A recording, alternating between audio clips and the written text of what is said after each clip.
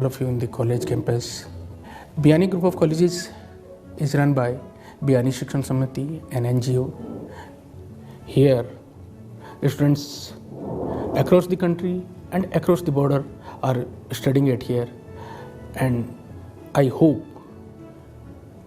due to our value systems, our nurturing, all of you in the college campus, caring, BICON Group of Colleges is run by BICON Shikshan Samiti, an NGO. I hope here parents will, students care across the country and across the border mission of the institution studying it The here. hand that rocks And the cradle I hope rules the world. Our due to vision is our women value systems, empowerment our through nurturing world-class of professional and college education caring. and internalization of values like discipline and time management. Being a principal, I love discipline. Discipline means self-control, high self-control. And if you are having a self-control, then no doubt in the future conflicts you are able to get the success. In this college, we are having a more than 3,000 girls. We are trying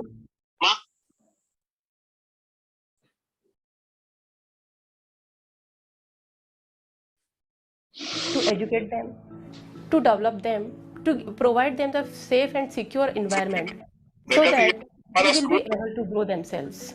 As you enter the vistas of BICON colleges, you find that discipline and values, creativity,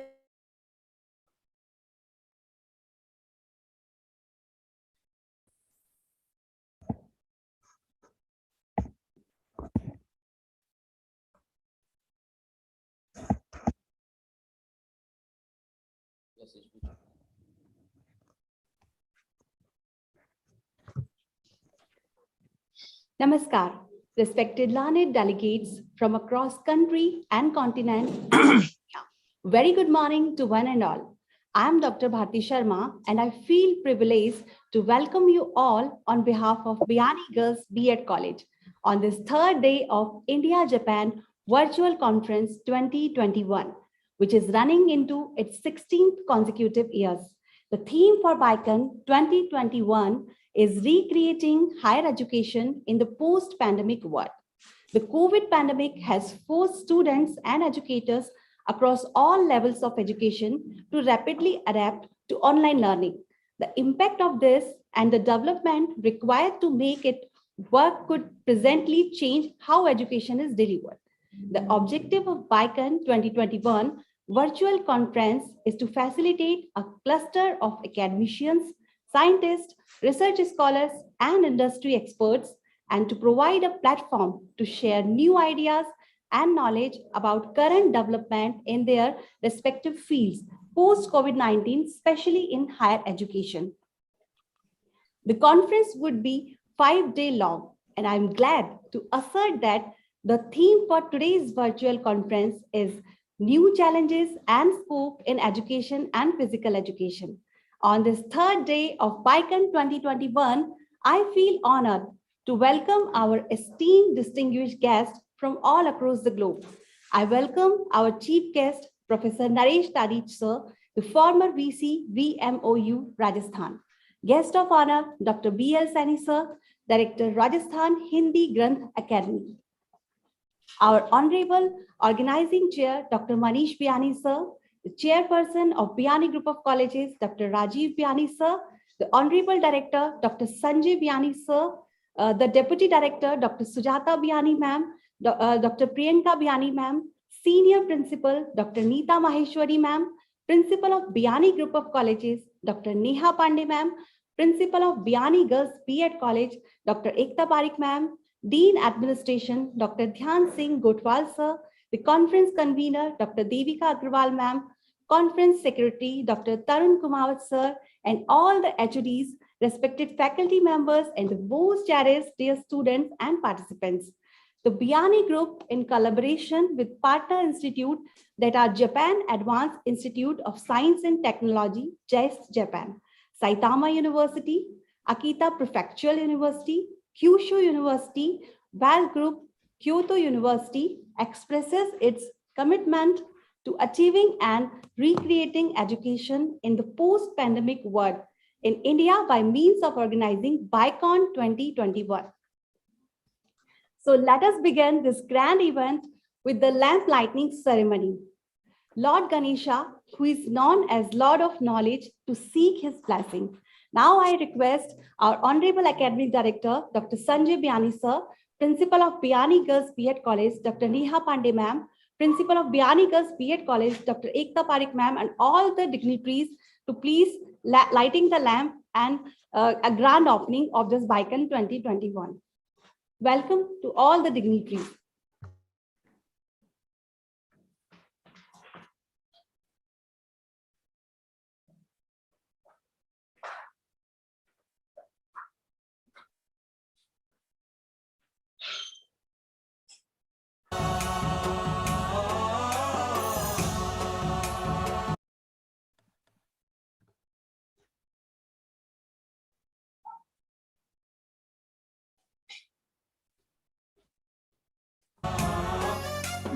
गणनायकाय गणदैवताय गणाध्यक्षाय धीमहि गुणशरीराय गुणमण्डिताय गुणेशानाय धीमहि गुणातीताय गुणाधीशाय गुणप्रविष्टाय धीमहि एकदन्ताय वक्रतुण्डाय गौरीतनयाय धीमहि गजेशानाय भालचन्द्राय श्रीगणेशाय धीमहि एकदन्ताय वक्रतुण्डाय गौरीतनयाय धीमहि गजेशानाय भालचन्द्राय श्रीगणेशाय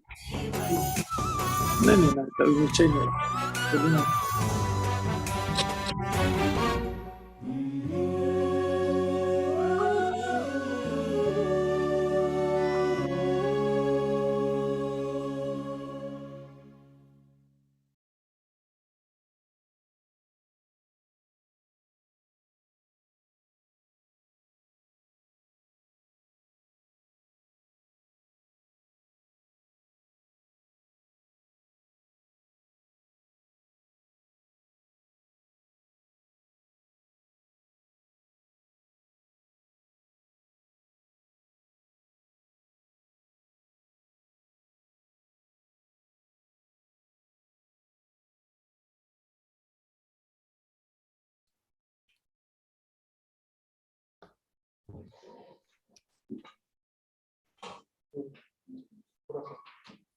Thank you all the dignitaries for a grand opening of this event. Now it's time to a grand opening remark, and for this we have our Honorable Principal of Biani Group of Colleges, Dr. Neha Pandey Ma'am. Dr. Neha Pandey Ma'am is industry experience, having 10-year and academic experience of 18 years, received national level prestigious Leelavati Award for Women Empowerment by All India Council for Technical Education, MHRD, Government of India, and Principal Investigator in Unnat Bharat Abhiyan, Government of India. Member of Faculty of Management Studies, Rajasthan Technical University.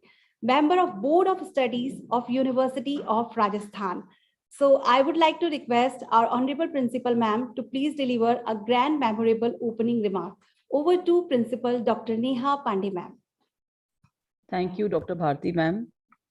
It's my great honor and privilege to announce the opening of the third day of Biani International Conference, which we are organizing for the 16th consecutive year with our partner institutes in Japan like JAIST, Kyoto University, Kyushu University, Saitama University, Akita Prefectural University, and last but not the least is the WELL Group, which is our placement partner in Japan. I'd like to extend my heartfelt gratitude to the chief guest of today's session, Dr. Naresh Dadhich sir, who is the former Vice Chancellor for VMOU Rajasthan. A very warm welcome to you, sir. I'd also like to welcome Dr. B.L. Saini sir, who's the Director of Rajasthan Hindi Granth Academy in Rajasthan. Welcome to you as well, sir. First of all, I'd like to extend my heartfelt thanks to the management of Biani Group of Colleges for supporting in all the way to making this 5-day conference a big success. Let me update you, dear friends, that today is the third day of the conference, and the theme is New Challenges and Scope in Education and Physical Education. And we have been pondering upon various themes from various disciplines like science, health sciences, nursing, pharmacy, education, physical education. We have themes from IT department, law department, humanities. So it's a 5 days, multidisciplinary conference, and we have 62 speakers across 5 days, out of which 13 speakers are from other countries apart from India. And there are 62 in all participants. More than 2,000 participants are going to join us across these 5 days. And the speakers are majorly from USA, India, Japan, Ethiopia, Ireland, and Malaysia. So I extend my heartfelt thanks to all the speakers also. In spite of the various time zones, they have made it possible to join us as per the IST, that is Indian Standard Time. So I really extend my warm welcome to all the participants who have joined us today. And I'm sure this session is going to be a great one. Last but not the least, I'd like to extend my heartfelt thanks to the management of BICON Group of Colleges, Dr. Rajiv Biani, who's the chairman of BICON Group of Colleges, for always, welcoming the new ideas, always supporting us wholeheartedly without any ifs and buts. And the director, BICON Group of Colleges, Dr. Sanjay Biani, who is the mentor for all the academic activities. Dr. Manish Biani, sir, who's been serving in Japan for last 20 years. He's the brain behind BICON, and that is why it has been made possible that we are doing it for the 16th time this year. Moreover, I'd also like to iterate that because of Manish Biani sir's efforts, the BICON Group of Colleges was conferred upon the award by Ministry of Japan in 2017 for developing beneficial mutual relations between India and Japan. And Japan has been a country where more than 20 students are working actually, who have passed out from India, from our college, and are working in Japan. And that has been possible because of the great and consistent efforts of Dr. Manish Biani, sir, Director, Research and Development. I'd also like to thank Senior Principal Neeta Maheshwari ma'am, who's been always a torchbearer, showing us the right path in academics and research areas. Last but not the least, my great faculty members, because it is their efforts, it is their consistent hard work which has made it possible that we are doing this conference consistently for the 16th time. And my enthusiastic students who are listening from morning 9 a.m. to 5 p.m. A great kudos to all the students as well. So with this, I'd like to open the conference today, and it's going to be a very enriching event. Thank you, Dr. Darij sir. Thank you, Dr. Seni sir, for joining us. And I'd like to hand over the mic to Bharti Sharma ma'am now. Thank you. Thank you so much, ma'am, for your valuable and insightful words. Now it's time to listen our honorable chief guest, Professor Naresh Dadij sir.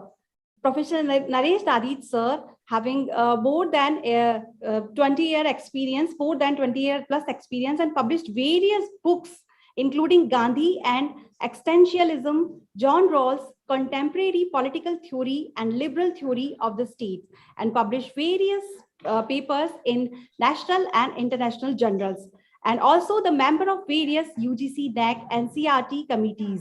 So I would like to request Professor Naresh Dadij sir for their memorable inaugural remark. So over to Professor Naresh Dadij sir. Okay, thank you. Am I audible? Am I audible? Yes, sir. Okay, thank you. Thank you for inviting me in such a prestigious international conference. As I've been told that it is about new challenges to the field of education. Well, I don't know how much time I have. I think I have 15 minutes, as was it is written in the brochure. So let me start with what I am going to say. There are 3 points which I would like to make about this in my inaugural remarks. First is the impact of technology. That is one challenge. We can say it is an opportunity. We can also say it is a challenge. How we look at it, that determines whether it is a challenge or it is an opportunity. The second thing is the aim of education. Now that is being greatly debated in the academic circles, whether the aim of education is intellectual development of an individual, or it also includes physical development. So your theme of the conference is very important in that what about the physical education? Because we used to think that physical education is only a secondary part of the mainstream education. But nowadays, all over the world, it is being thought that physical education should become the part of the mainstream. And the third point, which I would like to raise, is about the ethics or morality. What is the role of ethics and morality in today's education? These are the three small points I would like to just talk about in 15 minutes. So the first point, which is very important, is the changing scenario of the context of education. There are various developments which have affected education, but I will just touch upon one important aspect of the development of technology, which has affected immensely the development of education all over the world, and that is the rise of internet. Now, internet, as we are now using it for purposefully, as you know, internet has affected every aspect of education in educational institutions. First, the role of teacher. Second, the role of students. And third, the institution itself. Now, this corona has again pointed out the usefulness of internet. The usefulness is that now we are having a chat on internet. So educational institutions have shifted their attention to using internet in a positive way. And as we are heading towards post-COVID situation, I believe that we are not going to lose this opportunity or the benefit of an internet. And in the future of education is hybrid. We will not shift totally to the physical aspect of education where we are interacting physically. We will use this thing also because it has many benefits. Like you are saying that through Zoom or through Google Meet, we can interact internationally at the very low cost because the cost is very low, and that is very beneficial for the institutions. So all the institutions, all the groups, they have started Zoom meetings and Google meetings and other things where we can connect internationally to the experts about a particular subject. If you invite all of them to Jaipur, then you can see that the cost is very high and it's very difficult to bear that cost every year or every month or every 6 months. So the benefit of internet for educational institution is that they have got an opportunity now to invite internationally experts in their different in their classroom teaching. Also, you can invite in different programs also. That is one point.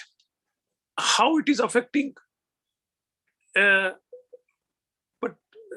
the negative side of this also, because we will take positive and negative both things. The negative side for the institution is that the institutions, when they are created as government policies are there that you should have 1 bigha land or 2 bigha land or whatever it is, you have created infrastructures, large number of rooms and your field and other things. Now, how that can be utilized? Because the students, when they become used to an internet, teaching and learning, and then they would not like to come to the school physically or to the college. And then the problem is that how to utilize these things. That is a very important thing, because in the last 2 years we have seen that even the maintenance of a big house, maintenance of a big institution is very costly, and it is difficult to even maintain that. So we will have to rethink about how to utilize these infrastructure in future, using the physical space, not only for your students who are regularly coming, but also for the public purpose also, because the public should also be should have an access to these institutions to have their own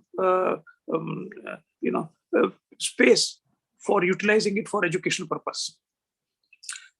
Secondly, internet has affected the role of teacher and student. Now, how it has affected? When we were young, or most of us, when we studied in the pre-internet era in 1960s and 70s, then for us, teacher was an incarnation of God. We used to go to classroom not just to listen to what he examines about a particular topic, but even for getting information about the topic. I still remember when we were a student and the teacher will come and he will give a reference to some book. We will go to the library, try to find it out, and we will say that no, we have not got that book because the book is not available. We cannot even purchase that book. We cannot even read that book. So we will have to depend on the teacher to provide us that book or to provide us the notes from that book. At that time, even photostat machines were not there. Photostat machine came very late. So you cannot have photostat. I still remember when I was studying in MA. So I had to go to library when I was doing some research on existentialism. There is a small text of 60 pages of Jean-Paul Sartre on existentialism as a humanism. I went to the university library. I wrote it down, the whole 60 pages, just to have for further reference. Now, it is not my case only. At that time of my age, many students were doing like this. So the teacher was looked upon as an ideal. Not only that he's imparting and knowledge, but even information about a particular subject. If we will miss a particular class, we will lose a very important information. So we will go, if we are not attending a particular class, we will ask our fellow students that what happened yesterday, and I want that notes. So there was a great, exchange of notes among students. At that time, whatever the teacher says, the student will accept it as the ultimate truth, because we have no other information, no other source of information to counter it. That is one point. Now, the situation has changed after internet. As we see that everything is available on Google, everything is available on YouTube. You go, I've seen now in classes that if someone is teaching something, if I am saying freedom, for instance, in my subject, political science, if I say the freedom, definition of freedom as given by a particular person is this, and the student who is sitting in my class having mobile, he will start searching that particular person, and he will come out with them. He can say, sir, this is not the definition given by that particular person. In Google, it is said that this person has given this definition. So correct yourself. So what I'm saying is, now the role of a teacher is not of providing information, because there is a plenty of information students have got. In Google, they can also watch YouTubes on every subject, on every topic. You have got very good open resources on internet. You can watch on TED Talk, for instance, TED Talk. You can watch YouTube, where free lectures of Harvard University professors or MITs, the topmost scholars of a particular subject, they are providing free lectures. Not only lectures like this, which I'm just giving you, but classroom lectures are captured in camera, and the videos are provided free of cost. So that has impacted the teacher, the role of teacher in a university or in a college. At our times, when I also became teacher, we can go in the classroom without any preparation, because we have experience after 3, 4 years, 5 years. You have got so much experience to control how to control a class. One can go in the classroom and start talking anything. Now, even classrooms are monitored by videos. We know it. Even when we teach the students are prepared with their mobiles that what are you going to teach. So we are not there to provide information. Now that era is changed. So what is required now is an orientation of teachers every year. The new technology which is coming up in various forms, the teacher should be aware of that. And by giving importance to that particular aspect of technology, teacher should reform its lectures, his lectures and his presentation. So what is the role of teacher now? He is not an information giver. He is not there to just talk gossiping. He can't go in the classroom and start gossiping. He can't talk nonsense in the class. So now the responsibility of a teacher has increased. So what he has to do, first thing, he should be aware of the technological advancement in the educational field. He should know, like for instance, it started with PPT presentation. Now PPT presentation is also very old. He should know how to use technology while delivering a lecture. He should know use of laptop, use of iPad, small tablets, interacting with the students on email or some other softwares. So first thing, like a teacher is to be given orientation when he becomes a teacher in the use of the new emerging technologies. That is one point. If he is not aware of these things, then he cannot go on becoming a very good teacher. I have my teachers, when this email thing started and typing computer and sending emails and other things started, I asked one of my teachers. So I told him, sir, you are not using this in the email. I sent you, what is your email address? I want to send you something. He told me, Naresh, I cannot teach. I could not learn email. I still use my pen and paper, and I write on that. He wrote many books, but he could not comprehend this new technology, and so he was gradually out of the academic world. I told him, sir, you will left behind. He said that I can't help it. So, but he was also sorry for this, that he could not do it, but he accepted that this new emerging technology a teacher should know. So the first thing is that about when a teacher goes to school, college, he should be updated. He should update his knowledge about the growing technology. Second thing is, now teacher has the bigger role in teaching. He should know that the students are familiar about the definitions and about characteristics on the Google. They can watch on Google or YouTube.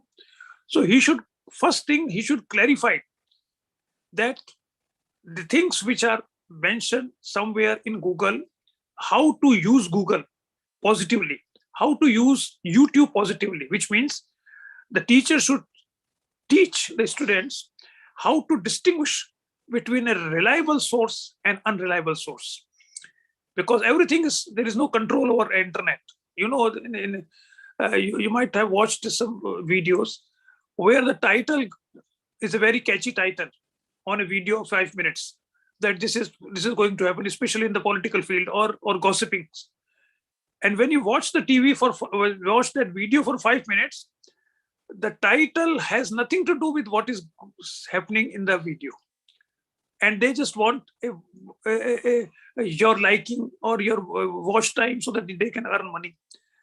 So that it is now the responsibility of the teacher to go to class and tell them how to distinguish between fake news, between what we call the post-truth era, and the wrong types of misinformations, and the right type of sources which they can watch or they can Google. This is another important aspect of teaching which is coming up. And the third is that the way of teaching of teachers should also be changed. They cannot just go on and talking about the information. They should now tell the students to come prepare about the information. And it should become more of a discussion forum rather than one-way teaching.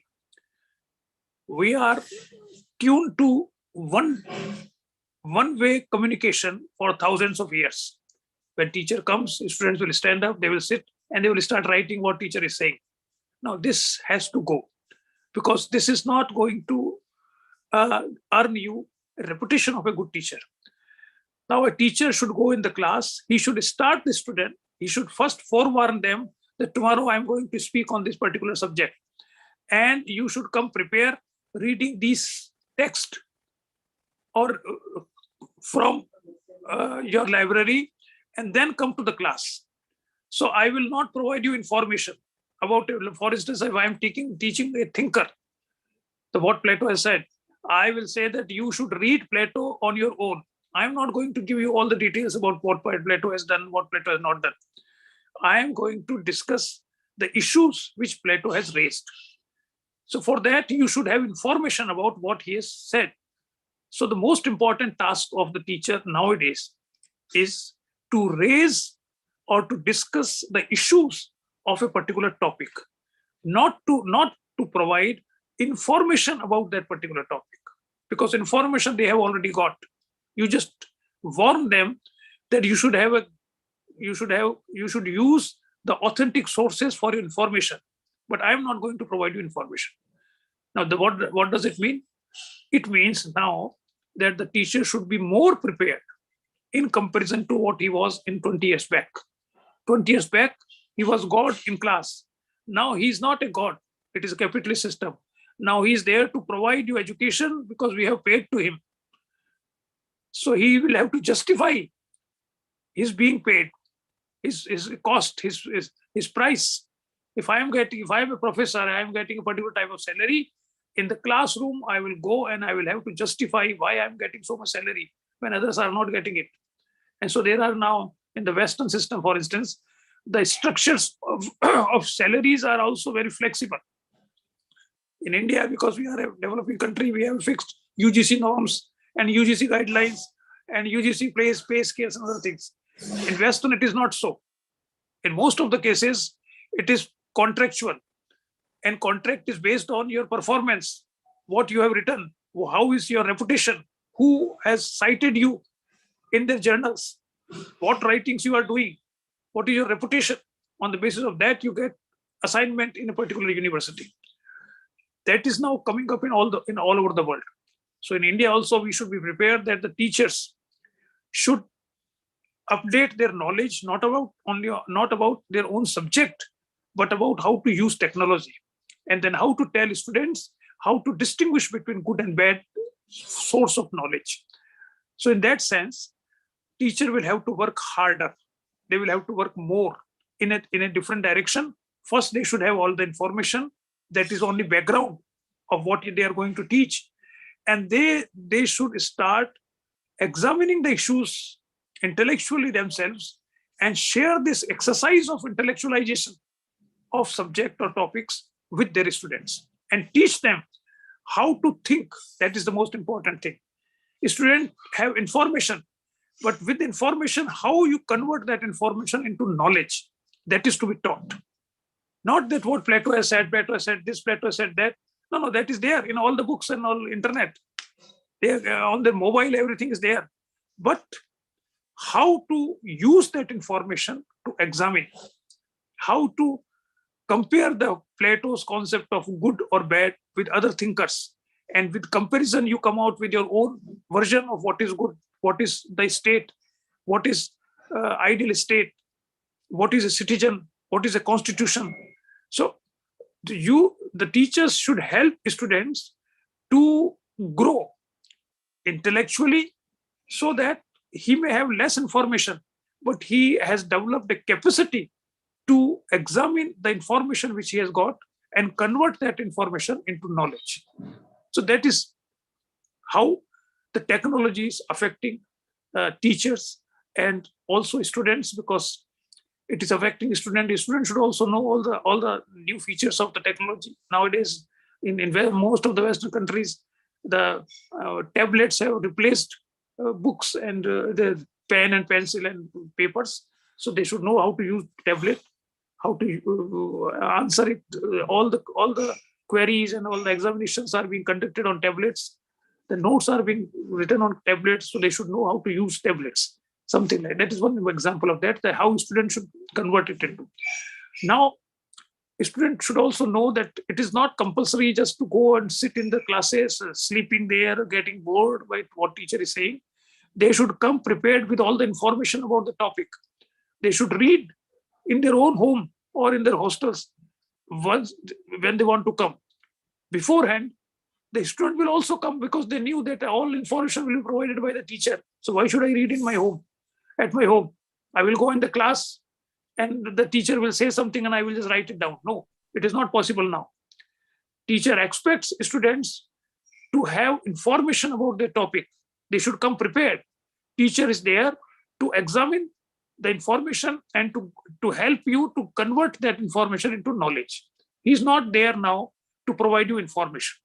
So to collect information, a student should do homework more in comparison to what he used to do 20 years or 30 years or 50 years back. That is the more responsibility of the teacher also, of the student also. So that is very important. Then the second point, which I just wanted to tell you about the role of physical education. Now, if you remember, Gandhi has given a new education policy in 1930s, and then there he provided that physical education become an important part of the education as a whole. It is not subsidiary, but unfortunately we have not, as we have not done in our public sphere following Gandhi. So Gandhi insisted in his Varda scheme that physical education is as important as intellectual education, because, and he said that I'm convinced about it because I read Unto This Last by John Ruskin, where he has mentioned that all types of physical education is as important as intellectual or mental development. So the second thing which I just wanted, that this technology is affecting us because physical education is not even given importance. Now what we should do is that we should change this mindset where physical, like we said, that PT teachers, we said, no, they are PT teachers, they are not teachers. No. You should give them respect and dignity and equality with other teachers, because physical, and in sports and games now, people are becoming heroes and celebrities. So that is also has become a way of earning money or earning reputation. So physical education should be part of the main education. And the third is about the role of morality or ethics in teaching or in education. Technology is also adversely affecting ethics and morality, because technology means that you should earn more so that you can use technology more. We have got so many options. Just 50 years back, even if we have got money, we did not have anything how to spend that money.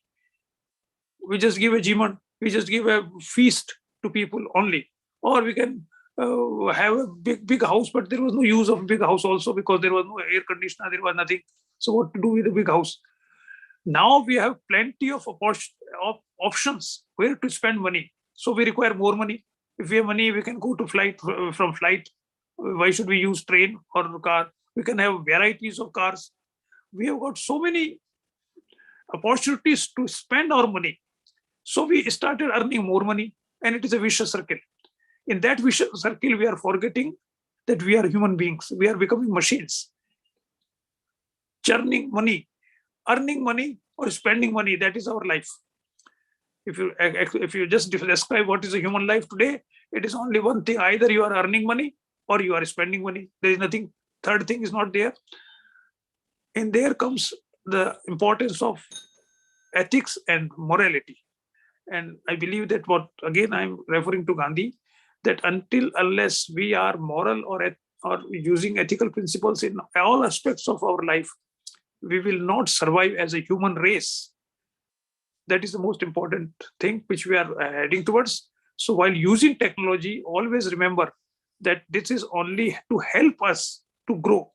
We should not become slave of the technology. And to remain human, we should be basically having some sort of ethical code of conduct or morality, which we should inherit from our family, which we inherit from our students, from college and universities. and we should go on having such type of ethical conduct in our life. So these are the three small points I just wanted to make. Thank you very much for Thank you giving so much. this opportunity. Thank you. Thank you so much, sir, for sharing the positive and negative aspects on the theme. And thank you once again for your memorable remark. Now we are having our guest of honor, Dr. B.L. Saini, sir, among us, the director of Rajasthan Hindi Granth Academy, and also published various books and various research papers in national and international journals. Sir was also be the joint director in the higher education department of Rajasthan government, and currently is the director of Rajasthan Hindi Granth Academy. Now I would like to request Dr. B.L. Saini, sir, to please give us a memorable remark and share your valuable knowledge with us. Over to नमस्कार। Dr. B.L. Saini, sir. नमस्कार sir. वैसे तो इस field में मेरा कोई ज़्यादा दखल नहीं है। मेरे जो सर थे प्रोफेसर नरेश दादीज, इस स्थिति में काफ़ी कुछ उन्होंने हमारा मार्गदर्शन किया है। यद्यपि आफ्टर पैंडेमिक और इस कोरोना एज में जो शिक्षा का, मैं हिंदी में बोलूँगा सर। Yes, sure. तो इसमें जो प्रभाव पड़े हैं और जो चुनौतियां आई हैं, दोनों पक्ष हैं। यद्यपि सकारात्मक पक्ष ज्यादा है, नकारात्मक पक्ष ज्यादा है, अधिक है इसके। सकारात्मक कम है क्योंकि हम देख रहे हैं कि जो जिस तरह का सेक्टर हमारा एजुकेशन का रहा है, हमारी अपनी एक रेपुटेशन रही है, चाहे बियानी कॉलेज हो, चाहे और रिमार्केबल बहुत सारे इंस्टीट्यूट्स हैं, जिसके चलते इस दौर के चलते जो ऑनलाइन पढ़ाई लिखाई का माध्यम बना है, ये यूं तो लगता है कि बहुत सरलतम है पेरेंट्स की दृष्टि से, बच्चों की दृष्टि से, लेकिन वो बात इसमें नहीं है जो हमारी कैंपस में पढ़ाई की होती थी। जो हमारी शिक्षा की जो रैंकिंग थी, जो कैंपस की रैंकिंग थी, कि इसमें सब एक सरलतम उक्ति कहते हैं, गधे घोड़े सब बराबर हो गए। इसमें कोई रिमार्क अलग से नहीं मिलता कि आज हमारे यहाँ बेस्ट टीचर हैं, बेस्ट कैंपस है, बेस्ट इंफ्रास्ट्रक्चर है, वो सब पीछे रह गए। और इसके चलते बच्चों का जो बाई प्रोडक्ट हमारे सामने आएगा जो पढ़ने के बाद, उसका बहुत अधिक वैरायटी उसमें आने वाली है। दूसरी महत्वपूर्ण बात है कि हमारे जैसे जो विकासशील देश हैं, भारत, जबकि सर ने बताया कि विदेश में भी अभी वापस लिखने पढ़ने का दौर शुरू हुआ है, यद्यपि टैब और इंटरनेट की जो व्यापकता है बहुत अधिक है, लेकिन हमारे यहाँ तो अभी भी इंटरनेट के जो यूजर के जो डाटा मैं रात को देख रहा था, लगभग 41% लोग ही इसकी रेंज में हैं। इसकी रेंज में 41% तो है ही हैं। इसके अलावा डाटा को जो यूज करते हैं, जो पे करके यूज कर रहे हैं, उनकी संख्या तो 30% के अधिक, 30% अधिक नहीं है। तो इसका मतलब 70% लोग तो पढ़ने लिखने के इस नए उपाय को, उसका अवलंबन नहीं कर पा रहे। न तो उनके पास इतनी पेइंग कैपेसिटी है, न उनके पास इसके यंत्र है, न इनके पास इतनी रीच है, जो भौगोलिक दूरियां हमारी, कि उस माध्यम तक वो पहुंच पाए। तो ये एक नई तरह की पैंडेमिक में एक नई तरह की विषमता इंटरनेट के माध्यम से पैदा हो रही है। इसका फर्क अभी हमको नजर नहीं आता, लेकिन आने वाले दिन में मैं ऐसा सोचता हूँ इसका बहुत अधिक फर्क पड़ेगा। मैं घर में ही देख रहा हूँ, मेरा बच्चा, छोटा सा उदाहरण देख रहा हूँ कि मेरा बच्चा कंप्यूटर साइंस में अपने आप में बीटेक की डिग्री लेने जा रहा है। 3 सेमेस्टर उसके ऑनलाइन हो चुके हैं, 3 सेमेस्टर, 1/3 लगभग कोर्स उसका घर बैठे हो चुका है। वो कभी किसी एक्सपेरिमेंट के लिए लेबोरेटरी में नहीं गया, कभी वो किसी सीधे टीचर के टच में नहीं आया, कभी उसने कैंपस की जो चैलेंजेस होते हैं, कैंपस का जो एनवायरनमेंट होता है, उसको अभी तक उसने अपने आप को जज्ब नहीं किया। सीखने की जो हमारी पारंपरिक रूप से जो प्रणाली बनाई गई है कि कैंपस के माध्यम से बच्चा, जैसे मैं बच्चों को उदाहरण देता हूँ मेरी क्लास में कि आप जैसे सड़क को क्रॉस नहीं करोगे तो आप वाहन से बचना कैसे सीखोगे, जब तक आप क्रॉस नहीं करोगे। तो जब तक आप कैंपस नहीं जाओगे, जब तक आप में प्रतियोगिता, एक दूसरे से आगे बढ़ने की क्षमता, एक दूसरे से लर्न करने की क्षमता, चाहे वो भाषा की दृष्टि से हो, चाहे वस्त्र विन्यास की दृष्टि से हो, चाहे वो बातचीत की दृष्टि से हो, चाहे छोटे बड़े का जो लिहाज है, चाहे टीचर के साथ जो आंखों की शर्म होती है, वो मैं इंटरनेट में भले ही ये हमको दिखाई देता है, लेकिन मैं देखता हूँ कि मेरी बेटी जब क्लास लेती है तो वहां पर वीडियो तो ऑफ ही रहता है, ऑडियो चलता रहता है केवल। और मेरी बेटी भी कभी दूध पीने आ जाती है, कभी किचन चली जाती है, ऑडियो ऑन रहता है। तो ऐसे में हम क्या सिखा पाएंगे, क्या सीख पाएंगे, ये एक बहुत महत्वपूर्ण चिंता की बात है। यद्यपि सरलतम यूं लगता है, और दूसरी एक महत्वपूर्ण बात और मैंने इन दिनों महसूस की कि इस पूरे संजाल पर, पूरा जो नेटवर्क है, पूरा जो इंटरनेट का तंत्र है, जिसमें हम प्रचारित कर रहे हैं कि आज आज हमारी यहाँ बहुत अधिक ट्रांसपेरेंसी हो गई है, रीच हो गई है, पारदर्शिता हो गई है, बहुत लोग इसको यूज कर रहे हैं। ऐसा नहीं है, ऐसा नहीं है, बल्कि बहुत अधिक लोग इससे इससे दुखी हो रहे हैं। दुखी इस मायने में कि बहुत सारी फ्रॉड, झूठी सूचनाएं, चीटिंग, ये सब हम देख पा रहे हैं। अभी कल परसों ही मैं इस चीज को अभी महसूस किया कि एक बहुत बड़ा प्लेटफॉर्म है ऑनलाइन एजुकेशन का। पता चला कि पेरेंट्स को जिस तरह से प्रोडक्ट बेचा गया, जिस तरह से बताया गया, अपने आप में अपने देश का शायद सबसे बड़ा नेटवर्क है वो, ऐसा बताया गया यूजर की दृष्टि से। तो पता चला कि जो बच्चों को प्रोडक्ट बेचा गया वो बाद में कोई रिस्पॉन्स नहीं है। पैसा एक बार ले लिया गया तो रिफंड करने की प्रक्रिया बहुत जटिल है, आप ले ही नहीं पाते, भूल जाते हैं, क्योंकि इतनी ज्यादा उसमें पेचीदा प्रोसेस है कि आप उसका फॉलो भी नहीं कर पाते। तो ऐसे हजारों लोग, लाखों लोग, मैंने देखा कि अभी मैं कुछ बच्चे जैसे आते रहते हैं मेरे पास, बच्चे जो हिंदी ग्रंथ अकादमी की पुस्तकें हैं, जो प्रतियोगी परीक्षाओं में बच्चे बहुत सारे अधिक उनसे अवलंबित करते हैं, पढ़ते हैं उनको, तो वो आते हैं कि उन्होंने पैकेज लिया कॉम्पिटिटिव एग्जाम की कोचिंग का, लेकिन पेंडेमिक आ गया, कोरोना का लॉकडाउन लग गया, उनकी क्लास स्थगित हो गई और विकल्प दे दिया गया कि ऑनलाइन पढ़िए आप। वो कह रहे साहब इतना पैसा हमने दिया, इतना पे किया, कोई रिफंड नहीं है, कोई पॉलिसी नहीं है। तो सरकारों को ये भी ध्यान रखना चाहिए कि इस तरह का जो प्लेटफॉर्म और इस तरह की जो सुविधा उपलब्ध कराने के जो भरोसे हमको मिल रहे हैं, उन भरोसे का कोई रेगुलेटरी मैकेनिज्म हो, जो कि नहीं है, आज तक देश में नहीं है। क्योंकि ये एकदम से नया विषय है, तो सरकारें भी इसके लिए तैयार नहीं थी मेरे ख्याल से, और हम लोग भी तैयार नहीं है। तो वैकल्पिक रूप में इस मॉडल को बहुत अधिक यश मिले और बहुत अधिक प्रोत्साहन मिले, ऐसा मैं नहीं समझता। कैंपस की अपनी उपयोगिता है, कैंपस की अपनी रैंकिंग है, कैंपस की अपनी गुणवत्ता है, कैंपस का कोई विकल्प नहीं, पहली बात। तो दूसरी बात जो सर बता रहे थे कि बहुत अधिक इसमें मैं तो विमर्श नहीं जानता, लेकिन ये जरूर है कि एथिक्स की दृष्टि से इंटरनेट और जो नया वैकल्पिक जो हमारे सूचना तंत्र विकसित हुआ पढ़ने लिखने का तौर तरीका, इसमें किसी तरह की मर्यादाएं, किसी तरह के नियम, किसी तरह के कायदे न होने के कारण ऐसे बहुत सारे दिग्भ्रमित होने वाले अवसर आते हैं। बहुत सारी ऐसी सूचनाएं जो भ्रामक होती हैं और पूरा देश इससे अभी भुगत रहा है। आपको पता ही है, सबको हम जानते हैं कि किस तरह की सूचनाएं इंटरनेट के माध्यम से, सतही सूचनाएं, भले इंटरनेट से आप पढ़ लें, कहने को तो हमने इंटरनेट से प्राप्त किया, तो जिस तरह से गवर्नमेंट को, यूजीसी को ये प्रावधान करना पड़ा कि नकल का प्रतिरोध, प्लेगरिज्म नहीं हो, उसके लिए कानून लाना पड़ा, अध्यादेश जारी करना पड़ा। इतनी सारी नकल और ओवरलैप है इंटरनेट में, इतनी सतही जानकारियां हैं जिन पर ट्रस्ट नहीं हो सकता। जो सर कह रहे थे कि हमने कितने सारे पेजेस को लिखे, तो लिखना एक अपने आप में कोई श्रम नहीं है, लेकिन वो सीखने की एक प्रक्रिया भी है। वो किसी विषय वस्तु को आत्मसात करने की प्रक्रिया भी है लिखना। आप केवल टेक्स्ट को सेलेक्ट कर रहे हैं और नई जगह पेस्ट कर रहे हैं, पेस्ट करके रीडिजाइन कर रहे हैं उससे, चाहे वो पीएचडी में हो, चाहे वो एमफिल में हो, चाहे आपके आंसर तैयार करने में हो। तो आपने रीड की कैपेसिटी आपकी नहीं रही, पढ़ने की आपकी कैपेसिटी नहीं रही, रीडिंग की और लिखने की, राइटिंग की, तो उससे लर्निंग प्रोसेस तो जरूर अवश्यंभावी रूप से, गंभीर रूप से प्रभावित है। और मैं तो ये देखता हूँ कि बहुत सारे, हम अगर दूसरे लोगों से इंटरेक्ट नहीं करते तो बहुत सारे शब्दों को सीख ही नहीं पाते। तो ये चैलेंजेस हैं बहुत ही नटसेल में, क्योंकि मेरे को भी एक ऑफिस में भी बैठक है, 10 बजे वहाँ उपस्थित होना है, तो मैं अधिक समय नहीं दे पाऊंगा। आपने मुझे बुलाया और सर को सुनने का मौका दिया, और संजय जी, मैडम पांडे मैडम, आप सबको प्रणाम, नमस्कार। Manish ji, Rajeev ji, thank you very much.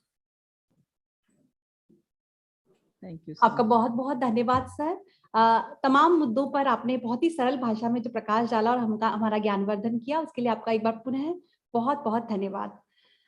Now it's time to pay our heartiest gratitude towards our chief guest and guest of today's inaugural session. And for this, we have our Honorable Academic Director, Dr. Sanjay Biani sir among us. Dr. Sanjay Biani sir, a dynamic, multifaceted young educationist, youth motivator, author, and an entrepreneur with a dynamic, multifaceted young educationist, youth motivator, author, and an entrepreneur, over 22 years of teaching experience at UG and PG level. The far reaching objectives is to empower women and youth through technical education, and believes that there is tremendous scope in each and every youth with hidden potential talent, which can be explored through proper counseling. So I would like to request our Honorable Academic Director, Dr. Sanjay Biani sir, for their memorable vote of thanks and share their views on this topic. Over to our Honorable Academic Director, Dr. Sanjay Biani sir.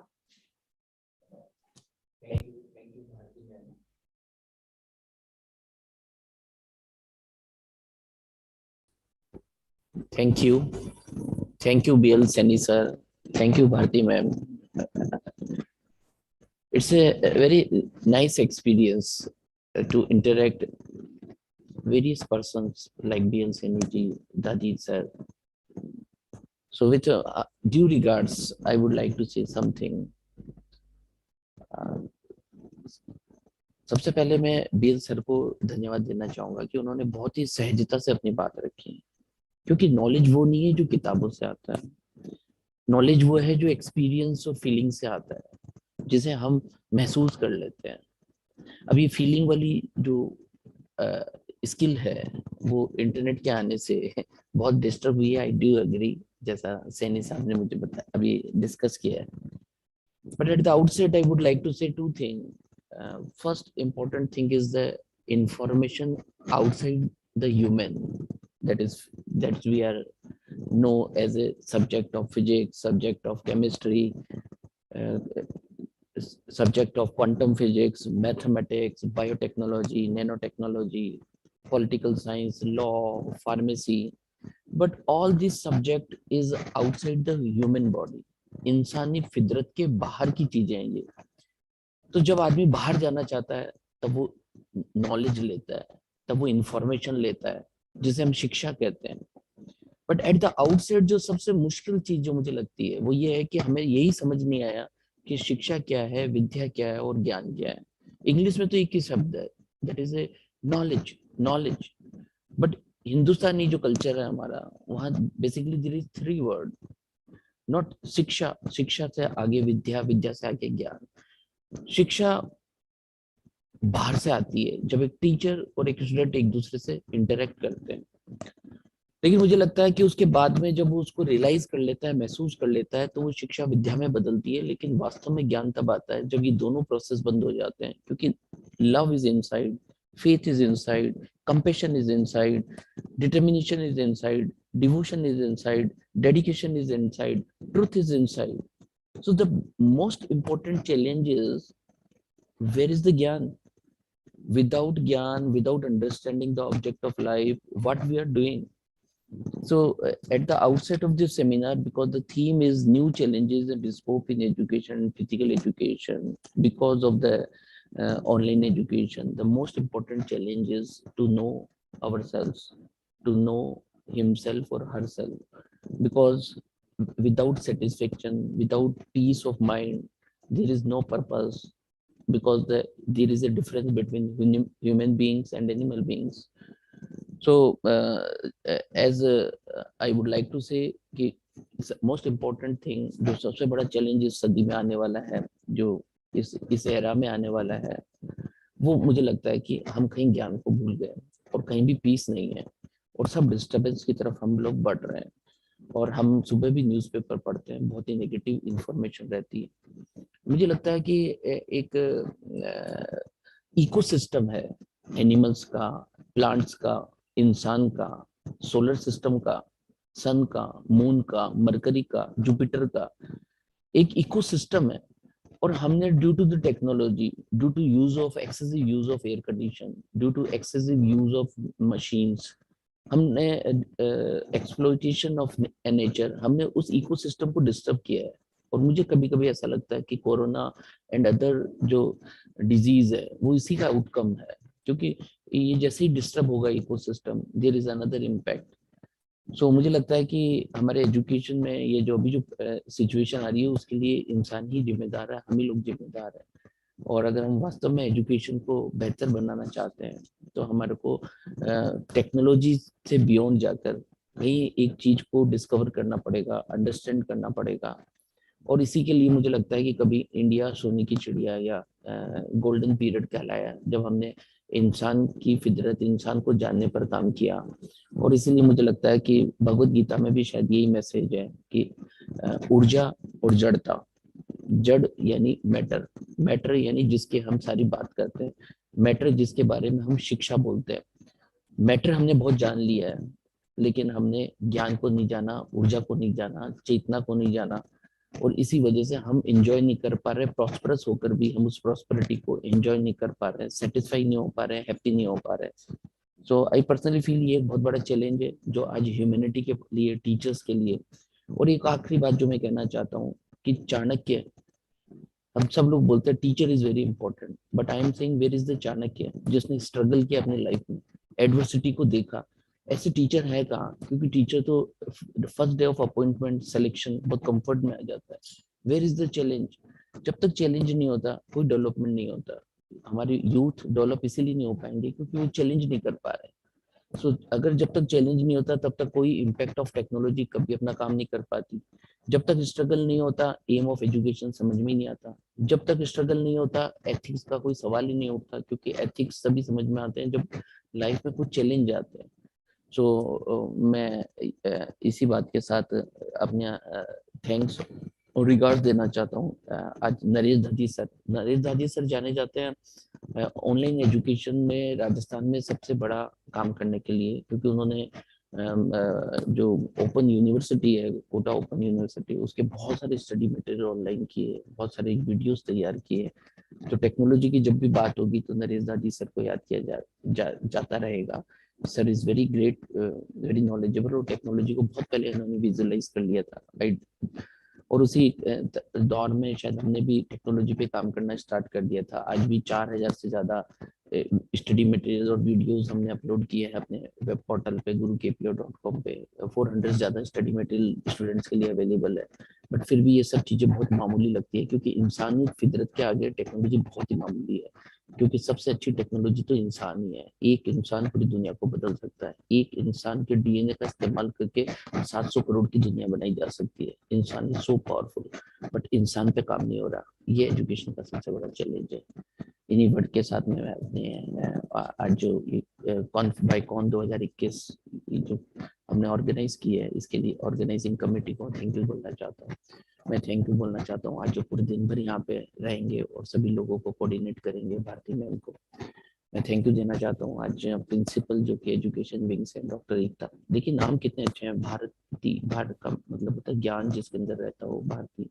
एकता, अगर एकता, doctor एकता Pareek ma'am जो BEd principal, ma'am एकता word को भी अगर कोई समझ ले, क्योंकि अब मैं पढ़ना चाहता हूँ, मेरे को बचपन में बहुत डर लगता था मैथमेटिक्स से, जो इंटीग्रेशन से, ट्रिग्नोमेट्री से, मैं उसको कभी इंजॉय नहीं कर पाता। पर मुझे भी इच्छा लग रही है कि मैं इंटीग्रेशन पढूं, क्योंकि the whole universe is integrated. हम सब एक ही हैं और सब एक दूसरे को प्रभावित कर रहे हैं। अगर नेगेटिविटी बढ़ती है कहीं पे भी, कहीं भूकंप आता है, अर्थक्वेक आता है, हमारे पे थोड़ा सा इम्पैक्ट पड़ता है। चांद पे थोड़ी हलचल होती है, पृथ्वी पे कुछ फर्क पड़ जाता है। सूरज पे कुछ हलचल होती है, हर 11 साल में सूरज में हलचल होती है, हमारे धरती पर भी हलचल आ जाती है।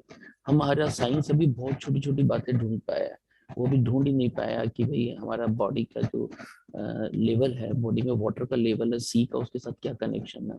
क्यों मछलियां अपने अंडे जो है वो बाहर छूट जाती है और लहरों के साथ ही उसे वापस ले जाती है उनके चूजों को। बहुत सारी चीजें जो भी डिस्कवर होनी बाकी है, इंसान बहुत थोड़ी बहुत ही जान पाया है।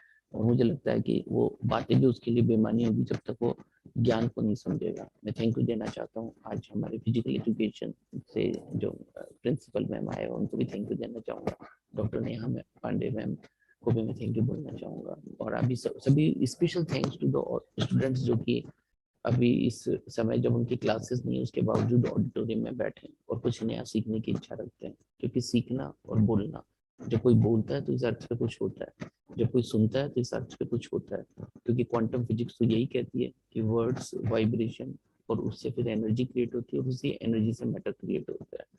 इसलिए कुछ बीज मंत्र होते हैं, वो बीज मंत्र का साउंड हमारी बॉडी में कुछ इम्पैक्ट करता है। पूरी यूनिवर्स, मरकरी एक साउंड क्रिएट कर रहा है, Jupiter is creating a sound, sun is creating a sound, और वो साउंड का संगीत जो है वो हम सबको इफेक्ट कर रहा है।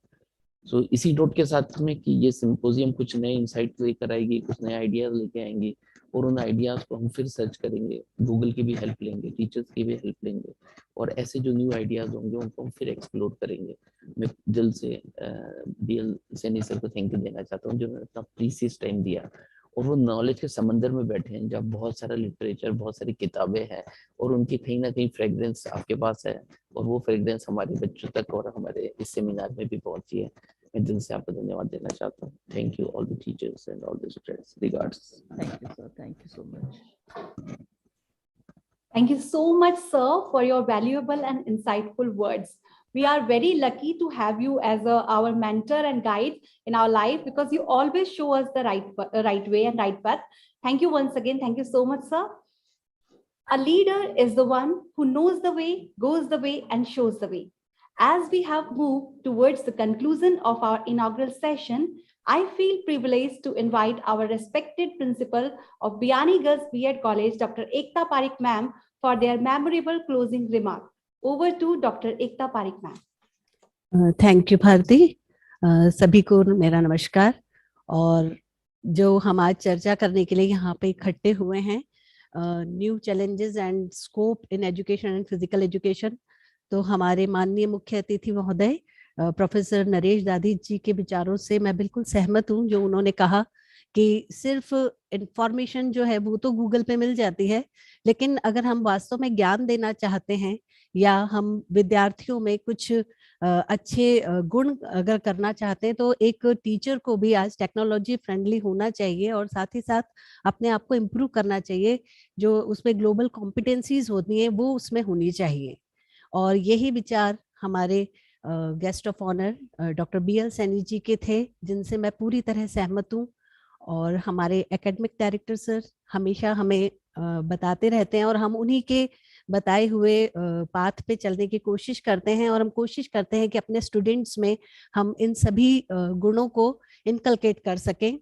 तो मैं कहना चाहूंगी कि आज का जो हमारा सिंपोजियम है उसकी शुरुआत बहुत ही शानदार और बहुत अच्छी रही है। आप सभी के विचारों से हम लाभान्वित हुए हैं, हमारे पार्टिसिपेंट्स बहुत लाभान्वित हुए हैं, और आगे भी हम आपके सहयोग की अपेक्षा अपने आगे आने वाले सेमिनार्स और सिंपोजियम में करते रहेंगे।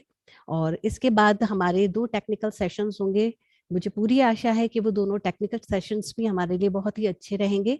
अब हम इस उद्घाटन सत्र का समापन करने जा रहे हैं, तो मेरी आप सबसे रिक्वेस्ट है कि आप अपने वीडियो ऑन कर लें ताकि हम एक ग्रुप फोटोग्राफ ले लें। Thank you.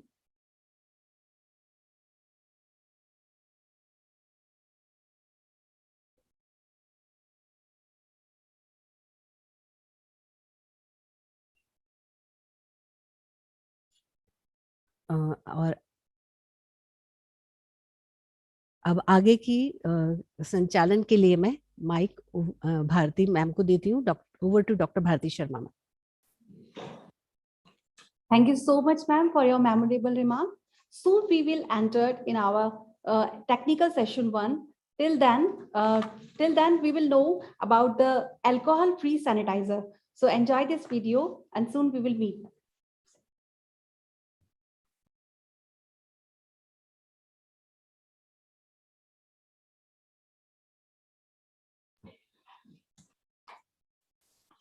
After 10 minutes, we will start our next technical session 1. Till then, we have some glimpses of our college. So enjoy that. Thank you.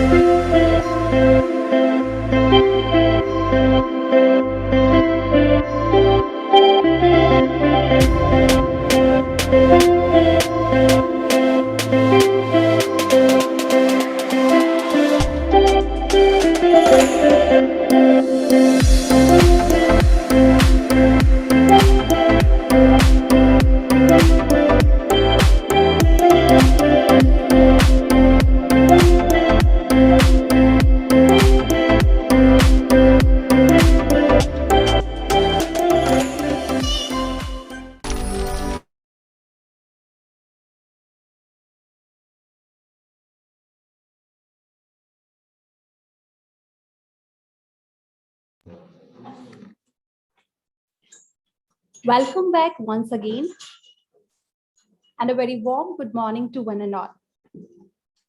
Now we are entering in our first technical session.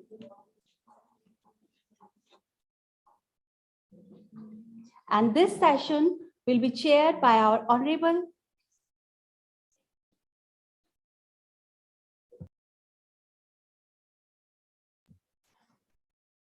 This session will be chaired by our Honorable Principal of Biani Group of Colleges, respected Dr. Neha Pandey ma'am. Ma'am has rich 25 years professional experience as a motivational speaker, career and spiritual counselor, life coach for spirituality and personality development, designing strategies and policies for examination and marketing, corporate marketing, business marketing, and many more.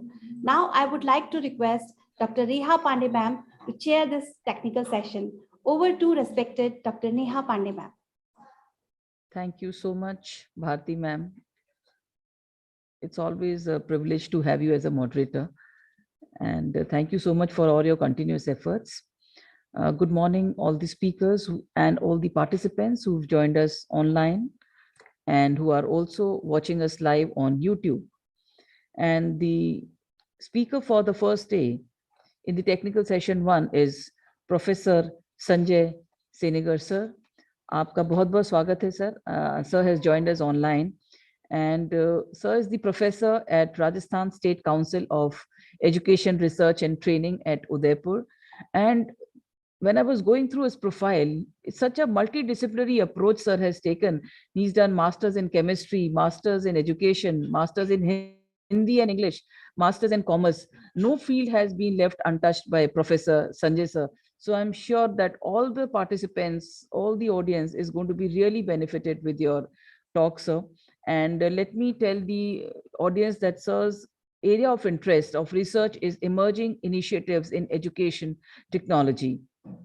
Sir has also been the block education officer of Bikaner district, former assistant director, Department of Education at Bikaner, also the former district education officer at Nagaur. So we are very lucky to have you, sir. And with your research, lot of vast experience, all the research scholars, the students of education and physical education, and the young teachers will be extremely motivated and delighted. So my heartiest welcome to Dr. Sanjay sir in the first technical session. Thank you, ma'am.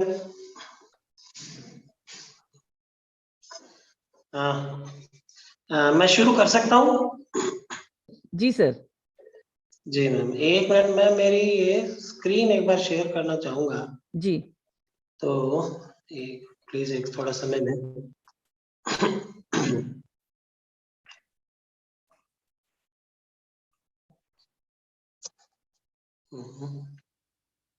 Actually मेरे system पे ये zoom था नहीं, इसलिए मुझे इस पे आना पड़ा मोबाइल पे। सर वर्टिकल, आप मोबाइल को ऐसे हॉरिजॉन्टल रख लेंगे ना तो और अच्छा दिखेगा। ओके, वर्टिकल की बजाय। एक सेकंड मैम, थोड़ा सा समय लें प्लीज। जी।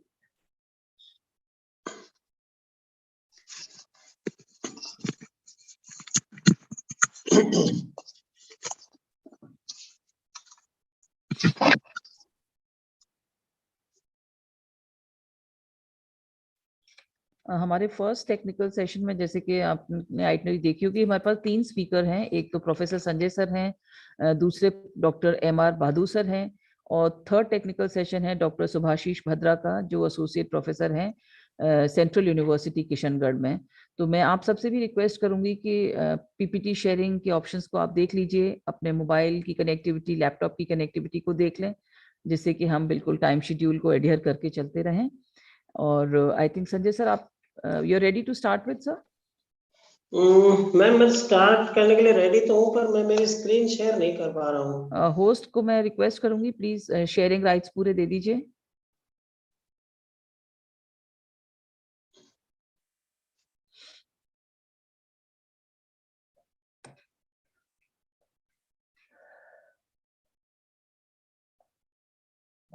आप मुझे 5 मिनट दें तो मैं मेरे इस पे सिस्टम पे इसको ले आऊं। सिर्फ 5 minute. In the mean time फिर हम क्या दूसरे स्पीकर को ले ले पहले? Yes ma'am please please. Doctor Bahadur sir आप कनेक्टेड हैं, हम चाहेंगे कि आप पहले शुरू करें, संजय सर को थोड़ा टाइम लगेगा 5-7 मिनट। जी मैम। तो मैं आप सभी ऑडियंस को इंट्रोड्यूस कराना चाहूंगी डॉक्टर एम.आर. बहादुर सर से। He is the deputy director at a very young age at Rajasthan Council of School Education, and I have seen sir in the college, and he's been very kind and always very supportive to Biani Girls B.Ed College. Sir's education has been into M.Ed and M.A., and he's passed all the prestigious exams like NET, SET, and he's been a great research scholar also, where his research area is emerging initiatives in education technology. And Sir has participated in various international and national conferences, seminars, workshops, and he's been awarded on 15th August 2017 at the state level for doing remarkable work in the field of education. So I'd like to extend hearty congratulations to you, sir, on behalf of Biani Group of Colleges. And he's also written many, many books in the areas of value and moral education. So I'd like Dr. Bahadur to please start his presentation and talk, and the technical team should give all the rights to share his presentation, please.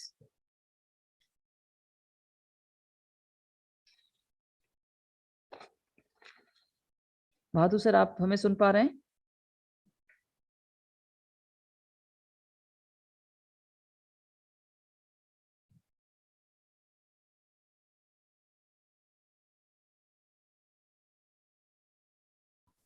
Hello ji ma'am, आवाज आ रही है?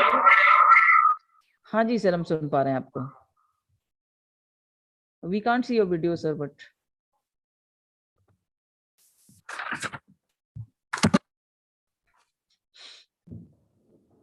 जी ma'am, thank you. thank you.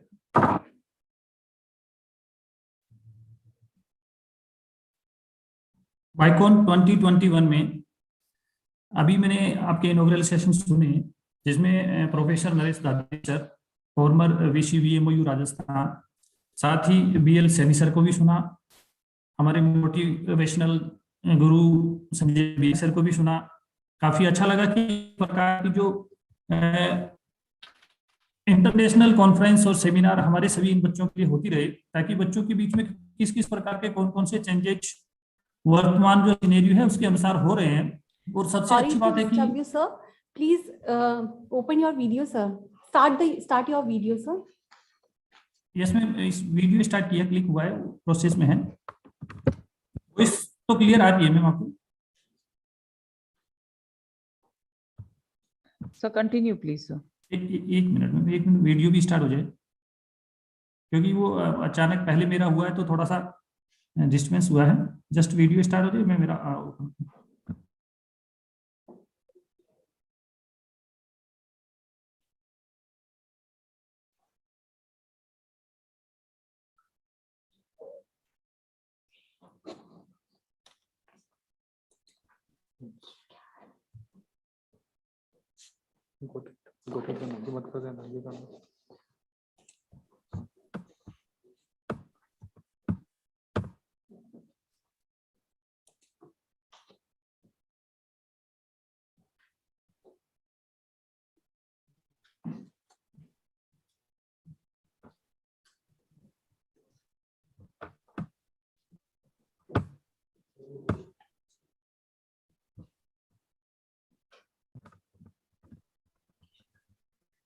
बोलना पड़ेगा।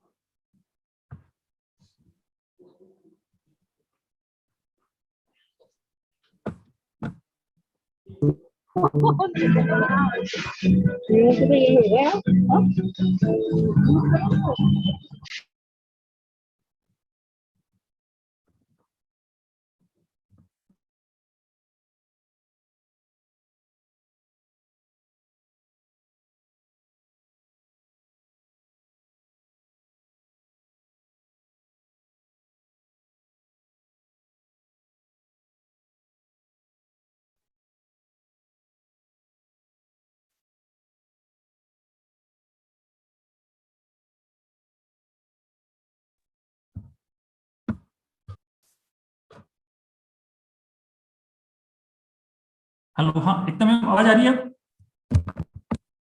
हाँ जी sir, आपकी आवाज आ रही है, बिल्कुल। जी मैम, जी थैंक यू। ये जो recreating higher education in the post pandemic world के अंदर जो जिस प्रकार की जो अभी हमारा जो वर्तमान जो भारत है, या भारत को ही नहीं मान के हम इंटरनेशनल लेवल पे माने कि किस प्रकार से हम इस एजुकेशन को बचा पाए और कौन कौन सी ऐसी चीजें जिनकी अहम भूमिका रही।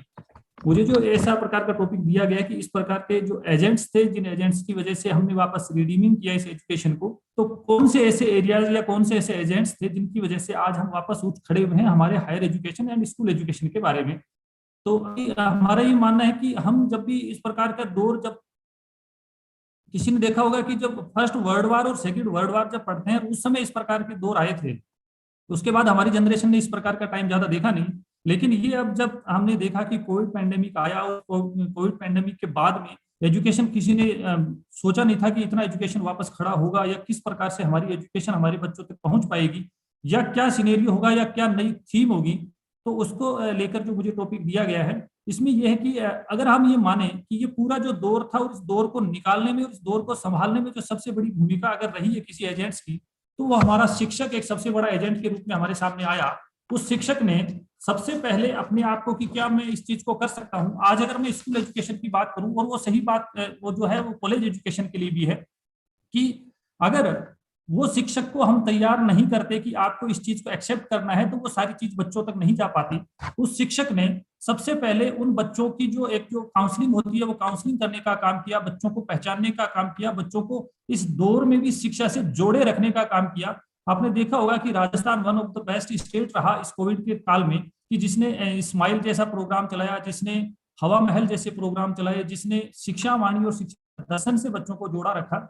तो ये ऐसे अनेक प्रोग्राम थे इस प्रकार के, जिसकी वजह से वो ये जो टीचर जो था, उस टीचर ने बच्चों तक जो एक कंटिन्यूटी के साथ में एजुकेशन, और जो एकदम बिल्कुल उस मोटिवेशन के साथ वो एजुकेशन पहुंचाई थी कि किसी भी प्रकार का कोई लर्निंग लॉस बच्चों को नहीं हो। इसलिए जो मैं मानता हूं कि इसमें जो सबसे बड़ा एजेंट के रूप में अगर कोई भूमिका रहेगी, तो ये जो टीचर का जो रोल था इस दौरान, वो सबसे बड़ा रोल था।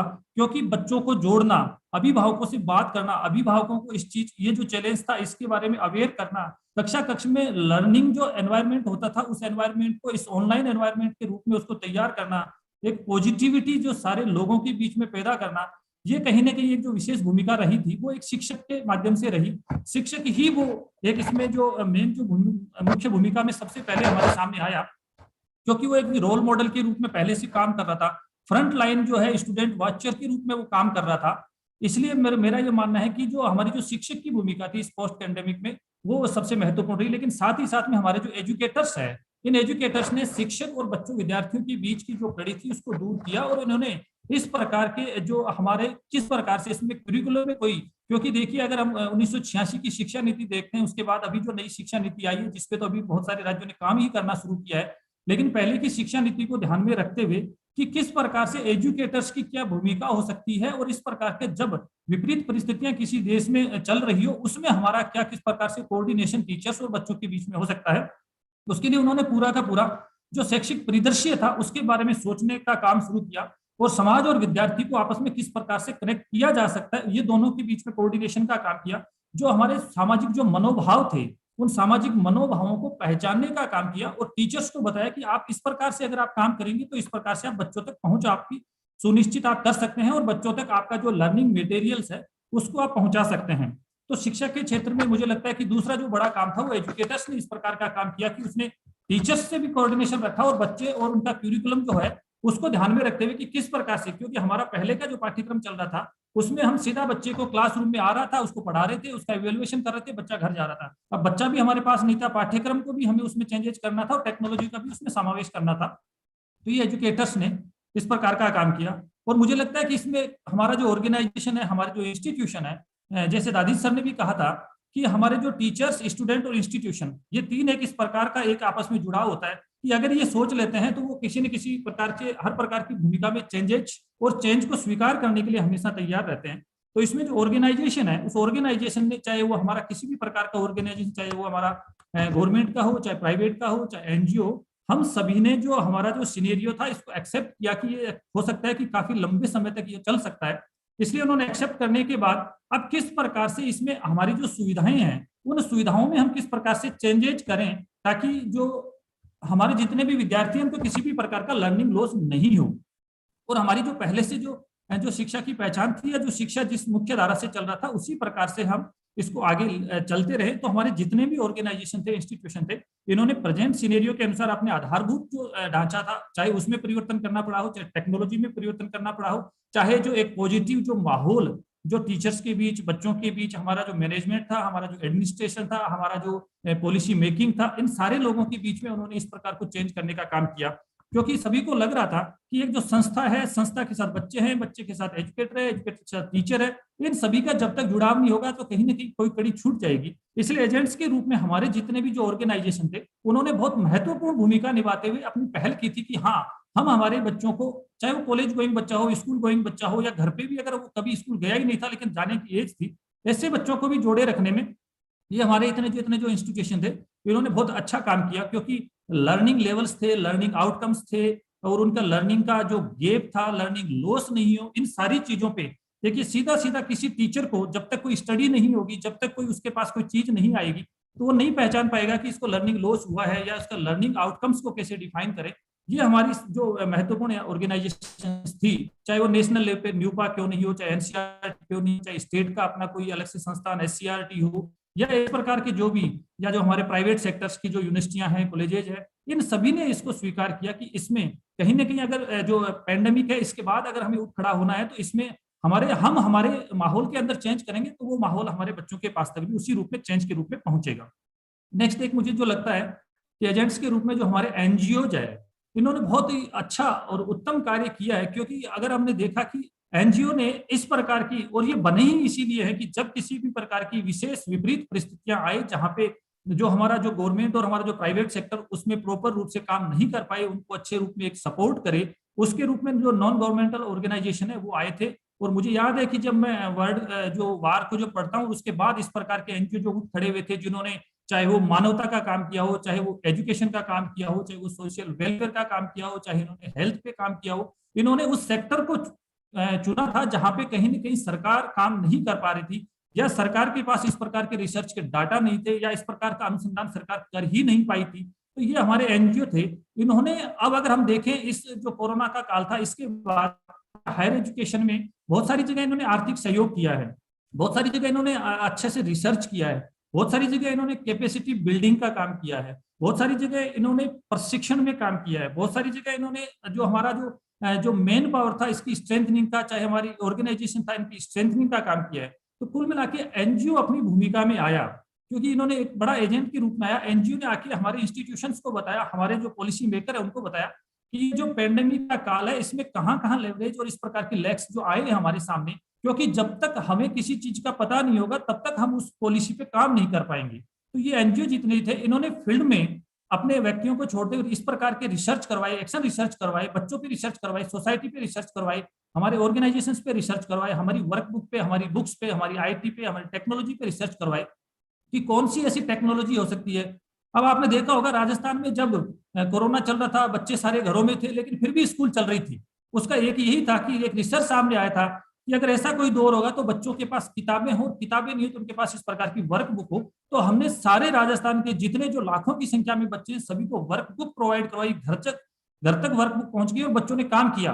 तो एक जो लर्निंग लॉस होना चाहिए था वो लर्निंग लॉस नहीं हुआ, और बच्चे जिस हिसाब से जो एनजीओ के साथ स्कूल में पढ़ रहे थे उसी एनजीओ के साथ वो बच्चे घर पे भी वर्क बुक में उनको जितना आ रहा था, और फिर वो फोन कॉल्स के माध्यम से, जो व्हाट्सएप के माध्यम से, स्माइल के माध्यम से, शिक्षा वाणी के माध्यम से उन सारी चीजों को सोल्व कर रहे थे। तो ये कहीं ना कहीं ये इस प्रकार की पॉलिसी जो चेंजेज हुई थी, या इस प्रकार के जो चेंजेज अचानक हमें करने पड़े, या हमें बच्चों के घर तक भी शिक्षा को पहुंचाना पड़ा, इसमें एक जो हमारे जितने भी जो एनजीओज थे, इन एनजीओज का बहुत बड़ा एक योगदान रहा। आज हम याद करते हैं कि हमारी शिक्षा व्यवस्था में, चाहे वो यूनिसेफ हो, चाहे वो रूम टू रीड हो, चाहे जो हमारा लर्निंग फाउंडेशन हो, चाहे टाटा ट्रस्ट हो, ऐसे अनेकों ऐसे जो व्यक्ति हैं, जो एनजीओ है जो हमारे साथ काम कर रहे हैं। तो ये एक एजेंट्स के रूप में हमारे साथ आए, तब जाके हम उस शिक्षा की मुख्य धारा से प्रत्येक बच्चे को, कई बार सरकार के पास ऐसा होता है कि लर्निंग आउटकम्स का हमारे पास डाटा नहीं होता, कई बार आउट ऑफ स्कूल चिल्ड्रन का हमारे पास डाटा नहीं होता, कई बार जो बहुत ही जो लास्ट लेवल पे जो हमारी रिसर्च होती है वो हमारे पास नहीं होती अचानक, क्योंकि ऐसा दौर था हर कोई व्यक्ति वहां नहीं पहुंच पा रहा था, लेकिन ये एनजीओ वहां पहुंचे और इन लोगों ने हमारे साथ रिसर्च करके और हमें ये डाटा प्रोवाइड करवाया और हमने हमारी पॉलिसी को चेंज करने का काम किया। तो ये एनजीओ की भूमिका भी एक बहुत महत्वपूर्ण रही थी। देन साथ में मैं मानना इसमें एजेंट्स के रूप में कि मीडिया का वाकई बहुत ही, आज आप देखते हैं कि न्यूज़पेपर में शिक्षा व्यवस्था के बारे में और राजस्थान की शिक्षा व्यवस्था, भारत की शिक्षा व्यवस्था, इन सब के बारे में इतना अच्छा था कि कोविड के काल के दौरान हमारे यहाँ की शिक्षा व्यवस्था में जो आमूलचूल परिवर्तन हुआ, जो सकारात्मक परिवर्तन हुआ, हमारे बच्चों की जो घर पे बैठे थे, जो रेडियो के माध्यम से पढ़ रहे थे, उनकी फोटो इंटरनेशनल लेवल तक पहुंची, उन टीचर्स की। और मैंने कहीं छत्तीसगढ़ में देखा था कि ऐसे टीचर्स थे जिन्होंने अपने साइकिल के ऊपर लाउड स्पीकर लगा के और उनका प्रचार प्रसार किया, बच्चों को पेड़ के नीचे बैठ के उनको पढ़ाया, कॉलेज गोइंग बच्चों की काउंसलिंग की। तो ये बहुत बड़ी बात थी कि मीडिया ने उस चीज को बहुत ही पॉजिटिव कवरेज दिया। और पॉजिटिव कवरेज से हुआ क्या था, मीडिया के हमेशा सकारात्मक जो कवरेज होता है उससे ये फर्क पड़ता है कि सोसाइटी में एक पॉजिटिविटी आती है, बच्चों में पॉजिटिविटी आती है, हमारे पॉलिसी मेकर को भी पता चलता है कि हाँ इस प्रकार से हम इसमें काम कर सकते हैं। तो ये जो मीडिया की भूमिका थी, चाहे वो प्रिंट मीडिया हो चाहे वो इलेक्ट्रॉनिक मीडिया हो, इस मीडिया में हमारी जो शिक्षा व्यवस्था थी, उन्होंने जो कोविड का दौर था, उस कोविड के दौर में किस प्रकार से कहाँ कहाँ किस किस स्टेट में कौन कौन सी एजुकेशन दी जा रही है, इसको बहुत अच्छे तरीके से इन्होंने सभी जगह इसको बताया। नेशनल लेवल पे, इंटरनेशनल लेवल पे हमारे जो न्यूज़पेपर्स है, हमारा जो टीवी है, उसमें हमारे टीचर्स की जो हमारी जो उसने जो काम किया था, बच्चे के घर तक जा रहा था, बच्चे घर में थे, सुरक्षित थे, वो तभी थे जब इस प्रकार से मीडिया ने एक बहुत सकारात्मक माहौल बना दिया था कि शिक्षा और स्वास्थ्य दो ऐसे बिंदु थे जो इसके दौरान भी बहुत अच्छे उत्तम तरीके से चलने चाहिए थे। उसमें हमारी मीडिया की बहुत अच्छी भूमिका थी। दूसरा देन हमारा एजेंट्स की रूप हमारी जो खुद की जो सोसाइटी है, इस सोसाइटी ने भी इस चीज को एक्सेप्ट किया था कि ये दौर ऐसा रहने वाला है, हो सकता है लंबे टाइम तक रहे। उसमें हम क्या कर सकते हैं, हमारे बच्चे घर में सुरक्षित भी रहे और साथ साथ में शिक्षित भी बने। तो इसके लिए यही था कि जो भी पॉलिसी मेकर का निर्णय था, जो भी मीडिया की तरफ से, जो भी एनजीओ की तरफ से, जो भी टीचर्स की तरफ से जो मैसेज आते थे, उनको स्वीकार करना शुरू किया। अपना जो माइंड सेट था उसको भी चेंज करना शुरू किया था कि बहुत सारे, हम जब यहाँ से स्टेट से बात करते थे बच्चों के साथ, बच्चों के अभिभावकों के साथ, तो एक ही आता था कि साहब बच्चे घर पे नहीं पढ़ सकते, बच्चे तो संस्था में ही पढ़ सकते हैं, स्कूल या कॉलेज में ही पढ़ सकते हैं। लेकिन बाद में धीरे धीरे उन्होंने स्वीकार किया कि जो चीज बच्चे स्कूल और कॉलेज में पढ़ रहे थे, अगर एक सकारात्मक माहौल और एक पॉजिटिविटी और एक कंटेंट बच्चे को उपलब्ध करवा दिया जाए तो वो बच्चे घर में भी पढ़ सकते हैं। यही हुआ कि सोसाइटी ने फिर उस चीज को एक्सेप्ट किया। सोसाइटी ने माना कि अगर कंटेंट हमारे तक पहुंच जाता है बच्चे तक, वो कंटेंट चाहे आपका ऑफलाइन हो, चाहे ई कंटेंट के रूप में हो, चाहे ऑनलाइन हो, चाहे फेस टू फेस हो, अगर इस प्रकार की कोई चीज बच्चे तक पहुंच जाती है तो हम उस बच्चे को भी शिक्षित कर सकते हैं, उस बच्चे को भी उस क्लास में उसका लर्निंग जो लेवल है वो मेंटेन रख सकते हैं, उसका लर्निंग लॉस नहीं हो, इस चीज को हम जान सकते हैं। लेकिन इसके लिए वही था कि हमारी सोसाइटी ने इस चीज को एक्सेप्टेंस पहले बहुत जरूरी थी। तो सोसाइटी से जैसे जैसे हम लोगों ने बात की, सोसाइटी ने लास्ट में मानना शुरू किया। और ये सोसाइटी के मानने से और सकारात्मक माहौल से ये हुआ था कि प्रत्येक बच्चे को, आज आपने देखा होगा घरों में पहले जो मोबाइल नहीं हुआ करते थे, या मोबाइल थे तो अपने गार्जियन लेके चले जाते थे, आज मोबाइल गार्जियन के पास है, डिजिटल वाला अच्छे वाला मोबाइल मिलेगा और वो बच्चे के लिए मिलेगा। बच्चा उस पर पढ़ेगा, बच्चा उस पर देखेगा, बच्चा उसको व्हाट्सएप के माध्यम से, यूट्यूब के माध्यम से, फेसबुक के माध्यम से, गूगल के माध्यम से। और इससे सबसे अच्छी बात है कि एक एजेंट्स के रूप में भूमिका हमारी, और डिजिटल जो लिटरेसी है उसको बढ़ाने में भी बहुत बड़ी अहम भूमिका, क्योंकि हम लोग पहले यही मानते थे कि बच्चों के हाथ में मोबाइल नहीं होना चाहिए, और अब हमारे ये हो गया कि बच्चे के हाथ में मोबाइल होना चाहिए ताकि बच्चा उससे पढ़ पाएगा। ये बहुत बड़ा जो हमारा माइंड का या सोसाइटी का जो चेंजेस था, माइंड चेंज था, वो उसमें बहुत बड़ा एक बदलाव आया है। वो सोसाइटी की भूमिका के बदलाव की वजह से आज बच्चे के पास डिजिटली जितना भी जो कंटेंट है वो पहुंच पा रहा है। साथ ही हमारे जो टेक्नोक्रेट्स है, ये एक एजेंट्स के रूप में बहुत बड़ी भूमिका में रहे थे, क्योंकि जैसे ही हम लोगों ने ये सोचा था कि कोविड आ गया, व्हाट्सएप पे बात करने के अलावा, फिर बाद में जूम आया, गूगल मीट आया, इस प्रकार के प्लेटफॉर्म आए जिन्होंने हम सभी को दिया, जिन्होंने बच्चे को टीचर से जोड़ दिया, जिन्होंने लाइव क्लासेज के रूप में जोड़ दिया। ऐसा लगता था कि बच्चा घर पे नहीं पढ़ के स्कूल में ही पढ़ रहा है, वो सारी चीजें उसी प्रकार से बच्चा क्लास में एंटर कर रहा है, उसी प्रकार से वो टीचर से मिल रहा है, उसी प्रकार से वो पीटीएम में भाग ले रहा है, उसी प्रकार से प्रिंसिपल को सारी बातें बता रहा है। तो इस प्रकार के एवीआर जो हमारे ऑडियो विजुअल्स जो थे उनको आप टेक्नोक्रेट्स ने क्रिएट किया। साथ ही हमारा जो जैसे जूम से था, अनेकों ऐसे प्लेटफॉर्म थे वो हमारे सामने आए, टेक्नोक्रेट्स की वजह से हमारे सामने इस प्रकार के प्लेटफॉर्म आए। आईसीटी का यूज हुआ, कोडिंग बढ़ी, ऑनलाइन क्लासेज बढ़ी और स्मार्ट क्लासें। आज आप देखते हैं कि पहले स्कूलों में एक कंसेप्ट ही नहीं था, एक लाइब्रेरी होती थी और लाइब्रेरी में बच्चा जाएगा तो पढ़ेगा। आज हमारे पास जनरली बहुत सारी स्कूलों में या सभी स्कूल और कॉलेज में स्मार्ट क्लासें आ गई है। स्मार्ट क्लास में टीचर अपनी जगह पढ़ा रहा है और बच्चे अपने घर पे भी उस लाइव उस चीज से जुड़ रहे हैं। तो कितना बड़ा चेंजेज इन टेक्नोक्रेट्स की वजह से आया। और टेक्नोलॉजी में जब चेंज हुआ टेक्नोलॉजी में चेंज अगर होता है तो एक पूरा का पूरा परिदृश्य चेंज होता है। जब किसी ने सोचा था कि कंप्यूटर आएगा, तो कंप्यूटर आने के बाद पूरा दशक चेंज हुआ, युग चेंज हुआ। ऐसे ही ये जब हमारे बीच में हम मानते हैं कि ये पेंडेमिक इस प्रकार की कोविड आई, तो इससे हमें नुकसान तो बहुत हुआ, आर्थिक नुकसान हुआ, हमारे सामाजिक नुकसान हुआ, लेकिन साथ ही साथ इसने बहुत सारी नई चीजें हमें सिखाई थी। किसी ने सोचा नहीं था कि आज हम जापान में बैठे लोगों से, दुबई में बैठे लोगों से, अमेरिका में बैठे लोगों से इस प्रकार से बात कर पाएंगे, उनके व्यूज जान पाएंगे। लेकिन ऐसा हम कर पा रहे हैं, वो तभी कर पा रहे हैं कि हमारे जो टेक्नोलॉजिस्ट जो थे, उन्होंने एक इस प्रकार की अवधारणा का विकास किया, या जो कहीं ना कहीं भारत और विश्व के स्तर पे थी, उसको लार्ज स्केल पे हमारे सभी के सामने लाए कि ये भी एक तरीका हो सकता है जब इस प्रकार की महामारी हो, तो लोगों को और बच्चों को जोड़ने के लिए और सीखने सिखाने की प्रक्रिया को निरंतरता के लिए हम अगर आगे बढ़ना चाह रहे हैं, तो इस टेक्नोलॉजी को अगर यूज करते हैं तो ये टेक्नोलॉजी बहुत अच्छी होगी, किसी भी प्रकार का इसमें लॉस नहीं होगा। इसलिए मेरा मानना है कि एजेंट्स के रूप में जो टेक्नोलॉजिस्ट थे, इन्होंने भी बहुत अच्छी एक भूमिका, और ये टेक्नोलॉजिस्ट की ही भूमिका का जो परिणाम है कि आज हम इस प्रकार के इंटरनेशनल कॉन्फ्रेंस में, नेशनल कॉन्फ्रेंस में, या बच्चों की लाइव क्लासेज में हम भाग ले पाते हैं। और बच्चे की क्लास चल रही है, उसमें भी कई बार हम पहले स्कूल में जाना होता था, फिर क्लासरूम में एंटर करना होता था। आजकल हमें ये भी इस प्रकार का फ्रीडम है कि आप अपने बच्चे की क्लास देख भी सकते हैं घर बैठे, जिससे बच्चा भी उसको लगेगा कि मेरे पेरेंट्स देख रहे हैं। हम पीटीएम में भी उस रूप में भाग ले सकते हैं, चाहे मैं कहीं पंजाब में घूम रहा हूँ, महाराष्ट्र में घूम रहा हूँ। तो इस प्रकार की टेक्नोलॉजी का बहुत बड़ा एक योगदान इसमें होगा। साथ ही एजेंट्स के रूप में हमारे जो इकोनॉमिस्ट थे, उन इकोनॉमिस्ट ने ये एक इकोनॉमिक रिव्यू में आया था कि देश को बहुत बड़ा आर्थिक नुकसान हुआ है, लेकिन बच्चों को ये नुकसान नहीं हो, इसके लिए एक सर्वे उन्होंने जो करवाया था, और जो अलग अलग स्टेट में और अलग अलग कंट्रीज में जो स्टडी हुई थी और बच्चों को जोड़े रखा था, उसके आधार पर इकोनॉमिस्ट ने इतना अच्छे तरीके से बताया था कि किसी भी बच्चे को जोड़े रखना, किसी भी बच्चे का आर्थिक जो नुकसान, बच्चे का जो नुकसान है वो नहीं होना, देश का नुकसान आर्थिक रूप से हुआ है वो एक अलग बात है। इकोनॉमिस्ट के जो सर्वे थे, इनके जो रिव्यूज थे, उसके आधार पे हमारी जो पॉलिसी मेकिंग की जो टीम थी, उन्होंने पॉलिसी जो चेंज करने का इन्होंने काम किया। साथ ही हमारे जो रिसर्चर है, एक बहुत बड़ी भूमिका में हमारा जो अनुसंधान करता होता है वो रहता है, क्योंकि जब भी कोई पुरानी चीज और नई चीज के बीच में जब अंतर होता है, पुरानी चीज कैसे थी, उसकी क्या यूटिलिटी थी, नई चीज है, इसमें क्या क्या चीज आ सकती है, किस प्रकार के वेरिएबल्स आ सकते हैं, ये रिसर्चर ने कि अचानक इस प्रकार का, क्योंकि मैं एक इस प्रकार का रिसर्च पढ़ रहा था कि जब उन्होंने बताया था कि जब first world war, second world war हुआ था, तब उसमें स्वास्थ्य, शिक्षा, मानवता सारी चीजें धराशायी होगी, इंफ्रास्ट्रक्चर धराशायी हो गया, तो कैसे उठ खड़ा हुआ था जापान, लगातार जिस प्रकार से भूकंप आते हैं लगातार। तो उन्होंने रिसर्च कर रखा है कि इसी प्रकार से ऐसा ही शिक्षा व्यवस्था में अनेकों प्रकार के तुरंत फिर रिसर्च हुए। तो रिसर्च के माध्यम से ये आया था कि कौन कौन से तरीके ऐसे हैं जिनसे बच्चों को शिक्षा से जोड़ा जा सकता है, कौन कौन से तरीके ऐसे हो सकते हैं जिनके टीचर्स की ट्रेनिंग दी जा सकती है, कौन कौन से तरीके ऐसे हो सकते हैं जिनमें हमारे जो इंस्टीट्यूशंस के हेड है या जो प्रिंसिपल की कैपेसिटी बिल्डिंग और लीडरशिप की ट्रेनिंग उनकी की जा सकती है। तो ऐसे अनेकों तरीके आज हमारा पूरे भारत का कोई भी टीचर जो ट्रेनिंग लेने के लिए किसी इंस्टीट्यूशन में नहीं जाता है, वो दीक्षा प्लेटफॉर्म पे निष्ठा के जो ट्रेनिंग होते हैं उनके माध्यम से घर बैठे उसको जो वो फ्री होता है तब बैठे, वो जब किचन में होता है, जब वो गार्डन में होता है, जब वो अपने क्लासरूम में होता है, उसको लगता है कि अब मुझे वो ट्रेनिंग लेनी है, वो ट्रेनिंग उस समय ले सकता है। तो एक रिसर्चर की बहुत अच्छी भूमिका रहती है एजेंट्स के रूप में। उन्होंने इतना चेंजेस किया कि किसी व्यक्ति को जरूरी नहीं है किसी संस्थान में जाके वो ट्रेनिंग लेगा, उसके पास इस प्रकार के स्कोप रहेंगे कि वो अपने घर बैठे ले सकता है, और उसको लगेगा कि ये चीज मुझे आ रही है, उस चीज को छोटे वो चीज नहीं आ रही, जहां उसको अपना यूज जो बढ़ाना है, जहां उसको लगता है कि मेरी कैपेसिटी बिल्डिंग इस सब्जेक्ट से होगी, लीडरशिप से होगी, काउंसलिंग से होगी, उस चीज की वो ट्रेनिंग अपना ले सकता है। तो कितना बड़ा एक चेंज है जिन रिसर्चर्स की भूमिका की वजह से हमारे बीच में आया था।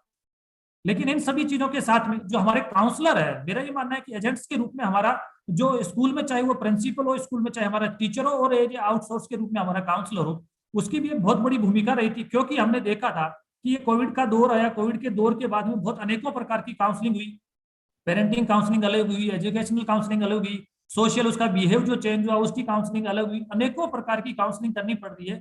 और आज फॉरेन में और हमारे भारत में इस प्रकार की कई चीजें आ रही है कि काउंसलिंग के आधार पे आगे की जो चीज है वो बच्चे पे निर्भर करती है। तो इसमें काउंसलिंग की वजह से इस प्रकार से, आवाज आ रही है मैम? हाँ जी सर, आ रही है। इस काउंसलिंग की वजह से अनेकों प्रकार से शिक्षक को, विद्यार्थी को और सोसाइटी को आपस में जोड़े रखने का कार्य किया गया।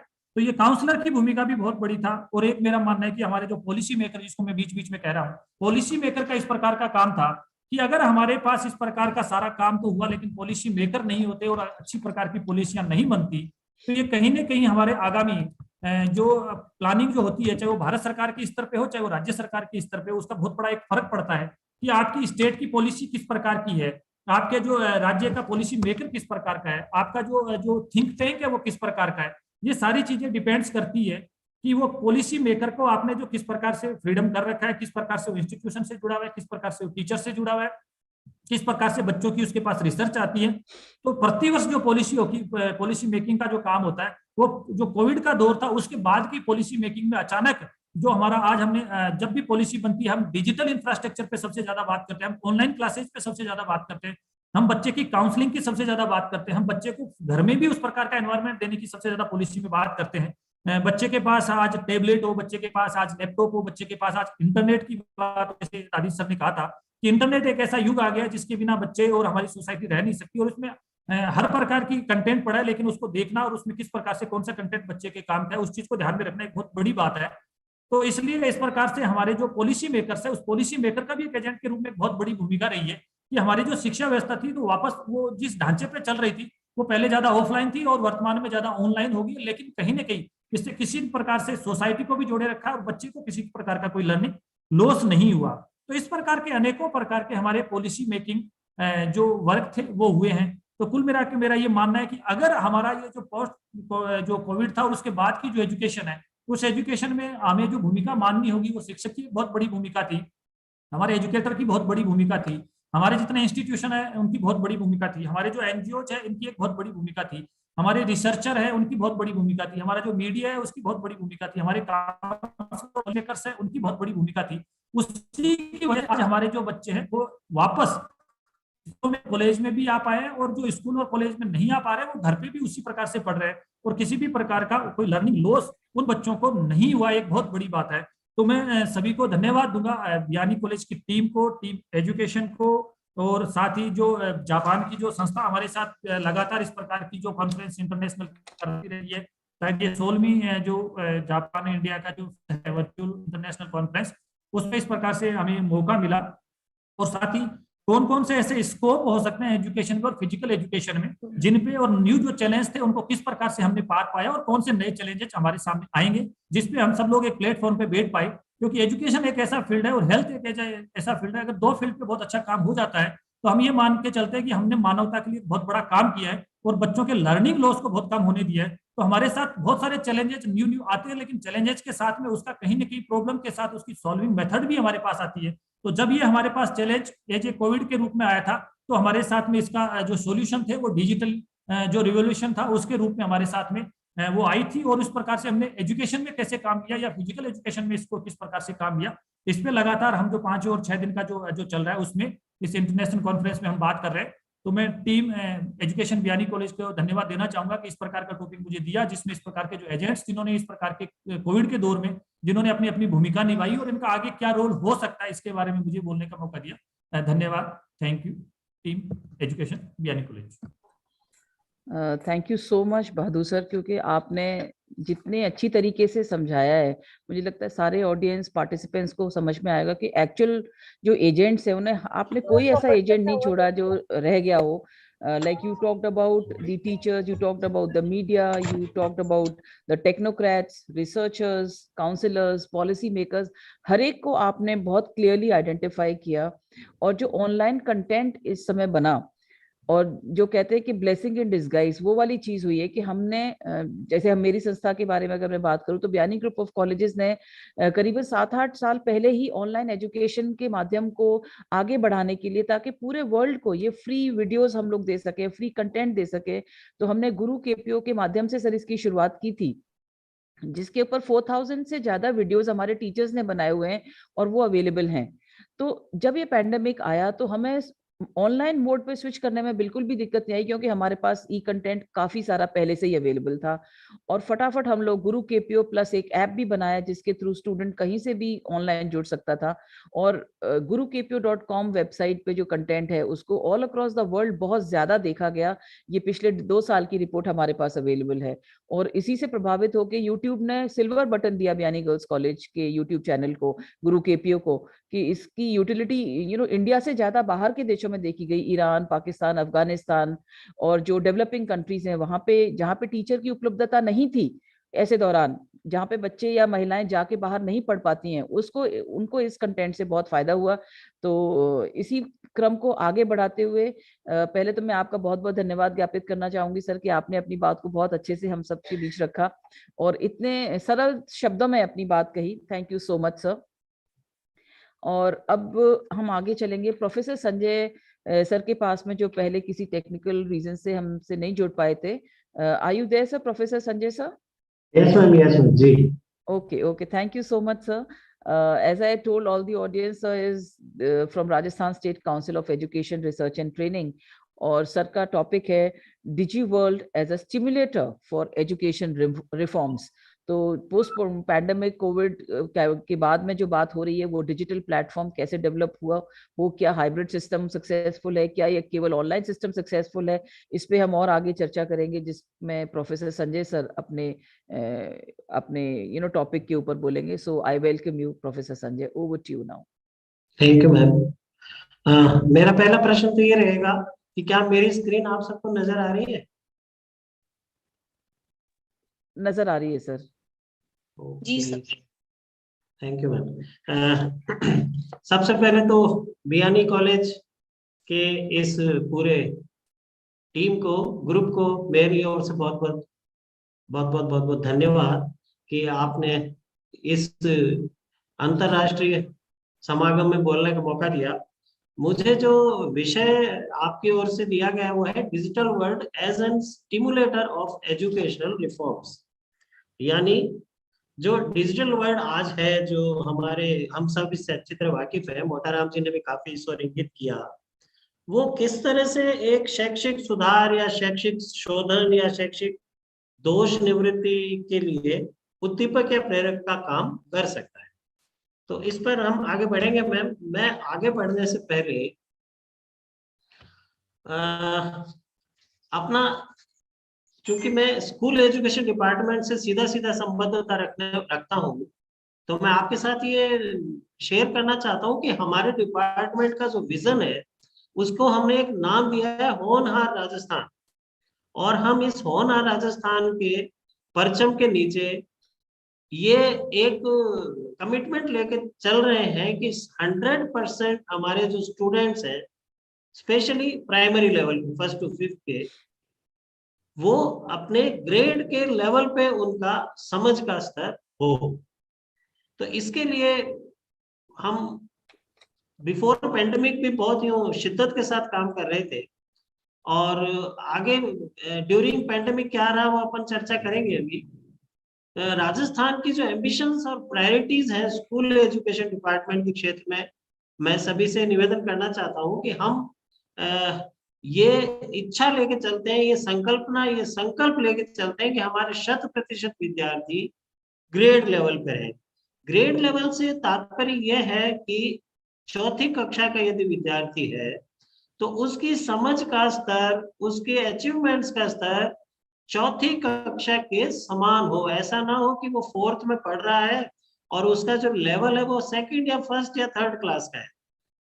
जैसा कि अपन आगे इस बारे में विस्तार से बात करेंगे, पेंडेमिक के दौरान ये स्थितियां हमारे सामने आई हैं, क्योंकि औपचारिक रूप से विद्यालय बंद रहे और बच्चों तक पहुंच डिजिटली हम कितना कर पाए कितना नहीं कर पाए उस पर भी मैं आगे चर्चा करने वाला हूँ।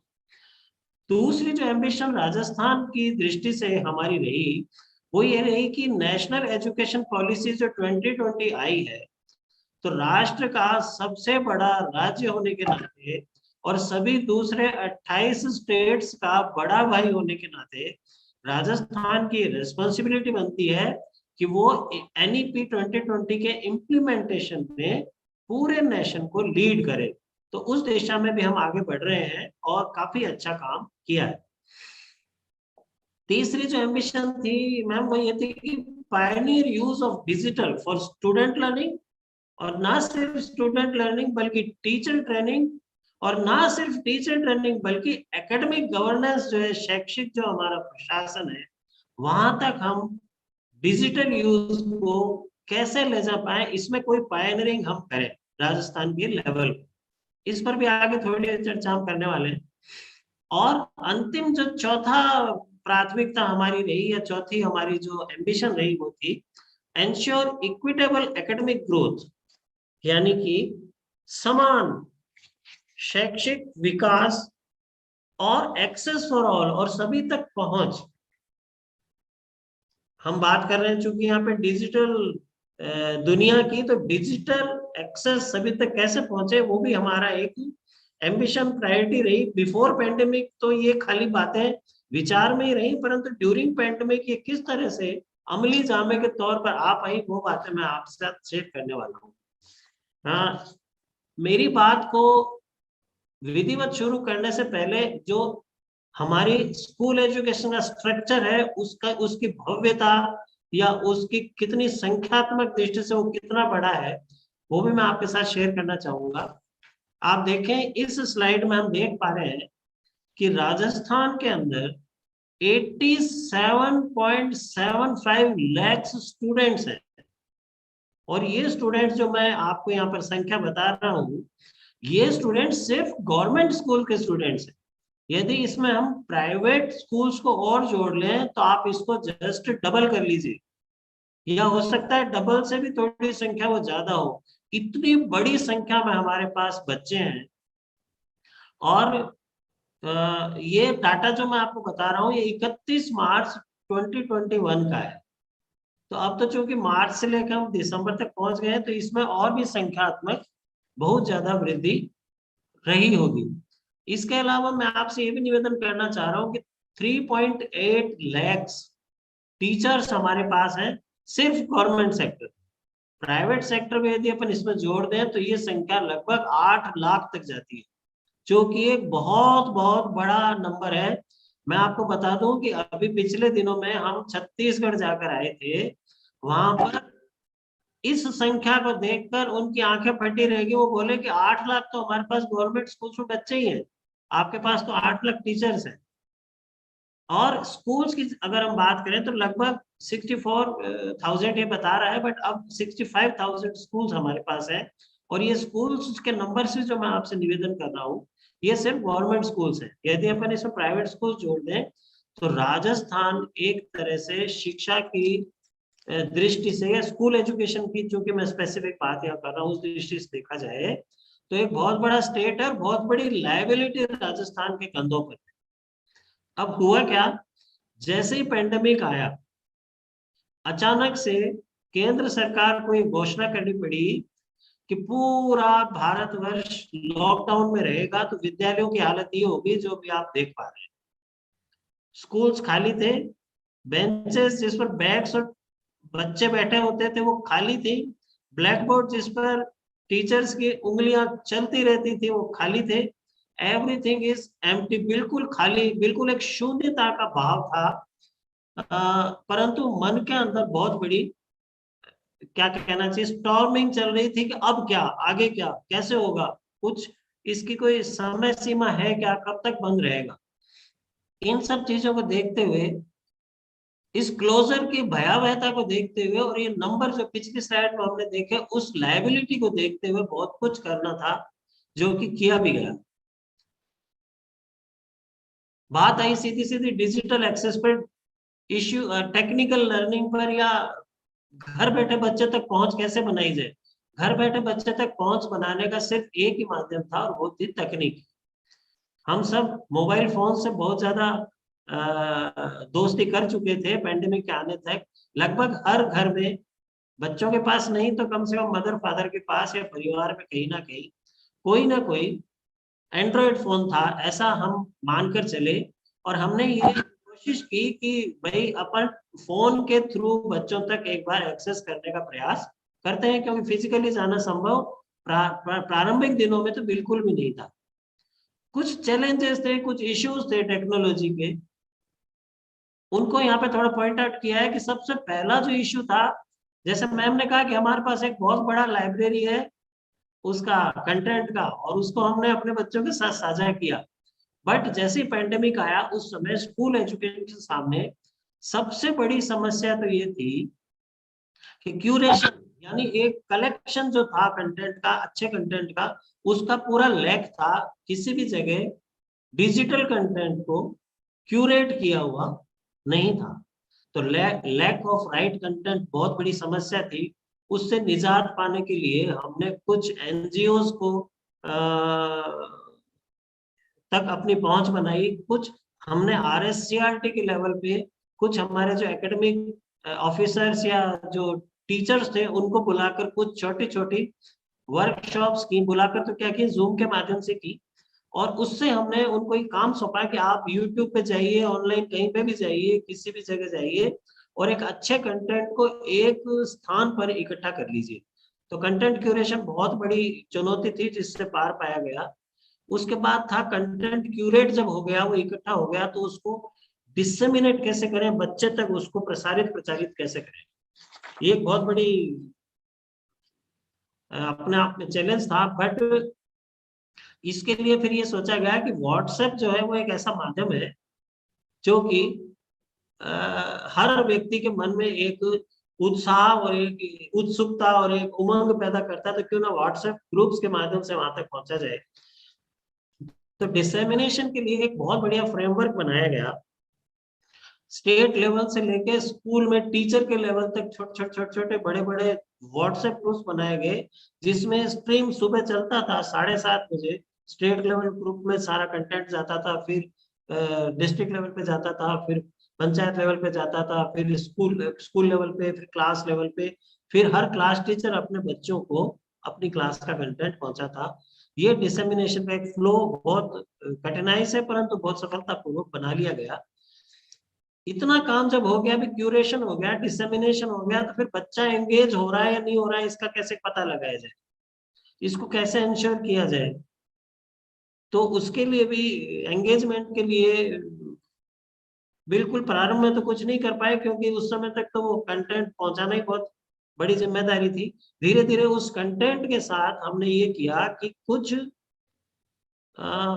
वर्कशीट्स देना चालू किया, और वर्कशीट देकर बच्चे को कहा गया कि इसको आप भरें।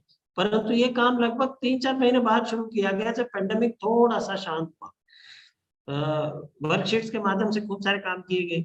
चलिए इसको डिटेल में आगे देखते हैं। और उसके बाद है, फिर भी कुछ बच्चे ऐसे थे जो कि डिजिटली कनेक्ट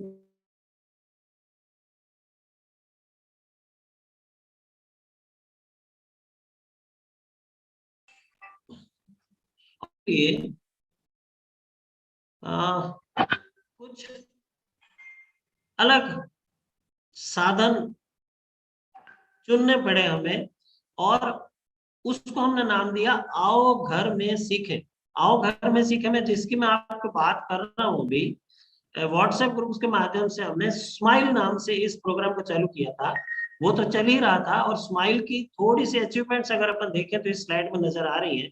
मैं बहुत गहराई में नहीं जाऊंगा, ओवरऑल मैं बताना चाहूंगा आपको। स्माइल के थ्रू 29% बच्चे हमारे ऐसे थे जो कि एंड्रॉइड फोन के माध्यम से एक्सेप्ट कर पा रहे थे। तो 29 बच्चे, जिसमें से बड़ी क्लासेस 9th to 12th के 44% बच्चों तक हमारा पहुंच इसके माध्यम से बन पाई थी।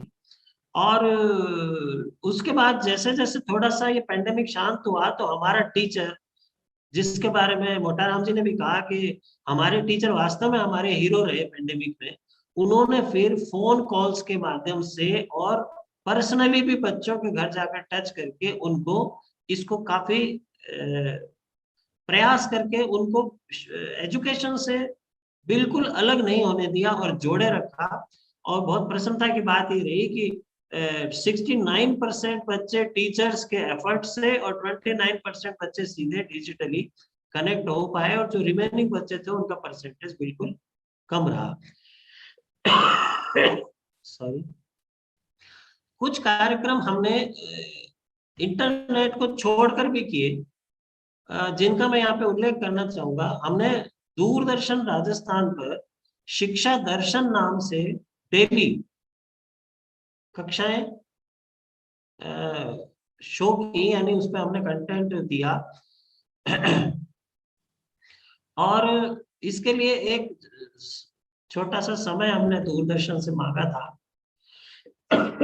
जो कि डेली 3 आवर्स का हुआ। इसके अलावा आकाशवाणी से भी हमने प्रसारण किया, और उसको हमने नाम दिया शिक्षा वाणी। इसके अंदर ड्यूरिंग पेंडेमिक 55 मिनट्स के हमारे लेक्चर्स या कंटेंट्स डिलीवर किए जाते थे, और इसमें हमारा एक बड़ा पार्टनर यूनिसेफ भी था जिन्होंने कंटेंट क्रिएशन में हमारी काफी मदद की। मुझे थोड़ी सर्दी लगी हुई है इसलिए मैं डिस्टर्ब कर रहा हूँ आपको। इसके अलावा ई कक्षा नाम से हमारे एजुकेशन डिपार्टमेंट का एक बहुत बड़ा इनिशिएटिव था जिसके बारे में आगे बात करने वाला हूँ। वो हमारी एक ई लाइब्रेरी है अभी पूरे स्कूल डिपार्टमेंट की, उसके कंटेंट का भी हमने प्रसारण शिक्षा दर्शन पर किया था। एक पेंडेमिक के बिल्कुल शुरुआत में हमने बच्चे को वो उसको मतलब साइकोलॉजिकली ट्रीट करने के लिए उसको ऐसा नहीं लगे मैं अकेला रह गया हूँ, प्रत्येक शनिवार को एक हवा महल नाम का एक कार्यक्रम व्हाट्सएप ग्रुप्स के माध्यम से शेयर करना चालू किया जिसमें एक पीडीएफ थी और पीडीएफ के अंदर कुछ स्टोरीज, कुछ एक्टिविटीज और कुछ पीडीएफ बुक्स, ये कुछ छोटी छोटी फिल्म्स, ये हम उनके साथ शेयर कर रहे थे, जो कि मेरे को खुशी है कि वो आज दिनांक तक चालू है। हर सैटरडे को हम ये कर रहे हैं और पिछला जो सैटरडे था उस पे हमारा 86th एडिशन जो है वो बच्चों तक पहुंचा है। इसके अलावा एक बात यहाँ और लिखी गई है और वो है राजीव गांधी कैरियर पोर्टल। ये तो हमारा बिफोर पेंडेमिक भी एक अच्छा काम था, इसको हमने चालू रखा है। इसका कोई पेंडेमिक से संबंध था नहीं, फिर भी चलो मेरे मित्र हैं उन्होंने इसको इसमें शामिल किया है तो मैं आपसे निवेदन करना चाहूंगा। राजीव गांधी कैरियर पोर्टल के माध्यम से हमने बच्चों को कैरियर काउंसलिंग का काम भी ड्यूरिंग पेंडेमिक डिजिटल माध्यम से चालू रखा और जो बड़े बच्चे थे उनको मतलब हम इस सोच से बाहर लाने का प्रयास कर रहे थे कि आप ये नहीं सोचें कि आपके कैरियर्स में किसी तरह की रुकावट है। आगे यदि हम बढ़े तो ये डाटाबेस है छोटा सा कि हमने जो इतने सारे काम किए वास्तव में बच्चों तक पहुंचे या नहीं पहुंचे, और पहुंचे तो किस जिले में ज्यादा पहुंचे, कौन से टीचर्स कौन से स्टूडेंट्स ने या कौन से इलाकों ने इसको ज्यादा एक्सेप्ट किया और कौन से इलाके थोड़ा सा कट के रह गए। ये सारा का सारा डाटा जो गवर्नेंस की मैं आपसे बात कर रहा था, एजुकेशन गवर्नेंस में डिजिटल टेक्नोलॉजी का जो उपयोग था उसके बारे में मैं निवेदन करना चाहूंगा। हमारा एक स्कूल एजुकेशन डिपार्टमेंट का छोटा सा पोर्टल है शाला दर्पण नाम से। उस शाला दर्पण से इस सब चीजों को जोड़कर हमने वहां से पूरा का पूरा ये जो अभी आपको दिख रहा है ये डाटा, वहां से हमने इसको बाहर निकाला और उसको एक चार्ट फॉर्म में आपके सामने प्रस्तुत कर रहे हैं। जयपुर की स्थिति सबसे अच्छी रही, जयपुर में बहुत ज्यादा अच्छा काम हुआ और कुछ चूरू जैसे जिलों में बहुत कम एक्सेस भी रहा।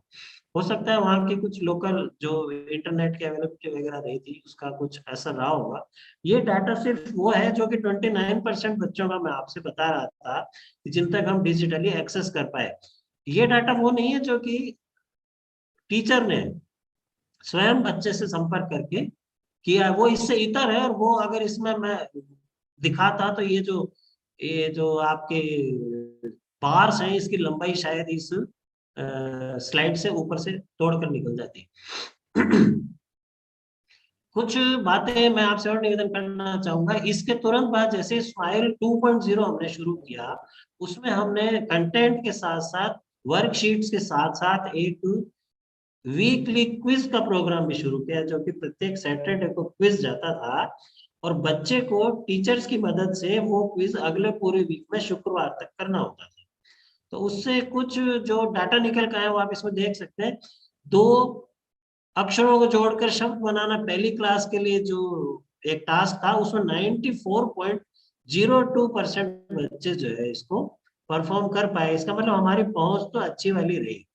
इसी तरह से और नीचे चले तो बहुत नीचे जाए यदि हम तो युग्म शब्द एवं उसके भेद कक्षा 3, इसमें 67% बच्चे समझ पाए डिजिटली। तो कुछ चीजें जिसमें वास्तव में अध्यापक की आंखों में देखना जरूरी होता है, वहां पर भले ही उपलब्धि थोड़ी कम रही हो परंतु बाकी चीजों में हमारी उपलब्धि अच्छी रही।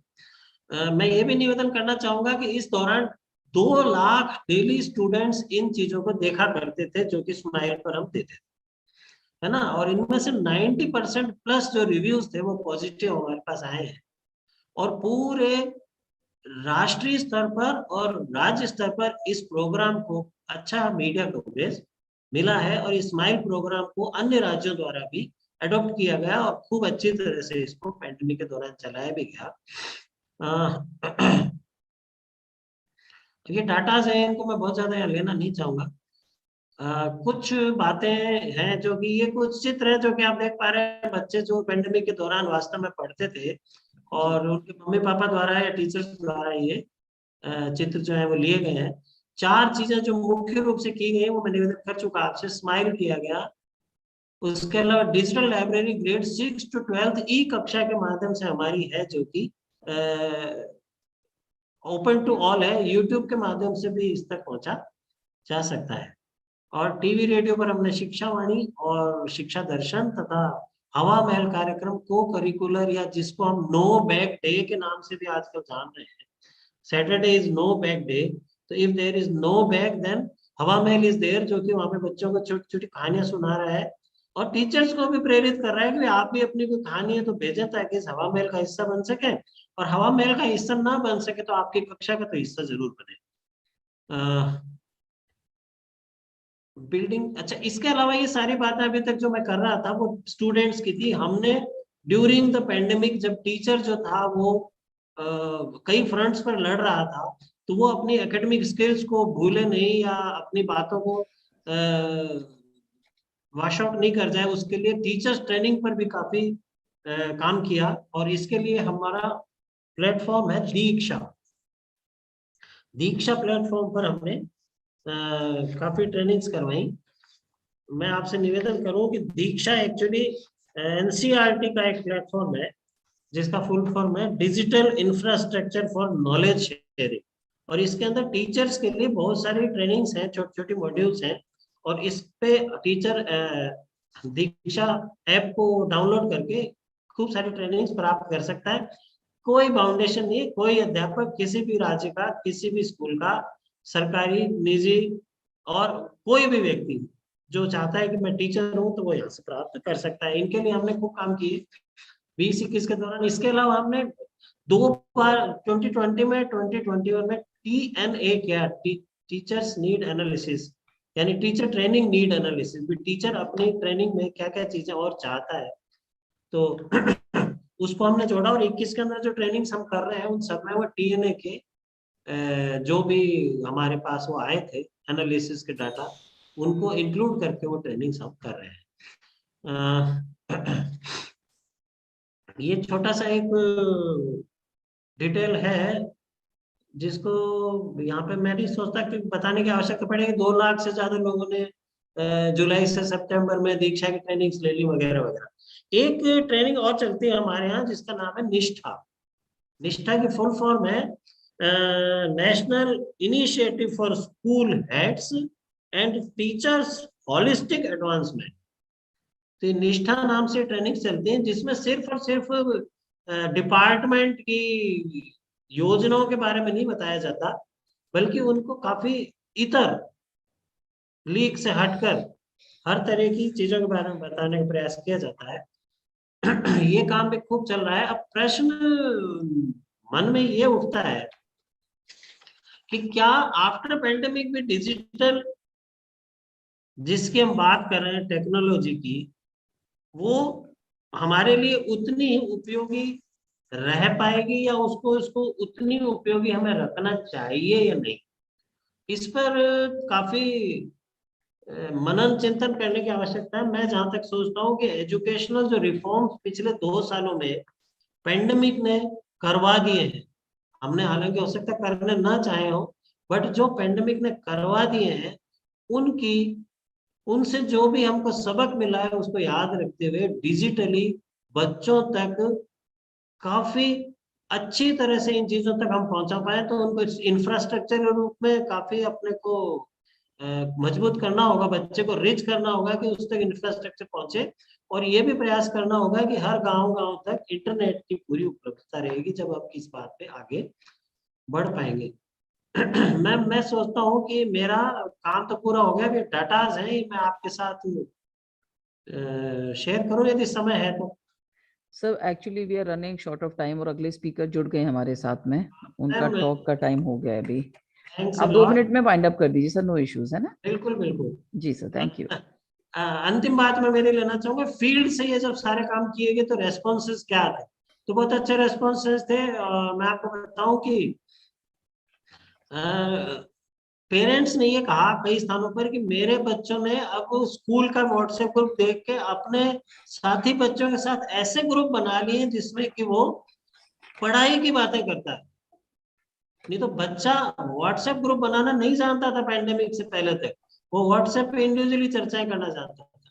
कुछ गार्जियंस ने ये भी कहा कि मैंने मेरे पैसे बचा बचा कर मेरे बेटे को इतने रुपए का एक एंड्रॉइड फोन दिलाया है जो कि सिर्फ और सिर्फ उस बच्चे के काम आएगा। मेरे पास ये छोटा सा बटन वाला फोन है, मेरे को तो बात करनी मेरे लिए पर्याप्त है। तो काफी समाज में भी काफी परिवर्तन मानसिक और सोचने की दृष्टि से आए हैं। तो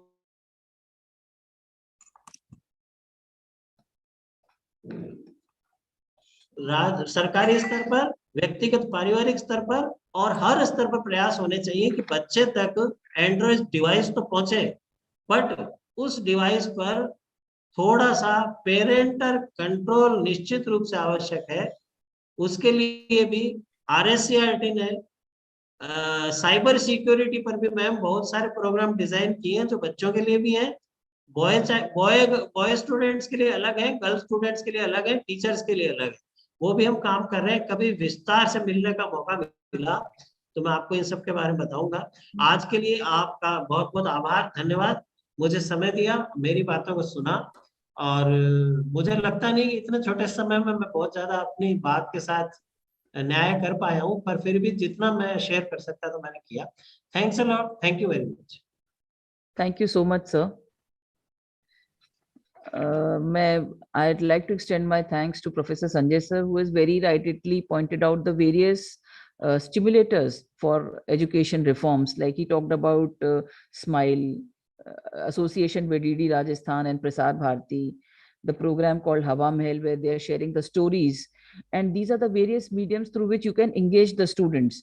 And in the new education policy, how the lead role has to be played by Rajasthan as an elder brother in implementing this education policy all across the world, all across India. And also the digital access, if it should be accessible to all the students. तो आपने जो काम किया है, राजस्थान सरकार ने जो काम किया है, वो बहुत ही सराहनीय है। और आई एम श्योर जिस तरह से आपने बताया काफी चैलेंजेस भी आए, पर टीचर्स ने बहुत अच्छा 1-to-1 कांटेक्ट करके उस रास्ते को आगे लेके गए हैं और काफी सराहनीय काम किया है। तो आपका और पूरे सभी टीचर्स का इसके लिए बहुत बहुत धन्यवाद sir, thank you so much. और अब मैं लेना चाहूंगी हमारे नेक्स्ट स्पीकर को, जो है doctor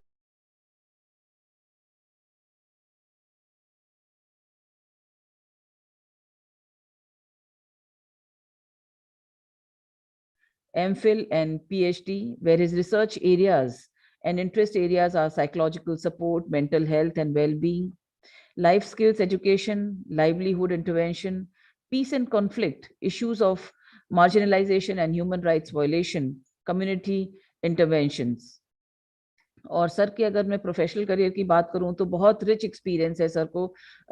head of the department at central university Ajmer, he was the HOD at Gautam Buddha university in Greater Noida Uttar Pradesh, former associate professor and HOD in social work at Assam Central University, Silchar, director disaster mental health in American Red Cross India as a delegation.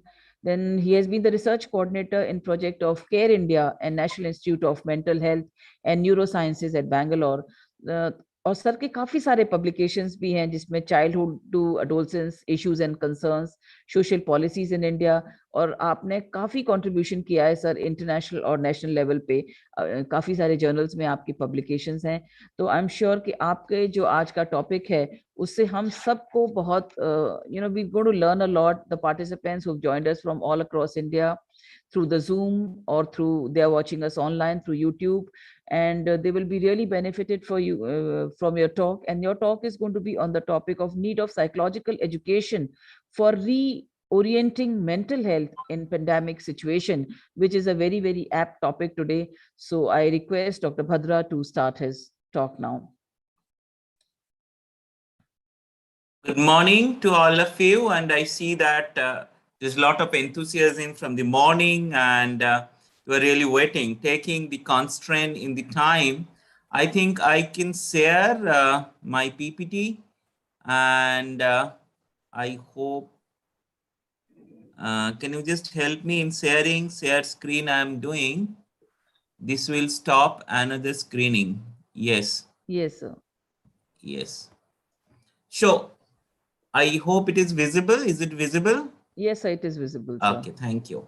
So to say that the topic is quite big, but let me just give a glance of it, that the psychological education and how the teachers actually do take it up, the psychological education. Because we are in an era of pandemic where we say mental health become the second wave of the pandemic. That means the pandemic is increasing and it is causing so much stress, so much problem that it is becoming a second wave of pandemic. So psychological education is not just to ensure the professional psychologists to come up. Psychological education is something which all of us need to do, and which particularly the teachers, because the psychologists, the teachers are the first psychologists to work with the students, and teachers understand the students. If you know, if you ask a child, and as a teacher, you know, if you ask a child who is the person who is influencing you, they take a name of the teacher. Very often they will take name of the teacher. And if you also see that they would like, if teacher have said an information, they will have more trust on that than if the child, somebody else says, what are you saying? No, see, he or she will say, no, this is my teacher says. So the teacher's influence on the student is enormous, and in the childhood, it is very high, and in the adolescence also it increases. Though there are different Google and all the internet access has come, but still the teacher's influence has increased lot more, because teachers have to give a very important information than how to use this information overloading. So psychological education is very important, that a person understand the situation, control the situation. He or she can prevent those deterioration. That in any situation, he need to be aware. He need to take up the situation. He need to fight with the distress and also work for the betterment. So it is important for a teacher to be a good listener, give confidence, reduce worries, and provide the immediate help. And it is important that the teachers can facilitate that kind of learning. One important aspect again comes up, which we often say, is the psychological first aid. Like the physical first aid, every teacher are being trained in the physical first aid. All the teacher knows if there is a problem happens, how to do the basic first aid. The same way, we also need to know how to provide the psychological first aid. And it is a very practical approach. It's a humanitarian approach, that the teachers should get trained that how to provide the psychological first aid. So to provide the comfort, listening to the person, encouraging the person to take up the challenges, provide immediate support, comforting, all these become very important component of psychological first aid. Like in physical first aid, what you see, that if there is a wound, you have to first dress it and then you put the bandage. When you dress it, then the blood comes out. The blood comes out and there might be an immediate pain. But actually, that first aid is important for healing. The same way, when there is a problem, when the child, when the adolescent boy or girl, a student is going through a stress, it is very important to provide that first aid and ensure that he or she can take it up the upcoming challenges. Mental health has many definitions from WHO and these that. Let us not go over to many definitions. What is important, that it facilitates well-being. And it is very important that the person understand, a person who is having a good mental health, understand what is his or her potential. Means what he or she can do and how he or she can fight those conditions which are hindering his or her progress and do better. So when a child develops a WhatsApp group and start interacting, that means he is able to fight with the situation. But there is definitely a problem. Like in the adolescent stage, we assume that the child have understanding, but their brain is not enough grown up. The adolescence age is highly influenced by pleasure principle with the change of their body and mind. So what happens is that in the adolescent stage, when they started a free access to internet, there is whole lot of internet addiction too, and which is going to be the next generation mental health problem, next generation pandemic problem for the youth. The way the unrecognized sites are visited by the youth, and many teachers have said that the student have a smartphone but doesn't look into what he is supposed to do, and there is an information overload. So we have studied that aspect also. Yes, we need to give them access, but the teacher also have to guide them. Parents need to get engaged. Many of the places the parents are uneducated, cannot do that follow up, or do not have time. Even we being, we don't have time to see what the kids does with the mobile phone all the time. So it is very important that we teach them, like the way we teach them, we teach the child that how to prevent the alcohol addiction. We also in an era when we need to teach them how to prevent the digital addiction. And I do talk a lot about that. Today, I will not talk about that exclusively, but you need to understand that digital addiction is the next level problem when we have exposed them to so many things. So everything has a positive and negative, and we have to ensure that this blended mode of education, which will keep continuing, we cannot get into a total physical class. It has to be blended mode for years together, because that is the way now we got habituated. So we need to focus on the mental health, that they understand what is needed for them, how they can be more fruitful. So there is a positive dimensions. This positive dimensions means that health is what the total definition says, that it has 4 components where mental and social well-being are most important. So this well-being concept crucially to tell with that the person understand its situation, develop the condition, deal with the challenges, and progress positively. So develop the positive lifestyle, positive attitude. Positive lifestyle means the person knows how many hours of sleep he need to take, whether he should go for a physical exercise, how the person need to take the food intake. So everything does with positive lifestyle. So mental health facilitate the positive lifestyle, and positive lifestyle comes from the positive coping. The positive coping means when the person has his or her locus of control inside. That means, let me give you an example. If a student come to the class late and says that I got delayed in your class because there was no hot water in the hostel. So you need to ask them, who is controlling your class attendance? You or hot water in the hostel? If the hot water control, that means your locus of control is outside. So all outside factor will control you. You cannot control yourself. But if you have a better control mechanism, you take bath in the evening, or you find out what else you should do, whether you should a kettle for getting your hot water, anything, what suits to that time. But the prime focus is attending the class. That's the locus of control. And that mental health situation comes up when there isn't positive understanding. So the person is able to enjoy the life, can bounce back to the previous situation, because all of us have ups and downs. How to bounce back depends on positive mental health and a balanced situation, adapt to the adversity, all this situation happens. So mental health is a continuum. When we are mentally ill, that means anxiety, depression, all those conditions, but we need to move forward towards the positive health. And it's a continuum. There are a lot of different symptoms when there is an exam, when there is a love failure, when there is a scolding by parents, when they're spending too much time and parents wants to control them. So all these different kind of situation, there is a mental health issues. So there are different kind of symptoms and stuff, but we need to ensure that there is a mental well-being. So that we have to understand this is a linguistic. That means which is lagging.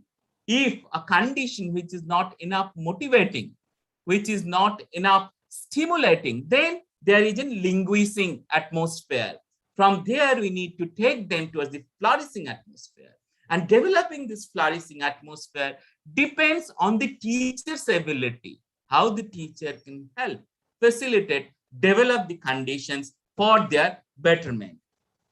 So there is always a subjective and objective situation. In a subjective sense, if there is better happiness, then the person is in a position to better objective happiness. So from where he or she derives his level of satisfaction and can use it positively. So it talks about bringing the positive experience. It comes from the living environment, physical education, recreation, social conditions. So all this helps in developing adequate quality of life. I'll send this PPT if you need. So I'm not going to talk everything as time is less and there are other speakers too. So there are different mental health conditions, mental health issues which comes from the families, academics, peer relations, abuse, academic pressure. These are common. So the person has to understand that these mental health conditions comes from the situation which creates the illness, which creates a illness model, and that lead to the poor academic, poor relationship, disturbance. These all keeps on happening, and that as a whole creates the lack of motivation, or it creates the deprivation. And often we see the suicide after the 10th 12th final result. It is very common. Suicide in quota, you listen. So often the person may not take the extreme step, but the feeling, the thought, they're not able to deal with the situation, reduces his performance, reduces his ability to function. Often we see there is a habit of self-harm behavior, which cause a major problem. Now let's talk to the COVID situation. COVID is a biological disaster. The biological disasters are increasing. Once upon a time, we thought mental health is a condition which will come up automatically. But now we understand the mental health doesn't come automatically. It depends on a lot of things. It depends on the social situation. It depends on the past experience. It depends on the present condition and who is helping based on the helping hand. So in this biological situation, what is happening in this biological disaster, that it's a challenge to survive. Everybody is in challenge, how to survive. And there is a lot of hypersensitivity. If some one case is coming, we become very hypersensitive. What is happening? Is it going to come here? So there is an always hyper consciousness, and that hyper consciousness also creates two types of reaction. One is that we become too aware about it, we become too protective. Other way is that totally relax, nothing will happen, keep going. Both are bad. So we need to understand, we need to create a balance, and that leads to a lot of disorganization and the chaos if we become hyperactive, hypervigilant, or we become totally chaos and accepted.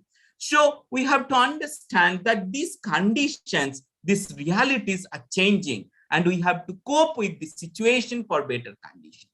And when we try to cope, we need to understand that there is a past experience. All of us having, a child also have. So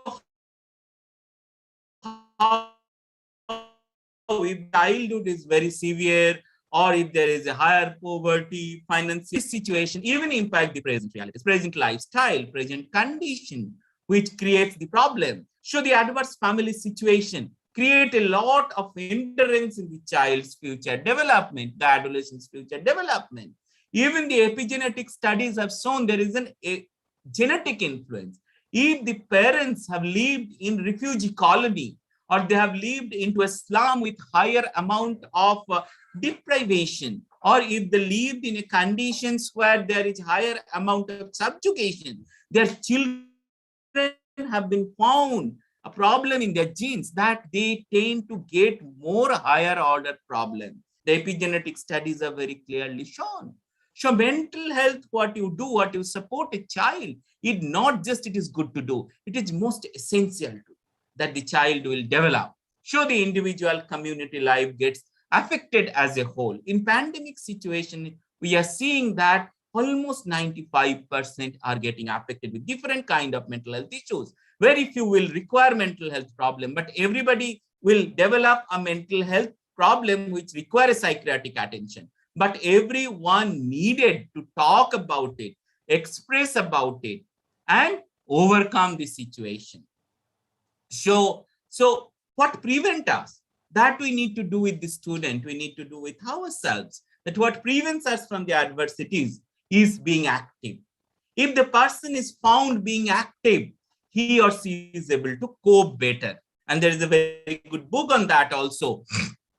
If Sir built a better brain at any age by Sanjay Gupta. He has written that if you are active, and there is a lot of scientific evidence that active life helps to prevent the mental health deterioration. Even it is being seen at the age of 60. If we keep learning 2-3 new words, new things every day, we keep thinking, then the Alzheimer's disease are much less. So brain activities are very, very important, as well as the physical activities are very important. So having good sleep, taking some meditation, yoga, these are very, very essential. Even it is being seen, loneliness is the major problem. So this WhatsApp group, why it's become so popular? Because that helps us to cope with the loneliness. That helps us to see that we can seek support, not being physically present, with that very essential component which is coming up is spirituality. All of us, we need to harness our spiritual well-being. Spiritual well-being doesn't mean it's religion. No, every religion has a spiritual component. The spiritual well-being says being humble, being connected to the universe, being thankful to the benefits what we get. So all these are part of the spiritual well-being. It is not about going to temple. It is not about constructing temple. It is your connection to the superpower. It is our connection to the universal power, and being grateful, being faithful is that which creates the spiritual well-being. And it is very essential that we promote the spiritual well-being. For that reason, we do different things, but ultimately we should not be ritualistic and spiritual. We need to understand that the spiritual well-being is about being humble, being positive, being hopeful, and then we can change the external world. So what we need to do, we build the capacity. We need to build the responsibility and accountability. We need to have a coordinated effort with the parents, teachers, stakeholder, trainers, and we need an institutionalized practice. That how do we counsel the teachers? How do we counsel the student? How do we counsel the students before the exam or the stressful situation? So you have to think, to talk, to take about the mental health care and well-being. So we can see that whether there is a medical officer, policymakers, government, family members, we need to connect all of them and bring them together. So this whole effort of bringing them together and giving the support become very important aspect of psychosocial support, where the psychosocial has two terms, psychological and social, where the psychological says internal emotions, thought process, feelings, what we have, internal emotions, thought process, feeling, and then we connect with the relationship, family, community, practices, culture that create an adequate condition where we get a good psychological place of living. So that psychological place of living connect us to that environment. So the purpose of counseling is to do that psychological place of living. So the environment determines a better level of satisfaction. So the different thing we can do, like some meditation, which we had created all this poster when we were working in different field of Gujarat or in other places, China and many places, all these models are being used by NIMHANS, and those models are being also taken up by the WHO. So the reality is that there is different category of people, different pattern of support system, different kind of volunteers we can train, but we need to create an overall awareness for creating the psychosocial support. So at individual level, the teacher, the students must know that develop the exercise, active living habit, do the active living with family and friends. Like nowadays, the teacher says, do an exercise with your family and send it. It has a meaning because all of us share the same kind of situation where we are in family. So take a good sleep, talk, and in the family, be like a family, talk everybody, talk to each other. I'll finish in just 2 minutes because time is running fast. And then at the level that we see that how do we influence each other. So in this whole condition, we need to understand we improve the psychosocial conditions, so the better well-being is created. And when we do that, now I head the Department of Sports Psychology, and here the sports School of Sports Science is supported by Ministry of Youth Affairs and Sports, because sports is becoming a very important thing, which NEP and National Youth Policy also has talked that sports is very essential. We have to keep separate times for the sports, because sports ensure an externalization of energy. It teaches the group behavior. It teaches how to control the anxiety. And it also teaches that sports doesn't have any second choice. You have to be the top. The aim is gold medal. So sports teaches to set an higher aim. That's why sports are very important. That wherever you are, strive for the best. When they strive for the best, they become self-motivated. And sports also teaches how to learn the defeat, how to accept the defeat, and again become active to become successful. So that way, sports is becoming very, very important. Not just physical education. With that, we also need to incorporate sports, because it also ensures the happy hormone release. The dopamine, adrenaline, all this gets released when the person is in sports and learn and be happy.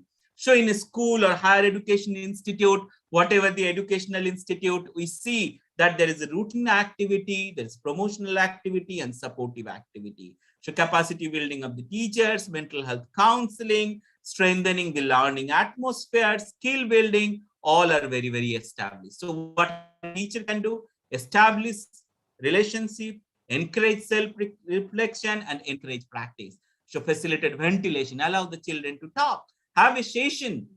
How was the time of pandemic? Allow a session to talk about the most difficult time. Allow them to talk about the most suitable time. Allow them to talk about an incident when they get scolded by parents. Allow them to talk about what kind of motivation they would like to get from the teacher. So teachers become a facilitator, not just to teach to teach.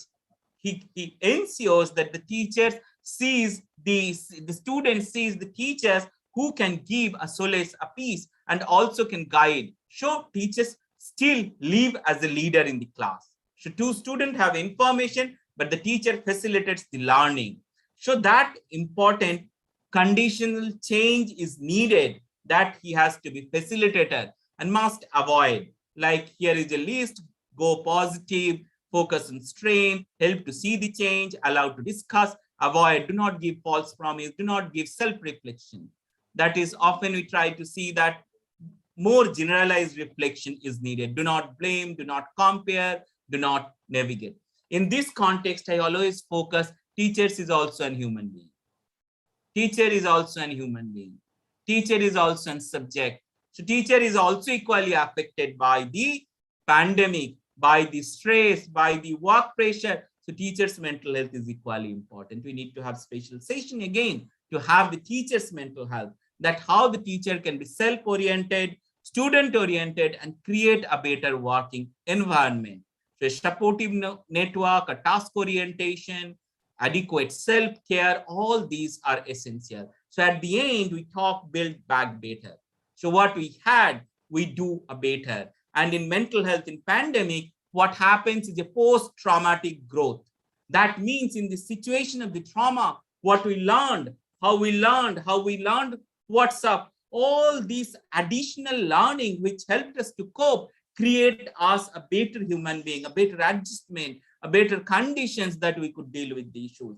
So that is an essential component. The pandemic has taught us that how can we have a post-traumatic growth. So never will have a post-COVID, we'll have an adjusted COVID life with a post-traumatic growth, that we take up the better condition. What we learn, you continue for the betterment. This is just a diagram which I had published. I'll not talk about it. Finally, I would say that for mental health, it is very important that you listen your physical symptoms, you listen to your mind, and you be calm, stay calm, be centered, that help us to focus on the mental health and achieve and well-being, whatever condition we are. And pandemic situation, we must have a post-traumatic growth. So I'll finish it here. Thank you. And sorry, I talked almost 10 minutes more. Yeah. No, thank you so much, sir. In fact, it was a very enlightening session that you gave, wherein you focused on the digital addiction and how the teachers can help student come out of it. Also, you talked about the active life, which can help us prevent the, the disease like Alzheimer and other things. If there is a lot of brain activity, the physical activity, the spiritual connection with the universal power, and all these can imbibe energy within ourselves, and we can stay calm and centered if we try to follow all this. So that's a big lesson for the students. Plus, you also talked about the importance of sports, and I'm told that we have a few questions from the students. I'll take up this Sakshi Tawar from EMED. So she wants to ask a question. Sakshi, can you unmute yourself and ask the question? This Yes, question is to whom? Yes, sir. Hello, good morning, sir. So myself, Shakshi Tawar from the MIT section. So your speech is quite interactive, but I have a question. So can I ask it? Please, please. So, as we all know that the pandemic situation is little hard to survive. As a student, we face a lot of problems in online classes. So what we can do to make it calm and stress-free? Yes, very relevant question. I gave special session to the student how to deal with the stress of online class, because the online class is the reality. See, very clearly, like, when you have to drink water, a pure water, what you do, you boil it, you keep it for some time, you filter it. So you have 1, 2, 3, 4, 5 steps. The same way in mental health also we have some steps, that how do we keep the mental health fit. So the online class is the reality, that is very clear. So you need to be physically active. So once you do certain exercise before you attend the online class, you are physically fit to sit there. Second thing, when you are looking at the screen, whether it is a small screen and big screen, after certain interval, you should have certain exercise. Like one exercise now is very clear. You get a lot of pain here on the neck. So you do it like this and do it like this. Just take, like if I do, so once you do it like this. So you get a lot of release in these neck muscles. So you need to learn certain exercise which are possible to do while you are doing. Third thing is concentration, because online learning is a self-imposed learning. If a student want to put up the camera and sleep, nobody have to do anything. So it is a self-guided learning. So to ensure the self-guided learning, you always have to be focused. Focused means what goes on, you must take a pen and pencil. What goes on, like a class notes you do. We have lost this class note habit in the online class. It is very important that we should have the class note habit of the online class also. Yes, sir. Fourth thing is that when we are attending online class, to have the concentration that already you did, you develop the WhatsApp group. So you need a peer support group. You need a peer support group. And the fifth thing, but not the last thing, is that the online class should not go onto the head that I'm doing something different. You accept it. Okay, I didn't go to the school. I'm doing online class. That's all. And for that reason, how can I make my place comfortable? Little more comfortable. For that reason, whether the place can be better with soundproof, whether you can keep a flower pot on your table. So everything depends where you are and how do you make your surrounding most pleasurable for you, that motivates you to learn. Not to see that I am losing something, but have the feeling that I am learning something. I'm getting a new experience. That helps. Yes. Thank you so much, sir. Thank you, sir. I think very well explained. Like as you were saying, the student or everybody should try to increase the happiness hormone. If happiness hormone is increased, certainly everything else will be taken up in a very positive way. And we have one more student, Shubhashi from B.Ed. Ask your question, beta. Good morning, sir. Good morning, rest of the panel. Thank you so much for your thoughtful and helpful presentation, sir. My name is Subhashi Chonlagai Khatri, and I'm a student of B.Ed first year.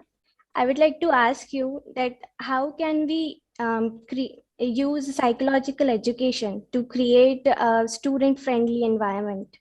Beta, we have 3 panelists. Whom is your question addressed to? Subhashi, sir. Okay. Okay, good. So thank you, Subhashi, because you and me share some portion of our name. That's Yes, good. Good. So how do we use the psychological education for creating? See, the psychological education is not an alien subject. All of us, we have our mind. So we need to understand the psychology is not a rocket science. It's a very common science. And this common science there says that how do we become psychologically active? So for your students, when you go in a physical class, the psychological components become very essential. The first thing, the psychological component, or you feel comfort. When you feel the comfort and the environment is comfortable, we feel like learning. So this comfort depends a lot on the relations rather than only environment. Having a good chair doesn't give comfort if there is a bad relation who is sitting beside me. So it is important that have a good relation with the student. So student can share, can talk, can also learn when to talk, when not to talk. So that is important. Second thing is that when we are using, we give them the opportunity, the window of opportunity to talk and express, to improve the psychological conditions. Like the window means sometime in the week, at least 1 hour in a week, if you spend to talk about what are the challenges they are facing, how they are doing the challenges, and then how they are improving. So it is called a promotional approach. You keep having a promotional approach, like you create a sessions that how to improve the motivation, how to improve the study habit. So in that conditions, we encourage them to understand this 1 hour session is to facilitate a positive habit. Often we are using the life skills, but life skills have its own limitations if we do not use it appropriately. Third aspect is that for the students, you have to create a lot of stimuli, because the student at different age responds to the stimuli better. So what kind of stimuli? So you create a stimulating atmosphere, stimulating some visuals, some audio, some colors, some object to show. So all this creates different kind of stimuli. Those stimuli helps the student to reflect more. Last, again, but not the least, that when these students, the psychological conditions is that in the psychological condition, we connect it with the physical situation, because these two goes side by side, hand in hand. Yes, sir. So make them to be active, whatever way possible where they're, even they're sitting in the chair, just doing this, tell them, take it, do it, show everything. This helps them to understand that how to become active. That I would stop here, but there are many other things could be said. Yeah, Thank you so other much, sir. panelists also can join. Thank you. Thank you, sir. Thank you so much for explaining it so very well in a very easy manner so that the students can adopt these techniques. And the next student who is in line for a question is Monica. Monica, please unmute yourself and ask the question. She's from DLED. Yes, ma'am. My question is for Sanjay Sanger, sir, ma'am. Sanjay, Professor Sanjay, sir, are you online? There's a question from a student. Professor Sanjay Sanger, sir. Yes, ma'am. Yes, मैं online हूँ. हाँ जी, बेटा question पूछो आप अपना. Sir, myself, Monica Rathore. I am from DLED second year. Very good morning to you and rest of the panel. My question is that how we get comfortable and friendly with this digital world of education, like how to concentrate, how to make efficiency, how to maintain it in this digital world of education. Okay. बेटा digital world and education इनको correlate करना अपन चाह रहे हैं. Yes, sir. आपका प्रश्न जो है बड़ा यूं सामान्य सा भी है और बड़ा जटिल सा भी. सामान्य सा इसलिए कि डिजिटल वर्ल्ड से बच्चा अच्छी तरह से वाकिफ है. हर बच्चा अपने घर में जिसके पास डिवाइसेस हैं वो डिजिटल वर्ल्ड से अच्छी तरह से अपने आप को जोड़ के रखता है और वो नेट पर सर्फिंग करता है और बहुत सारी चीजें वहां से सीखता, समझता और जानता है. तो हाउ टू का मैं यहाँ से आपके प्रश्न से अंदाजा लगा रहा हूँ कि शायद आपको उन बच्चों की चिंता है जिनके पास डिजिटल डिवाइसेस या कनेक्टिविटी की प्रॉब्लम्स हैं। Exactly sir. मैं ठीक हूँ क्या मैं बेटा? Yes sir. हाँ, तो इसके लिए बेटा बहुत सारे इसके आयाम हैं, सिर्फ एक आयाम से काम नहीं चलेगा। इसके लिए सबसे पहली, जैसे कि हमारे राष्ट्रीय भावना है कि सरकार करेगी, अपन सोचते हैं ना सरकार करेगी, तो सरकार अपना काम करे कि हर क्षेत्र तक, हर गांव तक, हर ढाणी तक, हर पहाड़ी तक, हर मैदान तक, हर तलहटी तक इंटरनेट पहुंचे। दूसरा अवेयरनेस जो है बेटा वो पेरेंट्स के लिए है। पेरेंट्स को हमें ये समझाना होगा, और चूंकि आप भी डीएलएड सेकेंड ईयर की विद्यार्थी हैं और भविष्य की हमारी शिक्षिका हैं, तो आप जैसे क्या कहते हैं एक्टिव टीचर्स और समाज में जो भी समझदार लोग हैं उनको ये बात पेरेंट्स तक पहुंचानी होगी कि बच्चे के हॉलिस्टिक डेवलपमेंट के लिए, उसकी एजुकेशन के लिए जो डिवाइस है मोबाइल नाम की या टैबलेट नाम की, ये बहुत जरूरी है। इससे बच्चा पॉजिटिव चीजें सीखता है, खाली नेगेटिविटी के लिए आप इस पर फोकस ना करें। ये तो आयाम है बेटा। गवर्नमेंट को अपना काम करना है और समाज को अपना काम करना है। Thank you sir. जी, Thank you, sir. Anyone else who would like to ask any questions? Please unmute yourself and ask the question.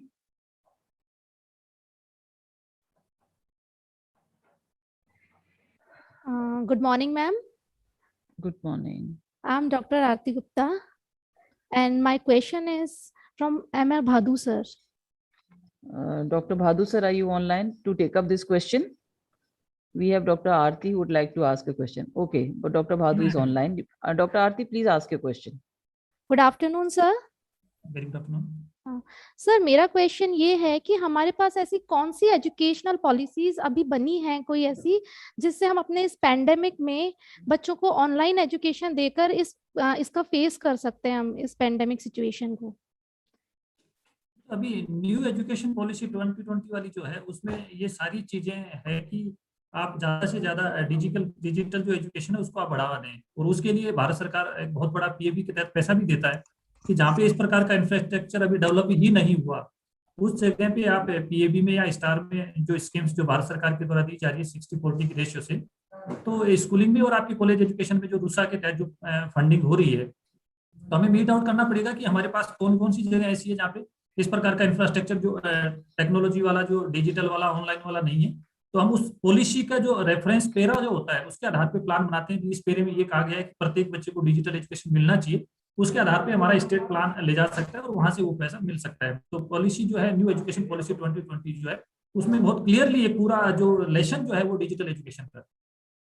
Okay, thank you sir. Any more questions, please? I think we can conclude the session now. I'd like to extend my, gratitude to Subhashi sir, Bhadu sir, and Professor Sanjay sir, because you've been kind enough to sit through the whole session, take up the queries of the student also. And I'm sure you all are very, very busy at your own workplace. पर फिर भी इतनी शिद्दत से सब सुनना और बच्चों की क्वेरीज रिजॉल्व करना बहुत it takes a lot of effort and patience. So thank you so much, sir. Thank you for connecting with us. And I'm sure a lot of participants who have joined online through Zoom and through YouTube would be benefited with this. And YouTube पे जब ये live रहेगा तो बहुत समय तक लोग इससे सीख सकेंगे आज जो आपकी बातें हुई हैं उनसे. So thanks a lot. Before we move to the session, I'd request you all to please start your camera so that we can capture this beautiful moment. And I'd like the host to take a screenshot, please. सब लोग अपने cameras on कर लें जो online है अभी, and a big smile.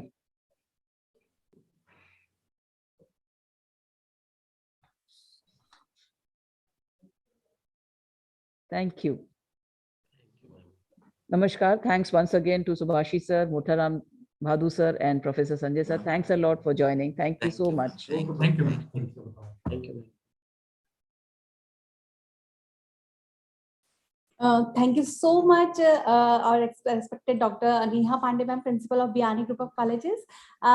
Your wonderful contribution to chair our technical session and make it very interactive session. We always need your presence and support with us. Thank you so much, ma'am.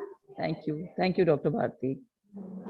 Now coming to the closer of this technical session one, I would like to thank all the respected speakers and all the dignitaries for your presence and blessing bestowed upon us. Now we are entering in our virtual oral presentation session. And this session will be chaired by Dr. Aarti Gupta ma'am. Dr. Aarti Gupta ma'am, having more than 10-year experience in teaching and her research interest in education technology and science, written books on pedagogy of science and pedagogy of chemistry, and also published various papers in national and international journals. So over to Dr. Aarti Gupta ma'am. Thank you, Bharti ma'am. I, Dr. Aarti Gupta, welcomes you all in this oral presentation session. Now, in this session, participants will be getting 5 minutes each to showcase their research and discoveries. Our judge for oral presentation is Dr. Sunita Sharma. Dr. Sunita Sharma is Assistant Professor in Biani Girls B.Ed College. And our criteria for judgment will be presentation, PPT, and question answer session. Now, let's start with the oral presentation. And for this presentation, I would like to invite our first presenter, Ms. Priyanka Srivastava. Her topic is Factors Associated with Teachers' Effectiveness During Pandemic in Rajasthan. So over to Priyanka.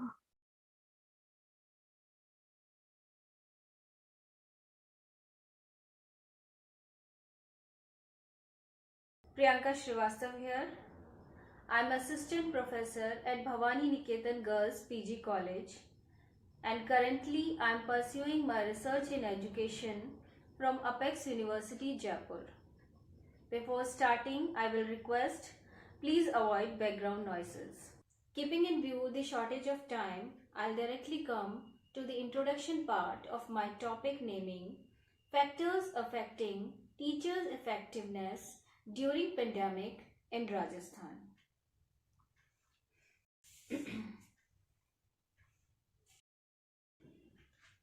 We all belong to same family. We are members of the same profession, that is teaching, and we all know that teachers are the key element of whole education system. This paper of mine draws out implication for two relevant and distinctive topics. First one is how to define teaching effectiveness and what is known about it. Second is it seeks to identify the implications for policymakers in education and for improving classroom practices. Now coming to the role of teachers during pandemic. We all know that the role of teachers is enhanced and extended beyond the pedagogical and instructional role in the classroom in the present scenario. And to understand this better, I will discuss all the dimensions of the effective teaching. First one is clear objective. Second is good subject knowledge. Third is time management. Fourth is emphasis on the introduction. And fifth one is balance of. In the conclusion, this paper has summarized a broad range of empirical research and related literature. The purpose of this paper is to understand the link between the teacher effectiveness, classroom practices, and the modern workplace. In the perspective of COVID pandemic, there seems a confidence that both the technical support and the unrestricted work can effective teaching outputs. I hope this paper will be beneficial for all the educational institutions and the policymakers to identify all the factors responsible for effective teaching. Thank you.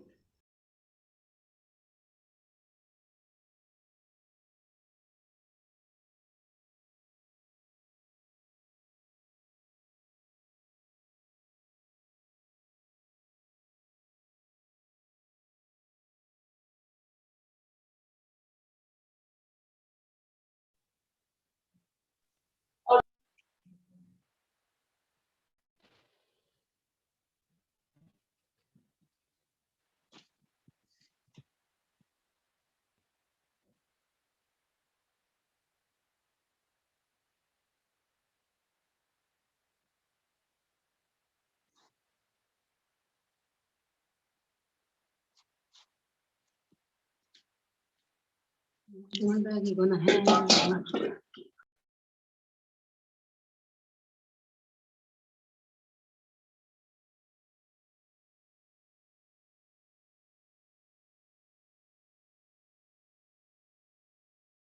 Institute, Agra. And the research topic that I'm going to present is the emerging forms of e-learning post COVID-19 trends. This paper explores the future learning trends and challenges in education sector post COVID-19 pandemic. The research paper is also supported by an online survey of 40 learners in order to understand their e-learning patterns and preferences during the pandemic. The research paper is an attempt to understand the various emerging forms of e-learning during and after the pandemic. This research is important for educational institute as well as learners and instructors to prepare them effectively for upcoming changes and challenges in the field of education. So what is e-learning? E-learning is a flexible term used to describe a means of teaching through the use of technology. In the past, e-learning was considered only as a mode to provide education to distance learners. But with the advancement of technology, the utility of e-learning has expanded. The following chart shows the evolution of e-learning from 1840s up to 2000 and even now. The impact of COVID-19 pandemic. The pandemic-induced lockdown led to temporary closure of schools and colleges, thus shifting the curriculum to fully online mode. Today, e-learning has become a necessity for continuity of study sessions at all levels of education, whether it is primary, secondary or higher. Teachers around the world have been trying to adapt themselves to the new learning mode by making use of various softwares to make virtual classes more effective. COVID-19 acted as a catalyst in the development of technical competencies of students and teachers. Moreover, it has expanded the market for arrival of new learning apps and technologies. Coming to the upcoming trends in education sector, education institutes might continue to teach in online mode in the future also. Students might hesitate to go to schools and colleges and might prefer study at home. Social media groups are likely to become the active grounds for sharing information related to studies. E-learning can lead to situations of digital divide. Students will be able to enjoy more flexibility in studies. Educational institute might come up with their own set of learning ethics and regulation to maintain discipline in the virtual environment. Knowledge will turn into global asset. Curriculum will become learner-centered. The role of instructor will change from being an information provider to being a facilitator in students' learning. Bring your own device approach might be a new approach to e-learning to deal with technological barriers. Coming to the emerging forms of e-learning, technology is the most variable component of e-learning, and with the advancement of technology, new and improved forms of e-learning are likely to emerge. Some of these forms of e-learning are as follows. Mobile learning. Mobile learning is a popular form of learning that incorporates the use of portable devices. Ellie Am and Preto 2014 believes that mobile learning will become more advanced in the future. Microlearning. Microlearning is a type of e-learning whereby lengthy study material is divided into short notes for easier studies. Microlearning provides only vital information, thus it helps in retaining information in an easier way. Gamification. Continuous online lectures are monotonous and boring. To make e-learning interesting, games can be used as a way to make students learn easily. According to Mrinal Mohe, CEO of BICON, integrating games in online learning environment is helpful in engaging and motivating students to learn.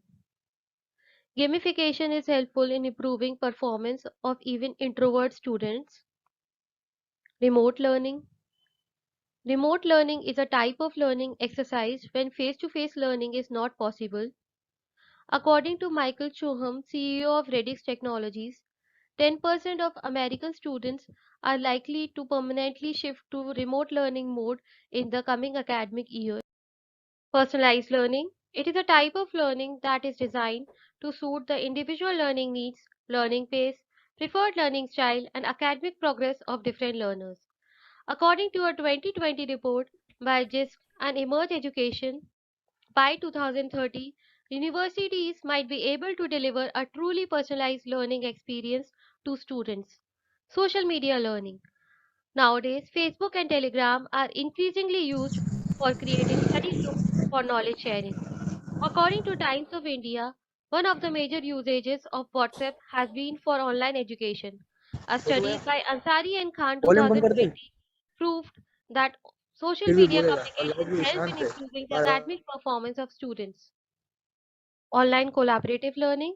Online collaborative learning is a form of learning that promotes online learning in groups by giving group tasks to the learners. According to Peter and Lois 2020, such type of learning enhances interaction among the students through constant study discussions. Blended learning.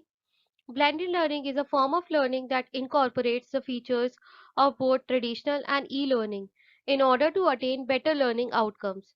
According to a survey by Center for Digital Education 2015, blended learning helps to improve student engagement and academic scores, along with increasing student attendance and retention rates.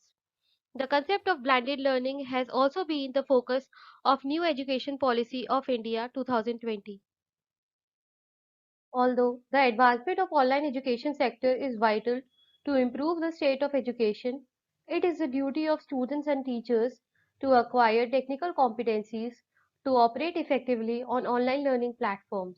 Moreover, it is the duty of administration to provide equal technological access to all so that the chances of digital divide can be minimized. Thank you. Nice presentation, Iti. Now next, I would like to invite our next presenter, Dr. Ankita Chaturvedi.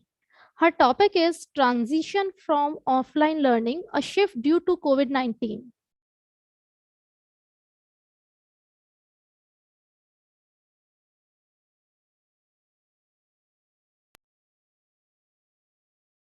Namaskar.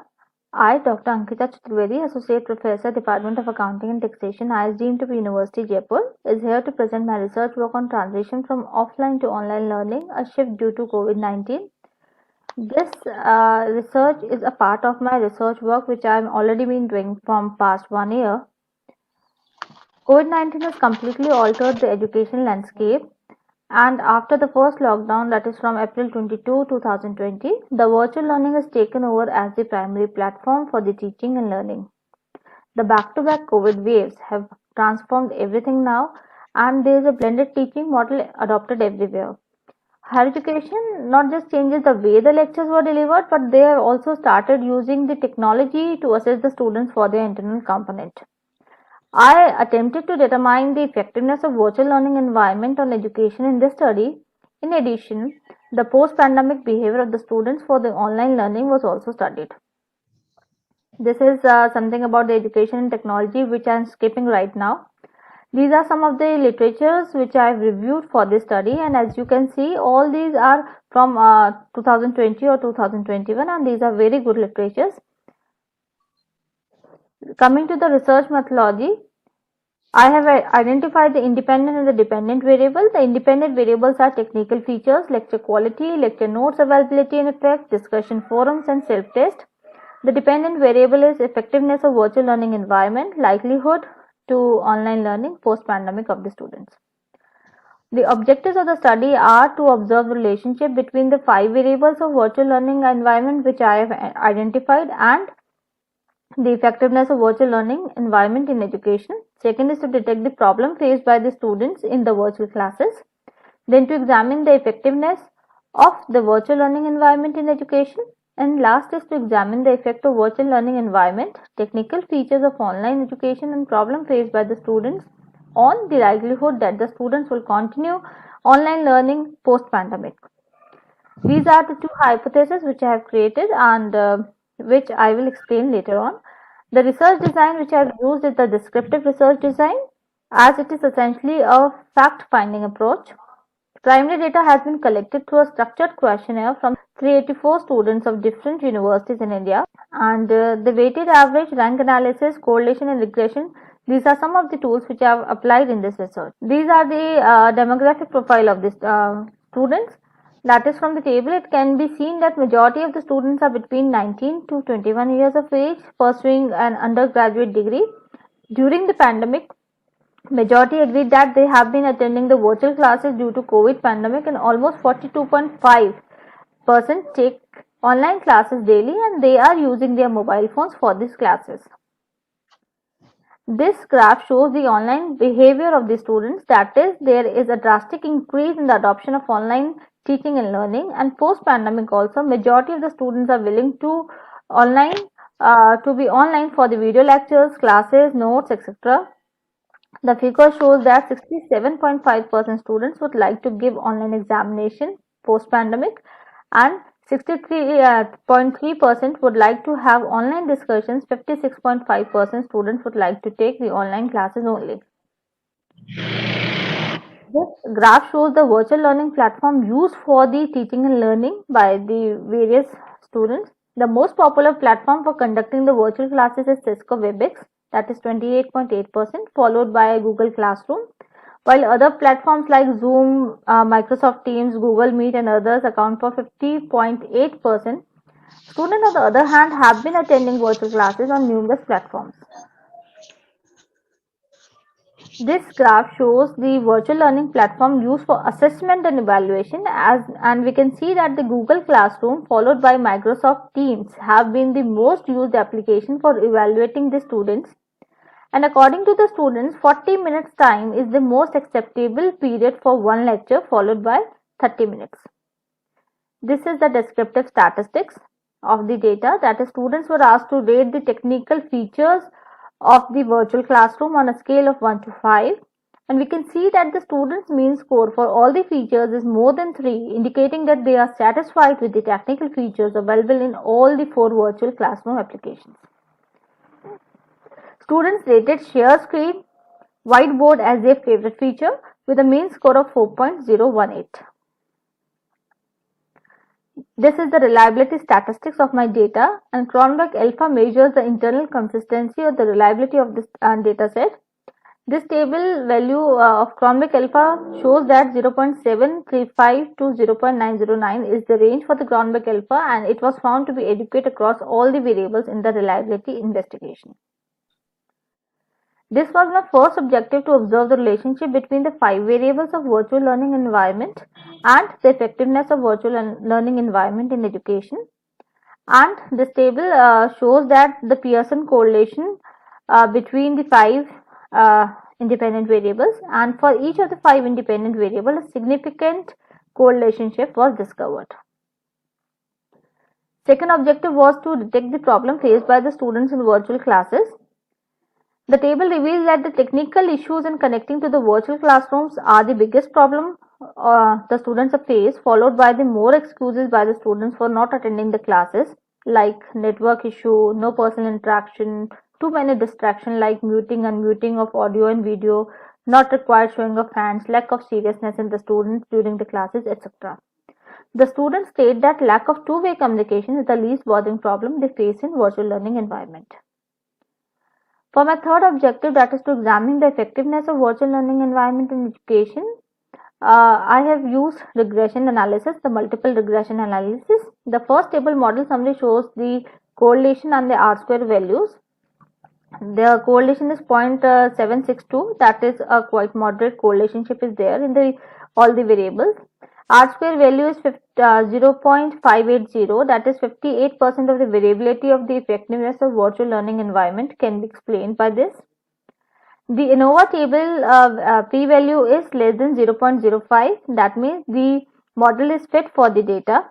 This is the equation which I can derive from using the multiple regression model. The beta coefficient in table 10 identifies the strongest contribution predictor of the effectiveness. Effective virtual learning environment in education is the lecture note.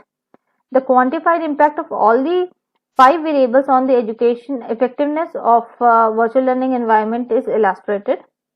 Since all the p-values is less than 0.05, it can be concluded that there is a significant impact of the 5 variables on the effectiveness of virtual learning environment. My fourth objective was to examine the effect of the virtual learning environment, technical features of online education, problems faced by the students on the likelihood that whether the students will continue online learning post-pandemic. Here also I have applied multiple regression and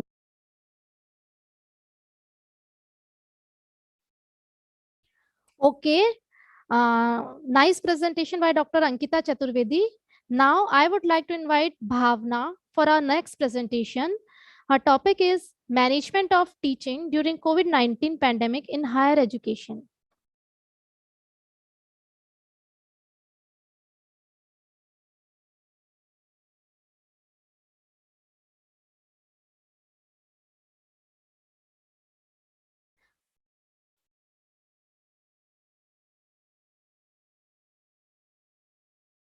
It is a great pleasure for me to be a part of BICON Virtual International Conference on Research Higher Education in the Post-Pandemic World 2024. Before reading my research paper, I would like to introduce myself. I, Bhavna Mathur, is an assistant professor in Lal Bahadur Shastri Mahila Deity College, Jaipur, and pursuing PhD from Gyan Vihar University, Jagatpura, Jaipur. My supervisor is Dr. Shruti Tiwari, which is the principal of Education and Education Department. The title of my paper is Management of Teaching During COVID-19 Pandemic in Higher Education. Introduction. Education is not exotic in India. It had been a enlightened country at all periods of its history of education system itself. Education of teachers must have been presented with the system of general education. Education is the most powerful instrument of national development and it increases the productivity of social integration and modernization. Teachers in higher education are in key position in all over the world to make the goals of the darker frame work for action during the COVID-19 pandemic situation. Without good teachers, there are no good education system, and without a good education system, there is no quality of life. They accept the all challenges for providing the teaching learning activities in spite of COVID-19 lockdown of education system. A key aspect of coping with COVID 19 is to adopt the digital technology in educational pedagogy. Digital education is an important link between course content, education technology, and course takers. Educational institute across the globe have already closed due to coronavirus pandemic. And as a result, teachers are suddenly facing the challenges of how to continue their students' education. In this lockdown period, they adopt all the online methods and techniques for providing the continuous knowledge and learning to the students and higher level of education. Educators need to shift from a teaching centered paradigm towards a learning centered paradigm because overall development includes in different type of teaching methods. The teaching methods help in to develop all three domains of Bloom taxonomy. According to Bloom taxonomy, there are three types of domain. The first is cognitive domain, and the second is affective domain, and the third is psychomotor domain. We can develop the students' cognitive domain through team teaching, recitation methods, field trip, questioning method, and discussion method. If we go further for affective domain, we can develop it through dramatic method, role play method, and simulation method. And the psychomotor domain of a student can be developed through demonstration method, laboratory method, experimental methods, program learning, micro teaching, project method, inquiry method, and discovery method. There is much debate within the higher education community on how to engage students online. They are required to make decisions every day whether learning and education tools they need among hundred of options. Active learning turns away from the traditional method shortcomings like static and undirectional lectures and use more interactive forms of learning, including activities as concept mapping, brainstorming, simulation, peer teaching, role play, project based learning, collaborative learning, etc. The overview of related literature shows that active learning focus more one's understanding and appeals to newer generations of students in higher education. It is a thread through their everyday lives. Change in society, student expectations, and technology are motivation for university and college faculty to rethink on the use and the management of teaching methods. Now, there is much closer integration of classroom and online teaching under the blended or hybrid learning. In the flipped classroom, lecture may record and provide access to videos, recording, quizzes, and other resources which students work through prior to coming classes. The use of technology in education moves from the concept of teacher-centric education to student-centric education. Virtual classroom and various online tools today allows us to close to real classroom type experience. COVID-19 pandemic has helped everyone to appreciate the use of technology in educational management throughout the world. This paper focus on the use of new online teaching methods in higher education. Online learning. All the participants will get only 5 minutes for their presentation. So please आप सभी अपने time limits का ध्यान रखते हुए अपना presentation दें. And now for next presentation, I would like to invite MS Kavita and MS Prachi. Her topic is challenges faced in virtual practicum orientation and demonstration in English medium B.Ed colleges and role of teacher in reformation.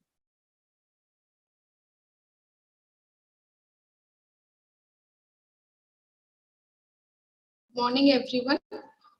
Myself is Prachi Chavan from Ashoka College of Education and my partner Kavita Palve ma'am from Ashoka College of Education. We are here to present our research paper on recreating the higher education post-pandemic situation. So I will just present my paper here. First, I will share the screen.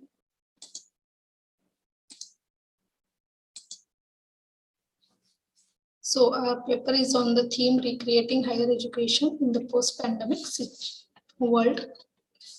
Here presented by myself Prachi Chavan and Kavita Palve. So title of our paper is Challenges Faced in Virtual Practicum Orientation and Demonstration in English Medium B.Ed Colleges and Role of Teacher in Reformation. So here we have done the research on the B.Ed colleges teachers for practicum orientation, which is being shifted from offline to online mode in this current pandemic situation. So we have just gone through the problems faced by the teachers, and we have tried to reform that problem by finding the solution over it. Introduction, as we all know that practicum is the core part of the B.Ed, so it must be planned and executed properly for our future teachers. So teachers are the futures of our nation, as we all know that, and they are going to mold the future generation. So the base of their formation must be very strong here. So practicum, a course of study, is designed for the teachers. It is essential strategy for preparing the would-be teachers to be competent teachers. The aim of teacher education is to develop the student teachers to be qualified. So we have to develop the qualified and competent teachers so that our future generation could take the benefit of it. So, but in today's current scenario, teachers are finding it hard to give practicum orientation and demonstration to the student teachers of the B.Ed college. So they are facing many problems and challenges. So we are here to just go through that challenges and find the solution over it. Objective of our study is to study about the problems faced by teachers of English medium B.Ed colleges of Nasik city for virtual practicum orientation and demonstration. To find the solution of the problem is our second objective here. So our study is for the English medium B.Ed college teachers, and it is done in the Nasik city. Methodology used here is qualitative research method. We have used here in that we have conducted the semi-structured interview and group discussion we have done with the B.Ed colleges teachers of Nasik, and we have tried to point out the challenges faced by them and find the solution over it. Next is the sample which we have selected is all peer teachers of the same college served the sample of the study. So for our study, we have selected the sample as the English medium B.Ed colleges. In that, whole teachers whoever are teaching, so the teachers which are there in the B.Ed colleges, that is our sample here. Tools which we used are a semi-structured interview schedule and group discussion. So we have scheduled the semi-structured interview with the teachers, and we have also done the group discussions with the different B.Ed college teachers to know the problems faced during the virtual practicum orientation. Data collection.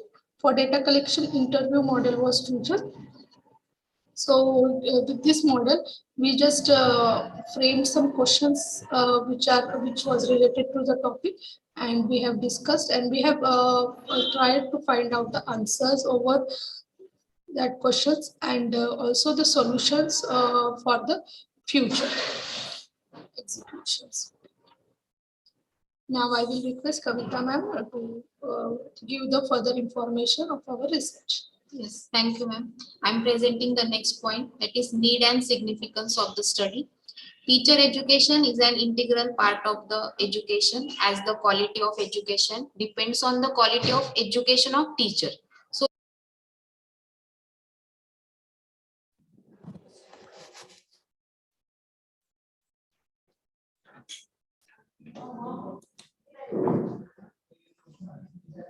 Okay, Kavita and Prachi.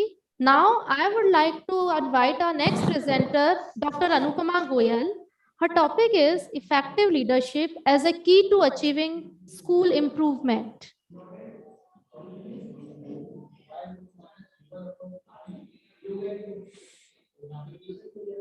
I'm Dr. Anupama Goyal.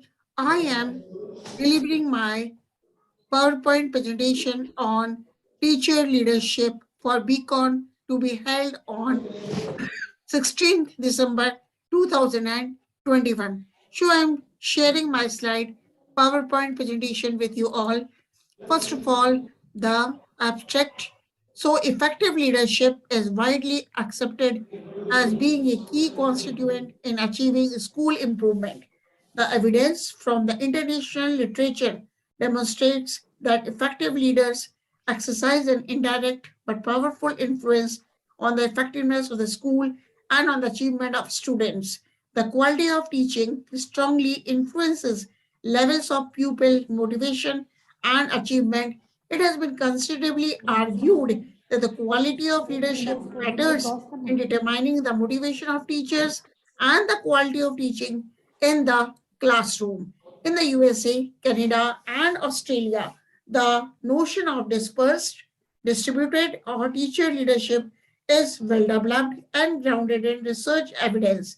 This model of leadership implies a redistribution of power and a realignment of authority within the organization. It means creating the conditions in which people work together and learn together, where they construct and refine meaning, leading to a shared purpose or set of goals.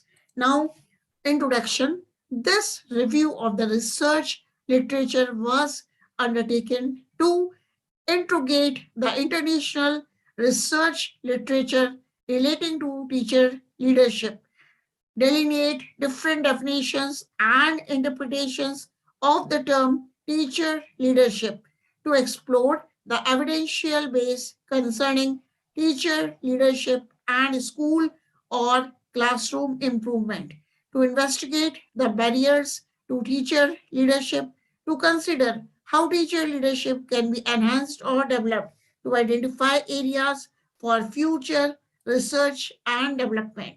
Second, defining teacher leadership, roles and responsibilities. A number of different roles have been suggested for teacher leaders that explain the distinctive nature of the leadership activities. So, teacher leadership has three main facets. First, leadership of students or other teachers as facilitator, coach, mentor, trainers, curriculum specialists, creating new approaches, leading study groups. Second, leadership of operational tasks, that is keeping the school organized and moving towards its goals through roles as head of the department, action researcher, member of task forces. Third, leadership through decision making or partnership, that is membership of school improvement teams, membership of committees, instigator of partnership with business, higher education institutions, and parent-teacher associations. Now, these are the functions of teacher leaders. First, continuously improving their own classroom teaching, organizing and leading reviews of school practice, providing curriculum development knowledge, participating in school decision making, giving in service training to colleagues, and participating in the performance evaluation of teachers. Participating in the performance evaluation of teachers. So, Barth views of teacher leadership extend beyond just collaborating or participating in decision making.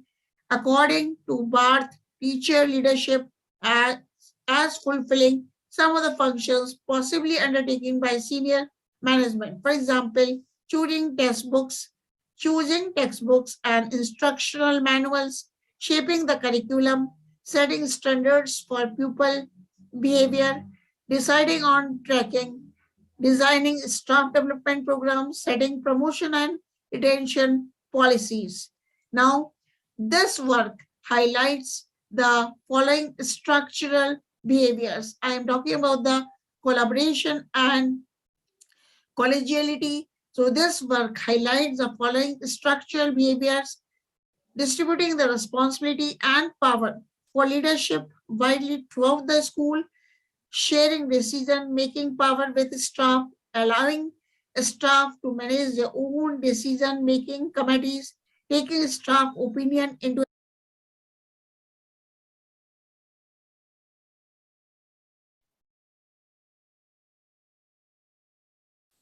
I would like to thank all the participants sharing your reflective knowledge with us.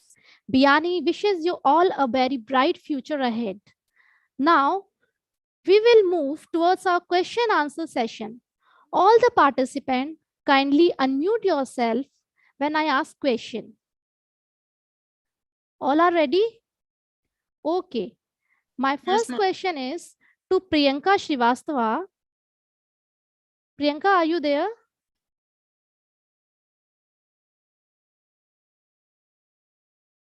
Priyanka Srivastava, kindly unmute yourself.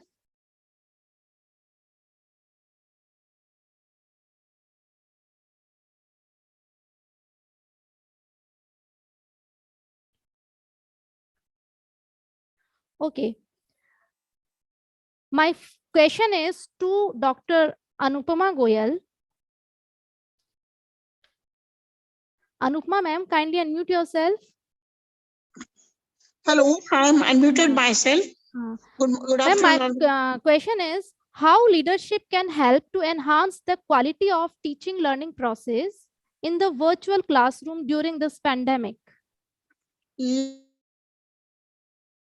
Like in the during the course of COVID-19, which is a pandemic nowadays, the teacher leadership can help by taking the virtual classes. We can motivate the students. We can develop holistic development of the students by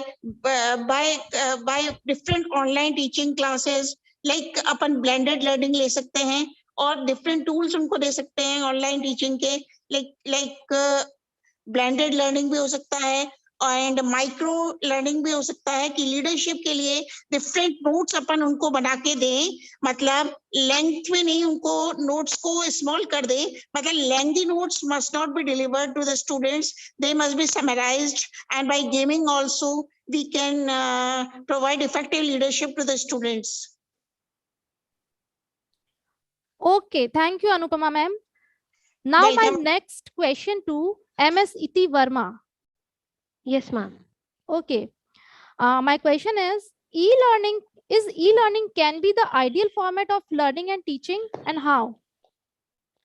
Ma'am, e-learning can be an ideal form, but not alone.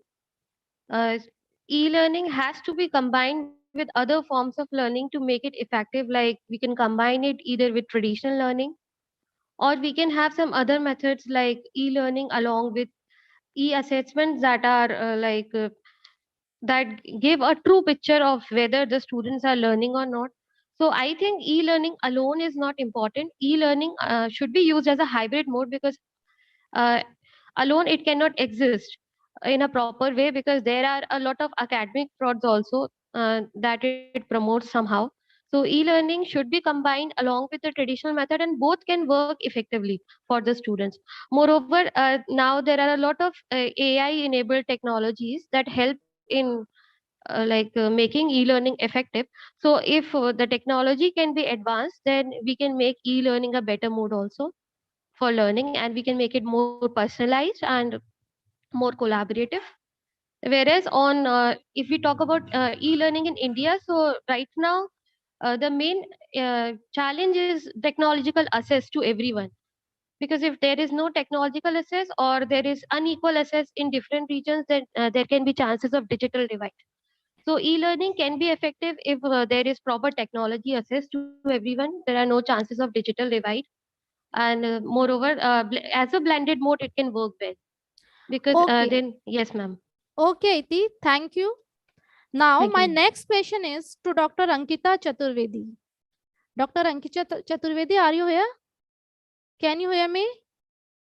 Dr. Ankita Chaturvedi. Yes, ma'am. Okay. My question is, are we really accept the online learning as effective as regular classroom learning? Not exactly. The online learning cannot replace the offline learning, of course. But yes, we can make the online learning more interactive with the students. And of course, if we will take the help of the new technologies, then the students would definitely enjoy the online learning. We can include the Kahoot quizzes in our lectures. We can give some video lectures to the students. We can record our video and can send in the lectures so that they Dr. can Ankita, attend the lectures at kindly their on home. your video. Yeah, I'm trying to, but I can't. Actually, Okay. it's showing cannot start my video. Okay, continue. Could you please do it for me if you can start my video from your side? No, ma'am, we are unable to do that. So please, you continue. It's showing me a message cannot start the video. Yeah, okay, Fail to okay. start the video camera. Sorry. Okay. Right? Yeah, so I was saying that we should include some modal quiz or Kahoot quizzes in our in our lectures, and we should try to give the video lectures to the students so that they can sit at their home and attend the classes there. Then first we can we say it like a blending teaching model should be there, of course. And yes, the online teaching cannot replace the offline teaching, because the interaction and the student personal part is not there. That's it. Okay. Thank you, Dr. Ankita Chaturvedi. Now, my next question is to Bhavna Mathur. MS Bhavna Mathur, are you there? Yes, ma'am. Okay. Now, my question is, what's your suggestions for a better management during online teaching for a student? Ma'am, during COVID-19 pandemic, the best option is blended learning. We can go through blended learning, and the blended learning, as we mentioned, there are two types of method. We can teach students online and offline mode. So, madam, there are two types of online teaching methods. First is synchronous mode, and the second is asynchronous mode. So both mode are efficient in their in our post-COVID pandemic world.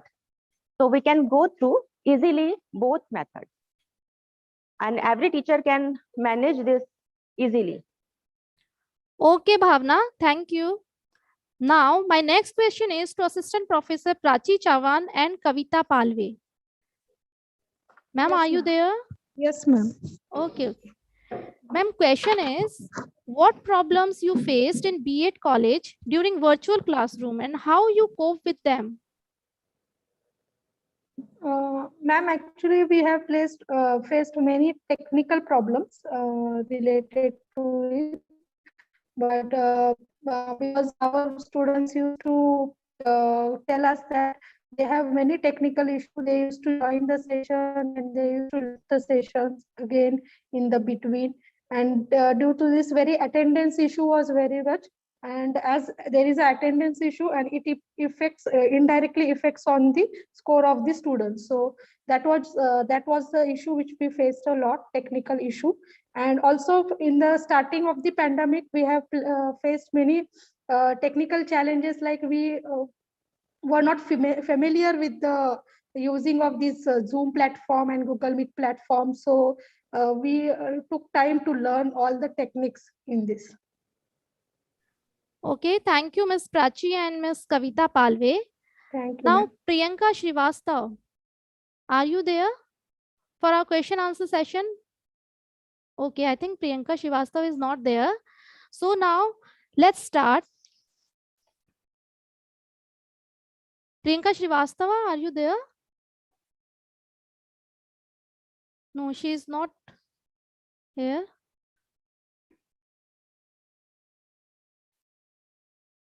So it's all about participation and how much you can learn and grow.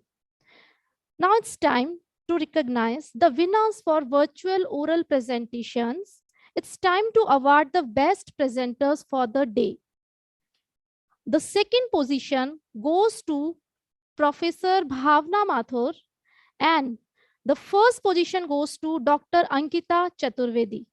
Congratulations all the participants for their great efforts and their great presentations. Now, I would like to request our moderator to proceed the session.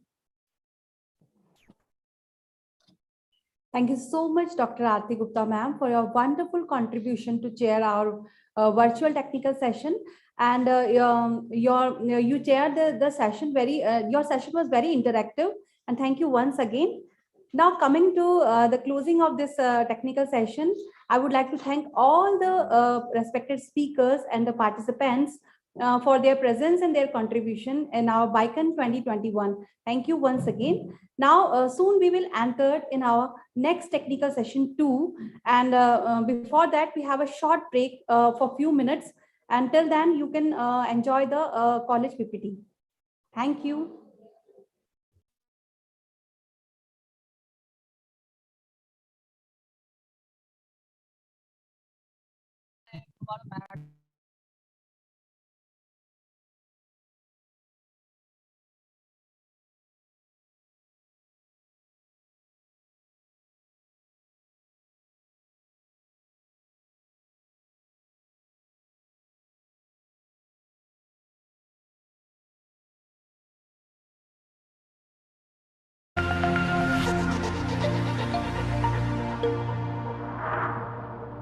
Biani Group of Colleges believes that when you educate a girl, you empower a nation.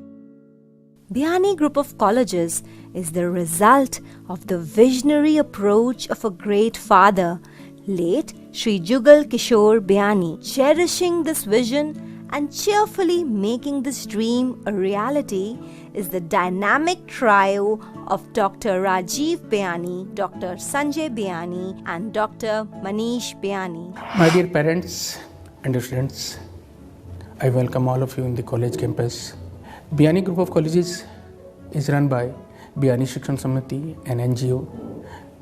Here, students across the country and across the border are studying it here, and I hope due to our value systems, our nurturing and caring will turn up the students in a good citizen for the country. I hope all the parents will care towards the vision and mission of the institution. The hand that rocks the cradle rules the world. Our vision is women empowerment through world-class professional education and internalization of values like discipline and time management. Being a principal, I love discipline. Discipline means self-control, high self-control. And if you are having a self-control, then no doubt in the future conflicts you are able to get the success. In this college, we are having more than 3,000 girls. We are trying to educate them, to develop them, to provide them the safe and secure environment so that they will be able to grow themselves. As you enter the vistas of BICON colleges, you find that discipline and values, creativity and innovation form the cornerstones of the future. As I take a flight towards my dream future, I know I'll be kept grounded by the values that I have imbibed at BICON Group of Colleges. This momentous undertaking, called the BICON Group of Colleges, is centrally located in Jaipur at Vidyadhar Nagar. In a campus full of welcoming spaces, spaces to learn, innovate and grow. It runs several UG, PG and research programs in various fields like commerce and management, science, arts, information technology, mass communication and media, nursing, law, education, physical education, research, Ayurvedic College and ITI, and many more, and expanding. BICON Group of Colleges, where future lies. BICON Group of Colleges, where for over a decade, expert guidance and education paves the way for thousands of bright minds. Education means personality development. Education means enthusiasm. Education means communication skill. Education means entrepreneurship.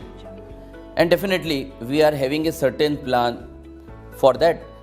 We have a personality development program and we have a specific prospectus, a specific syllabus for that. So I assure you, BICON Group of Colleges, yes, where you can trust. At BICON Group, we believe to provide an experience of research-based transformation and guide a student to become an ideal. Yes, we teach 3 letters: I, D and L. Idea, data and language. So first, a student should be able to bring a quality of idea in her mind that we call the skill of creativity. Second, a student should be able to use her idea to generate a new data or information that we call the skill of invention.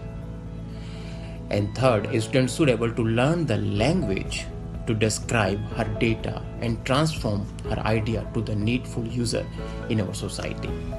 And that we call the skill of innovation. And fortunately, BICON Group has already been established a very friendly relationship with Japan as an ideal partner in the field of research-based education. And I hope we together continue to be a name that paves the way to prepare the next age of generation from all parts of India and Japan and serve to the whole world.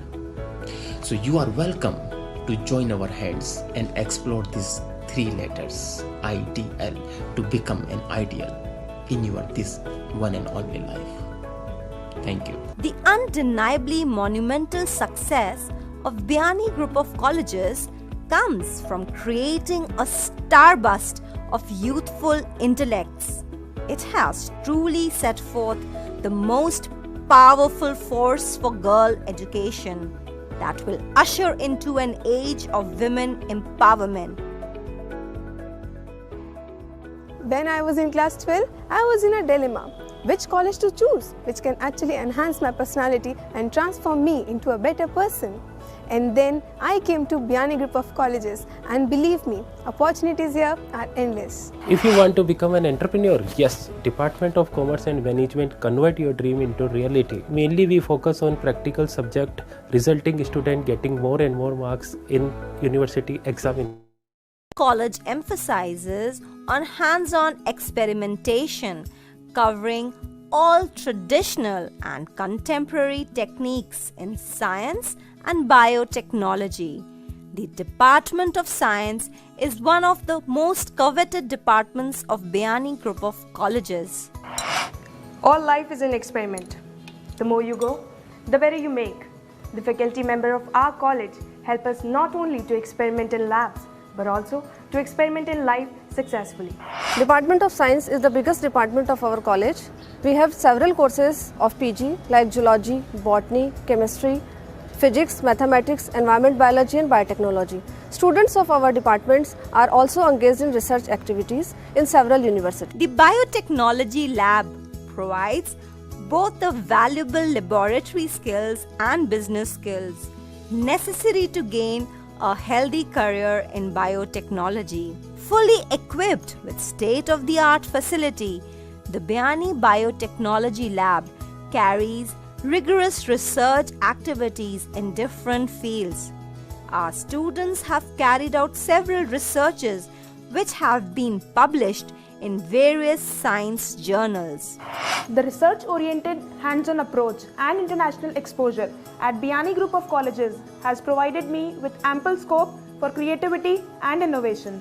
The International Standards Computer Lab, with a cutting-edge technology to hone the skills of IT students, is an example of BICON College's commitment towards imparting quality education.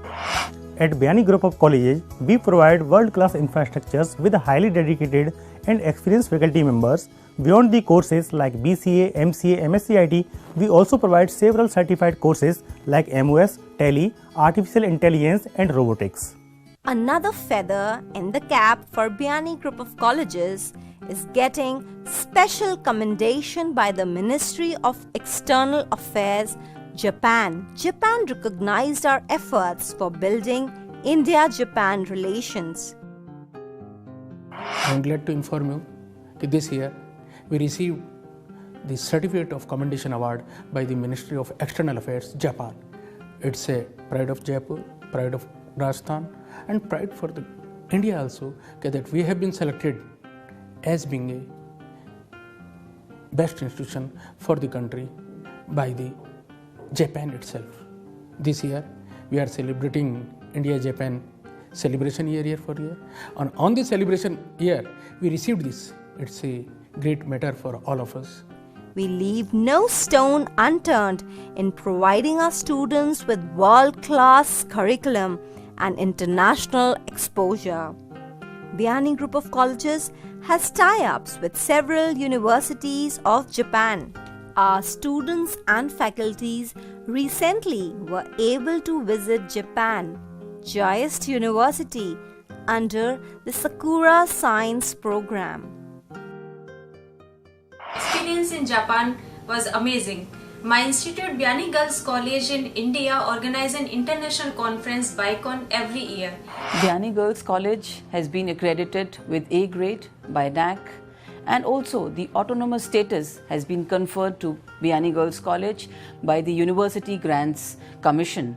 And even the BICON Institute of Science and Management is approved by All India Council for Technical Education, and affiliations are concerned, we are affiliated to University of Rajasthan, Rajasthan Technical University, and to give global exposure to our students, we have tied up and signed the Memorandum of Understanding with top universities of Japan like Japan Advanced Institute of Science and Technology, Kyushu University, Japan, and also Saitama University, and many more like that.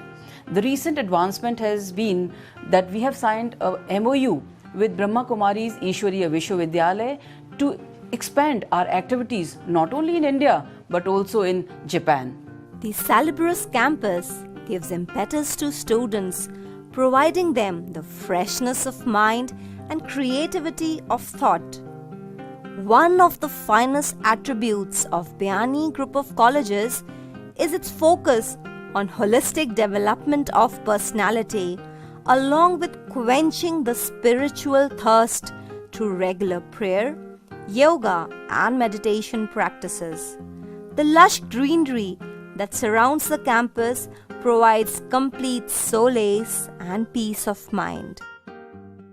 BICON Group of Colleges realizes the importance of sports to keep the students physically fit. We have undergone a major building boom, an exclusive sports facility, Lakshya. This gives our students provision for various athletic abilities, strength training at our in-house gym, unique competitive shooting range, provides extensive sports facilities enabling the students to focus towards success and learn the lessons of life through teamwork, cooperation and sportsman's spirit. For the overall development of students, BICON Group of Colleges provides excellent facility for sports. BICON Group of Colleges provides an impeccable infrastructure and facilities which takes care that the minds of the students are free.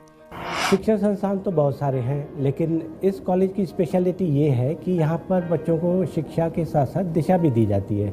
And based on my experience, I can say we are very happy with the overall performance. The college library is a magnificent and a very popular place for students to work. The library at BICON Group of Colleges serves as a beautiful and peaceful backdrop to inspire your studies. At BICON Group of Colleges, the young girl is empowered into an effervescent woman ready to seize victory at every stage of life. The cultural activities of BICON is excellent. It gives rise to students' personality. The personality development program here boosts the confidence of students. Safety and security of our students is one of the prime concerns of the institution for the well-being of the students.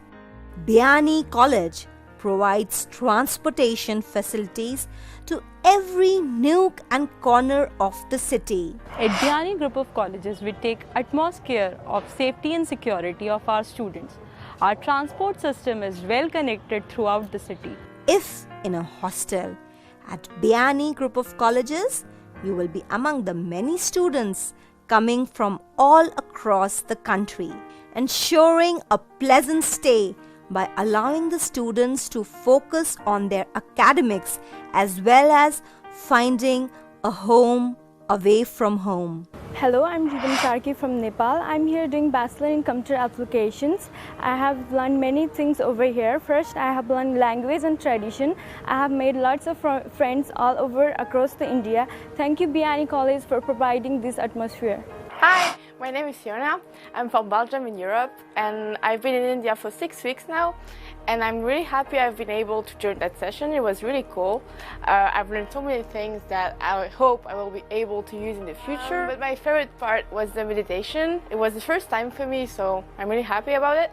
And I will try to do it again in the future. We have a large number of students coming from different cultural background, from different states of India, and from outside India too. Since they are far away from home, we make sure that they get the same caring atmosphere as they get at home. As a chief warden, my continuous effort is to see the beaming confidence and proud smiles on the faces of my hostelers so that they can face the world outside the hostel boundaries confidently.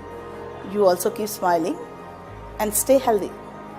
At BICON Group of Colleges, we say personality is your original personal property.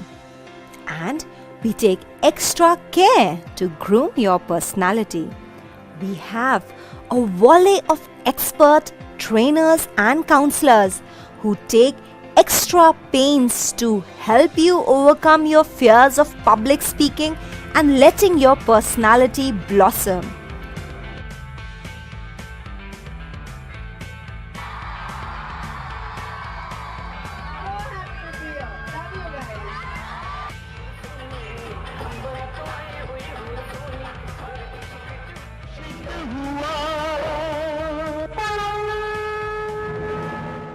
BICON Group of Colleges is well known for its academics, but better still are the personality enhancement programs that run over here. We've gone a notch higher and raised the standards by creating the BICON TV, a platform given to the students for not just watching television and educational programs, but being a part of it. Yes, the students here are groomed by our professionals, our consultants. They are told the nuances of the business and they get to host their shows on the BICON TV. So of course it is one of its kind initiative and helps in grooming the personality of the students. Other than that, we give exposure to the students to various books like the Dale Carnegie series, various other series which helps them to enhance their personal as well as career. So if you want to go great heights in your career as well as your personal life, this is the place to be. Come join us at BICON Group of Colleges. At BICON Group of Colleges, all students are treated as unique with remarkable qualities. Welcome to BICON Group of College. Here we treasure all our students and the visitors. We are there to help you out. Thank you. BICON Colleges empowers you to kindle and unleash the fire of confidence. A noteworthy effort in this direction of making our students shine are the BICON TV, radio selfie and an educational website gurukpo.com. Various avant-garde shows like The Counselor, Dil Ki Baat, English Hai Aasan help students become exemplary in various fields. BICON Group of Colleges has been running successfully its unique educational web portal gurukpo.com, which is #1 educational web portal in India. Our mission is to provide free education to every student across the globe. On the web portal, you will find subject-based video lectures, subject-based e-books, blogs by highly qualified professionals covering entire syllabus of MBA, MCA, BCom, MCom, BSc, MSc and all other courses. This study material is prepared by highly qualified team of subject experts. We also provide a unique feature of career counseling and guidance under the supervision of expert counselor Dr. Sanjay Biani, founder of gurukpo.com. So join us at gurukpo.com for 360-degree development of your career. BICON Girls College is well known for the opportunities given to the student. My dream was to be on YouTube and BICON made it possible for me. And I'm very sure the day is not so far when I would be known as the famous personality. Students here develop confidence and individuality. Owing to such great exposure and development, students here fed jobs at the most sought after companies with excellent packages. At BICON, the moment students enter into the college, the training and placement cell starts working on building their confidence, skills and making them industry ready. For this, we start with organizing a 10-day orientation program called Urja, wherein we focus on the holistic development of the students and acclimatization. Apart from this, we are running many unique programs like Personality Enhancement Program, Competitive Exam Program, Industry Orientation Program, Microsoft Office Specialist Certification Course, to name a few. For this, we keep on conducting seminars, workshops, hands-on trainings, industrial visits all throughout the year. Here, our motto is to help our students fetch their dream jobs and become self-reliant. And through this vigorous training, our students have been placed in the top multinational companies like Infosys, Wipro, Deloitte, Amazon, Alibaba.com, etc. We are also actively running an entrepreneurship cell in BIANI, wherein we provide a platform to the young innovative minds to establish their own startups and excel in research. Our students have already registered patents in the field of biosensors, heavy metal detection technology, detection of influenza virus, and many more. I am Akshita Gupta of BCA third year. I got selected for Deloitte and I am really thankful to BIANI Group of Colleges and the Placement Department to give me ample number of opportunities and to get me through the best of the companies. Hi, I'm Khushbu Soni of MCA 5th semester. I got selected for NIIT Technologies. I'm very thankful to my college and Training and Placement Department for encouraging me to think globally, they enhance my skills and build my confidence level for spreading my wings to take off for the flight of success. I appreciate the support of BIANI College for shaping my career. Thank you. Welcome to BIANI Group of Colleges, where modernity blends with tradition, where transformative youth shine with eternal brilliance. We are BIANites, the successors of women empowerment.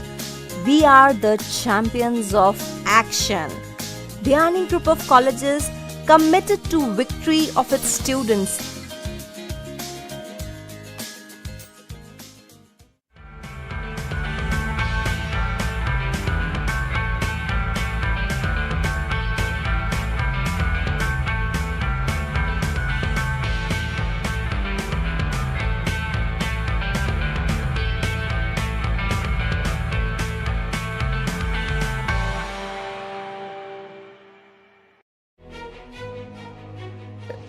Education basically बुनियादी रूप से दो चीज़ों से मिलके बनती है. एक तो है academics, but academics not alone, academics with skill. And secondly personality, not personality, personality with confidence. अगर इन दोनों चीज़ों को मिला ले, इनको ब्लाइंड कर ले, तो कि इंसान की क्षमताएं निकलने लगती है. एक टीचर, एक एजुकेटर ऐसा ही कुछ काम करता है, जैसे ये गार्डनर यहाँ पर करता है. कितनी खूबसूरत गार्डन है, कितनी खूबसूरत ज़िंदगी है, लेकिन अगर इसकी केयर ना की जाए तो सब कुछ तहस नहस हो जाएगा, यही जंगल बन जाएगा. कुछ ऐसी ही टीचिंग है. Finally I would like to say only one word, that is BIANI Group of Colleges, yes, where you can trust.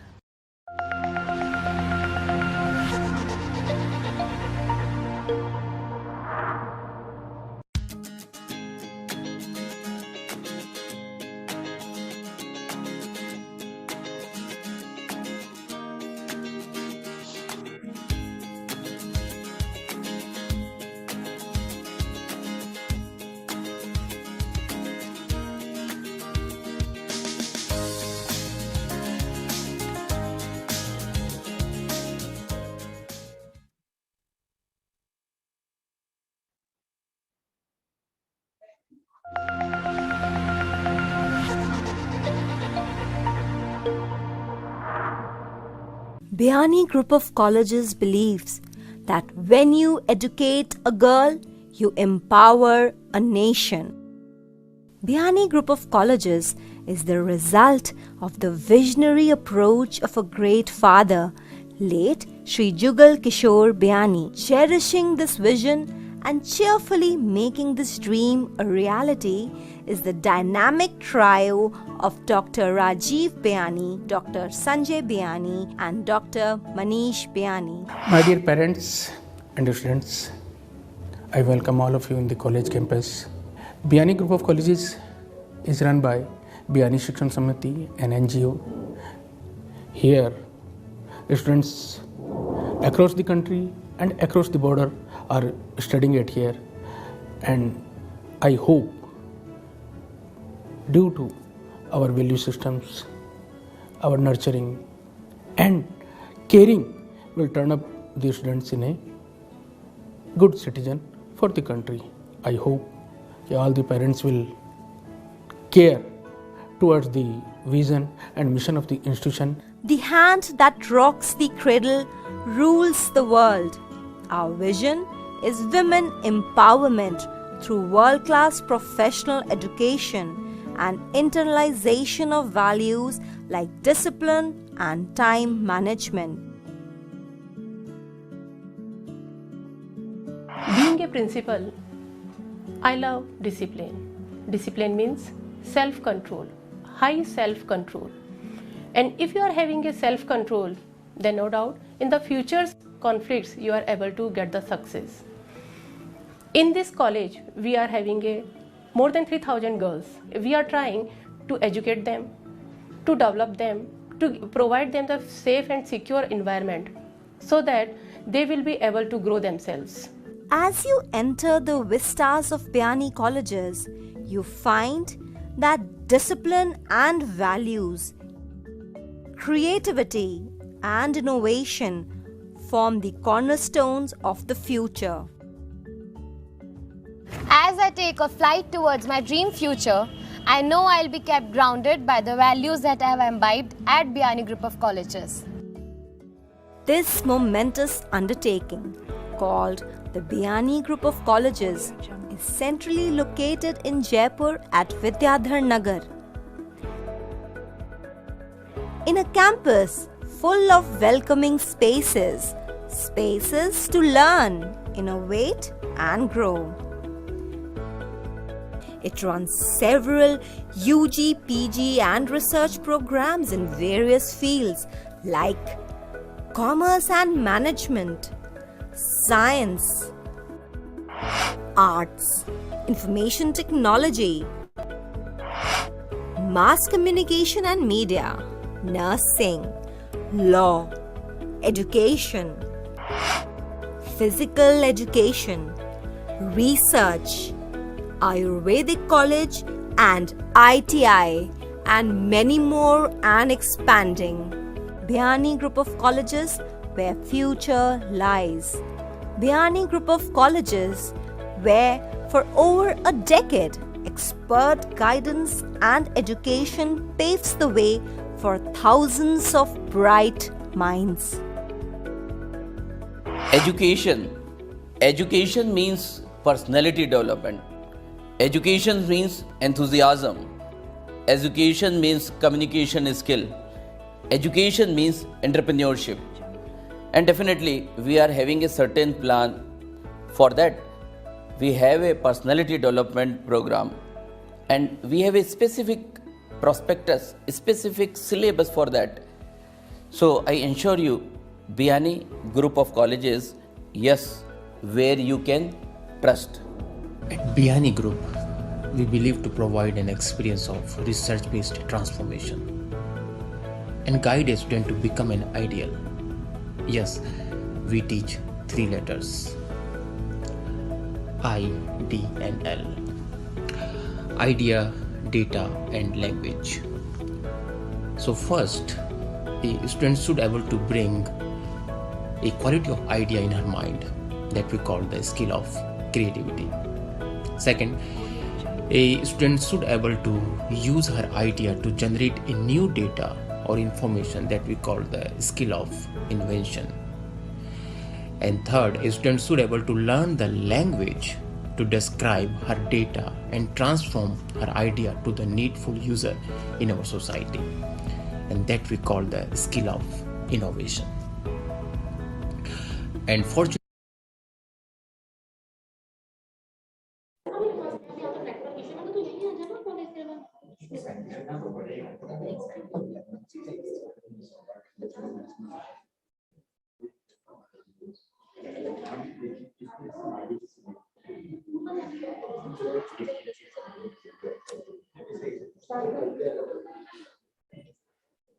Welcome back. Let's commence with the next technical session of today in BICON 2021. Sharir Madhyam Khalu Dharma Sadhanam. The body is the reason or the medium of all the deeds. After the pandemic, everyone wants to be healthy by body or mind. In modern times, it is widely known that exercising regularly keeps one away from diseases and chronic illness. Therefore, the importance of physical education can't be denied. Physical education involves the training of the body for enhanced development of the body and the mind. So, to chair our next technical session with immense pleasure, I would like to introduce Dr. Bharti Sharma. Dr. Bharti Sharma is Associate Professor at Biani B.Ed College. She has a vast experience of 10 years in teaching. A book has been published on the topic Assessment for Learning and Pedagogy of Physics, written by ma'am. She has published papers in various national and international seminars. She also having a field of interest in research methodology and education technology. So please welcome Dr. Bharti Sharma. It's over to you, ma'am.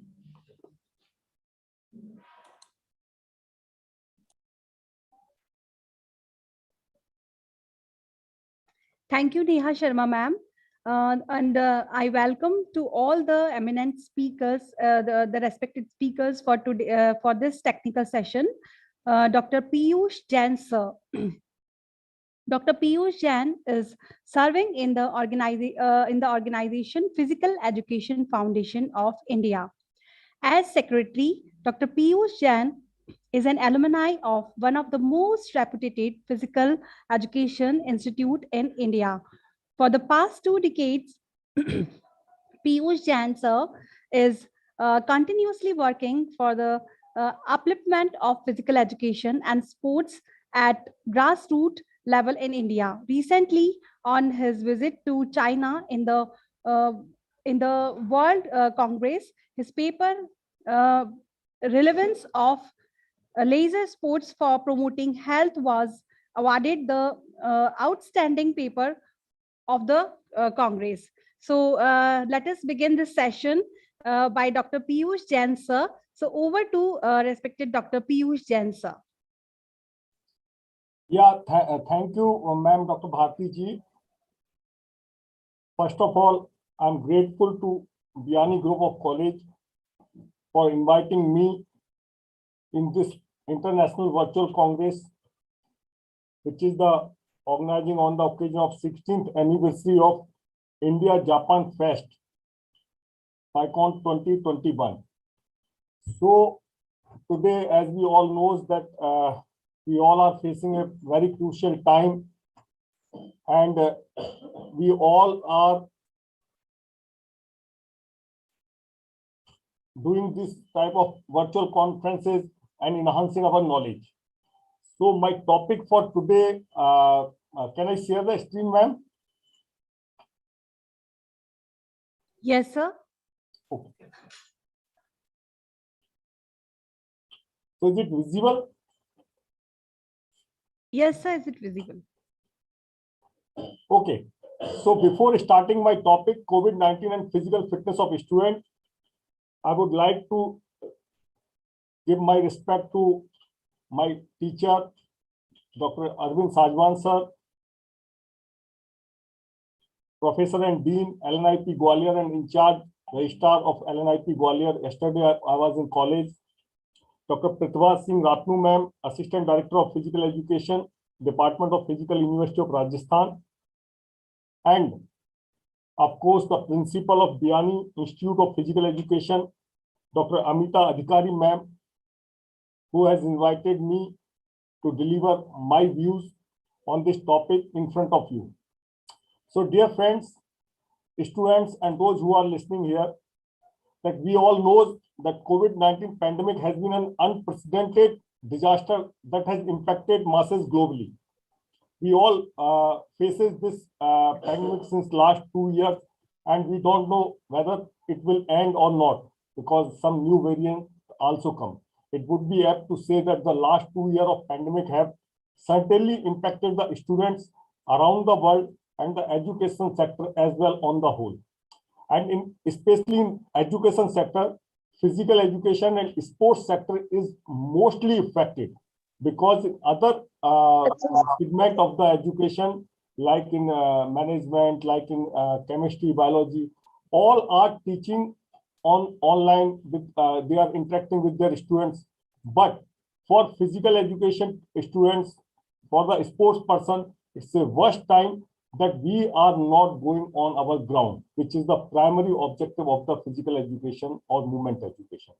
So this is not only affected the only on the physical education students, but it's affected physically and mentally to all the students of the country as well as the world.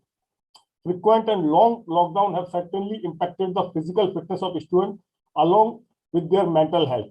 It has been a well-established fact that physical inactivity contribute to increased health risks of developing a multitude of chronic disease like cardiovascular diseases, diabetes, obesity. And since last 2 years that everyone is facing that, not only physically, we all found that mental stress level is also increased. Lots of people is doing a suicide, lots of students committing suicides regularly. So this poses the threat of putting an entire generation of students at risk of physical and mental health due to minimized social interaction and lack of physical activity.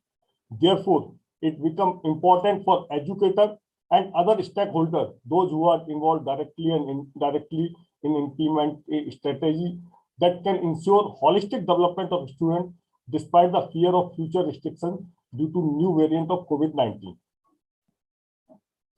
So, as we all know, that importance of physical fitness activities for health. Earlier, Dr. Bharti ma'am also and our moderator ma'am also give this emphasize that exercise and physical activity not only maintain physical and psychological health, but also help our bodies to combat the negative effect of numerous diseases such as diabetes, hypertension, cardiovascular, and the effect of COVID-19 pandemic can also be reduced with regular exercises. Dear friends, in my every lecture, I said that this is a worst time of the physical education and sports fraternity, and other part, it's a golden time where general people aware about the physical activity, physical fitness, mental health. Physical education is only a education where we deal not only the physical, but we also deal with the mental aspect, we also deal with the social aspect, we also deal with the spiritual aspect, emotional aspect. So it's a very high time, also high time for the physical education students, physical education teachers, that everybody in world now know now that the importance of the physical fitness, physical activity, yoga, immunity. So this is one of the important part, that urban versus rural student. It's a something different things, that in urban areas like metro cities, Delhi, Mumbai, Calcutta, and all other things, versus rural student. As we all know that we have a very less open space in our society, and also we have the fear. There will be no dedicated playgrounds in urban center. Students living in the urban areas are at a greater risk of physical and mental health issues. Since schools were forced to shut due to lockdowns, children in urban centers were reported to have been more exposed to such issues as compared to students in rural areas. We all know that COVID-19 mostly affected in the urban areas. So the problem is far from over. As we all know, the threat of future lockdown due to new variant of COVID-19 still holds true. Therefore, in the midst of these pandemic-related restrictions, home confinement, closed gym and park, and closed fitness center, it is crucially to ask how students can continue to be the physical active. Dear friends, we all know that Government of India has launched the Fit India movement. It's not only for the our students, but it's for the country, for the old age people, for everyone. We should involve some physical activity so that we can fight with this COVID-19. We all know that if we conduct a study or survey that how many sports person, how many physical education teacher died during this corona pandemic, we will find that very less people is suffered from the COVID-19, those who are regularly involved in the physical activity and physical fitness related activity. So relation between health, students' health and school and college. We need to understand the fact that going to school and college is not only about the attending lectures, that simply that we are going to the college and school and attending lecture. It is certainly also about the providing opportunity for physical activity and social connection to students. It's directly effective to our mental health. These were altered with the onset of the COVID-19 pandemic. In some urban areas, school grounds are the only choice food for students to engage in physical activity. Even my kids, my daughter also asks, Papa, school kab khulenge? School jana, school jana. So it's going to school and attending the classes is also give a very social impact on our children. So really, and another important part that nowadays we are seeing that every advertisement is giving us the immunity. Even थोड़े दिनों पहले I was seeing that one advertisement that गद्दा जो हम लोग mat होता है उसको भी सोएंगे तो that will also improve the immunity. So before COVID-19, nobody was asking about the immunity, that Indians having good immunity. But after this COVID-19 pandemic, the immunity word is the most searching word in the Google. So recently, a study was conducted by Gordon Jello, lead author and nutrition professor. The COVID-19 pandemic has led the worsening of already poor dietary habits, low activity levels, sedentary behavior, and high alcohol consumption among university students. A low level of physical activity is directly linked to increased psychological distress, which is further linked to poor dietary habits and a sedentary lifestyle. Even if we compare and if we conduct the survey or conduct some study in first lockdown and second lockdown in India, you will find the dietary difference. That in first lockdown, everybody was enjoying the food in its home. But in second lockdown time, the fear was we were more conscious about the dietary habits. So dietary habits is also give a good impact on the physical activity and on physical fitness. Other factors which is leading to low level of physical fitness. That one of the important part is the dietary habits. Lots of studies showed that due to the closure of schools and colleges, along with other COVID-related restrictions, students have been spending much more time on social media and playing video games. Even as a parents, we also giving the mobile. जब भी बच्चा रोया हमने उसके हाथ में mobile दे दिया. That is also affected on the eyes and all other physical fitness parameters of the student. So there has been a lack of motivation for fitness. जब वो बच्चा दिन भर मोबाइल पर अब तो e-sports का भी जमाना आ रहा है. E-sports पर we have lots of our government is focusing on e-sports. So in future we will see that we were playing the games, football on the screen, not only on the ground, which is directly related of the closure of gyms and other fitness activity centers, including sports stadium, moving walk parks, etc., and increase the psychological stress. So as we all know, we all are the physical education fraternity. People knows very well that doing the regular physical activity will enhance our immunity, will enhance our physical fitness level. So as a educator, as a physical educator, it is our responsibility. Those students are listening my lecture, this talk, that you should go in your home and try to give, after getting the lecture on this physical fitness and immunity, we should impart this knowledge to our society also, that आप लोग यदि 1 घंटा walk करेंगे, आधा घंटा walk करेंगे, then we can get a good fitness, we can fight the COVID-19. So this is some of the suggestions that what need to be done at home, that maybe due to this Omicron, we can face the third lockdown. So dance and music is one of the good physical fitness tool during this time, during this pandemic time. Create a dedicated space at home for fitness. That lots of people doing a work from home. Still in many multinational companies is going on this work from home. So we have to create a dedicated space at home for fitness in morning activity.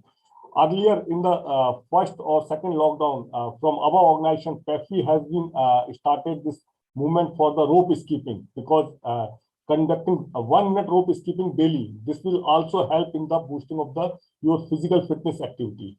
Attended online yoga classes with your family members, because in my opinion, or it is my experience, that if you are starting with the online yoga classes with a single people or two people, then single people will lose the motivation after some time. So if you will do the yoga type of activity with their colleagues or with their family members, then definitely it will be a continue. Starting is not a big issue. Everybody can start it, but maintaining this yoga classes or other things, continuation is very important. And physical fitness awareness amongst our students. So this is one of the very important part, that we should create the awareness through online classes, through virtual medium, like we can organize the fitness classes online to the students. Even if students is at home, then we can also organize the some classes, like मैं देख रहा हूँ कि every school is running the online classes, but very few schools is running the fitness classes, sports classes online. And even during this online period, physical education teacher, sports teacher, it's teaching the videos, teaching the games through videos only. But I suggest that we should create some new activities. We should create activities, fun-based activities, so that the students can improve their physical fitness level. I'm giving one example here, two examples here. When I was in the Central Civil Services Culture and Sports Board as a sports officer, and I was on my ground here in Delhi. In a दोपहर के 1:30-2 बजे, I was seeing that one of the foreign person is jogging कर रहा था. तो दोपहर के 2 बजे मई में जॉगिंग कर रहा था. That's why I said, sir, आप इतनी बजे जॉगिंग क्यों कर रहे हैं? He replied me that it's my daily schedule, that जब मैं जागता हूं तो मैं आफ्टर फ्रेश मैं वॉक करने जाता हूं या जॉग करने जाता हूं, और आज मैं थोड़ा लेट जागा हूं. तो इफ उनका रेगुलर शेड्यूल है कि यदि मुझे डेली वॉक करना है, बट हम लोगों के साथ प्रॉब्लम क्या है कि हम लोग यदि लेट जागेंगे तो फिर that we can miss this our part, our exercise, because exercise is not in our part. So we have to suggest that dance and music during this pandemic, these type of activity, dance, music, regular activity, even doing something regular will give a boost up. ये नहीं है कि आज हमने सोचा और बहुत अच्छा कर दिया, 10 दिन तक तो बहुत अच्छी एक्सरसाइज की, गेम्स खेला, बैडमिंटन खेला, बट आफ्टर दैट हम लोगों ने उसको स्टॉप कर दिया. So we should try that some of the activity like dance, music, physical activities at your home, yoga online classes, these activities should be regularly and with the family. If we have the group, then definitely it will be a motivational factor for our, not only for us, but for family member also. So I suggest that dance is a great physical activity and has other benefits as well. Students should be encouraged to take up dance classes which are available online these days. Encourage students to use music while working out at home to counter low level of motivation. Music is a powerful tool that recreates the same environment that individuals used to have during their gym workout, even when they are working out at home. Music allows people to stay relaxed and enjoy their original workout routine, even when they are working out at home. So as earlier discussed, that we should create a dedicated space like at your, यदि घर में छत है तो हम लोग छत पर कर सकते हैं. ड्राइंग रूम में हम we can make some separate space. Free weight exercises कर सकते हैं. Rope skipping is one of the very important exercise जो हम लोग इस दौरान during this pandemic time हम लोग use कर सकते हैं. And as discussed earlier, attended online yoga classes means that this time lots of people is running the online yoga classes. we should join with our family members.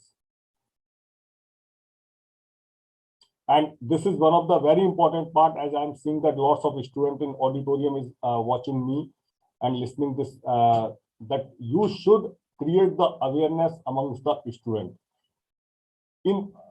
As earlier discussed, that in rural area, they have the lots of space, but in urban areas, we don't have the space to do the physical activity. So we should try that we create the physical fitness awareness among the students in your society. जिस society में आप रहते हैं उस society में आप organize some physical fitness activity. Even Government of India has also launched some program. Government of Delhi has also launched the yoga classes for the 10 to 20 people. Means indulging in any type of activity which give the movement to the body should be our part of the life. Thank you. Thank you once again.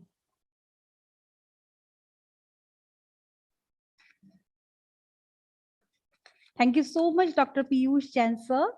You very well explained us that the importance of physical activities in our daily routine and daily life after COVID-19 situations.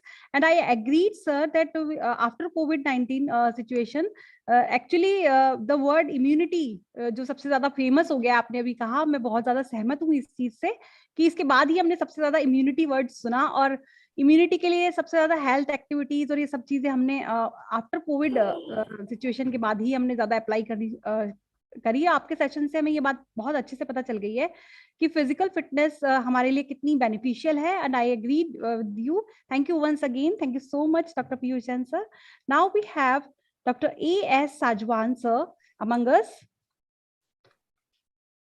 For our next eminent respected speaker, Dr. A.S. Sajwan is a professor and dean of sports science, at present working as officiating registrar at Lakshmibai National Institute of Physical Education, Gwalior, and has experience of more than 37 years of research and teaching encyclology, sports, biomechanism, sports training, and sports specializations in graduate and undergraduate level. This institute is under in Ministry of Youth Affairs and Sports, Government of India. He has participated national level athlete competition many times. He also awarded Government of India fellowship during AMPhil course and got other sports scholarship during the period of their studies.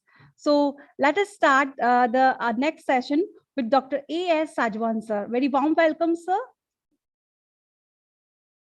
Thank you, Dr. Bharti. May I audible? Yes, sir. Okay. Thank you, Bhivani Shikshan Samiti, organizing the international conference on 16th anniversary Indian-Japan BICON 2021. And this is a conference is a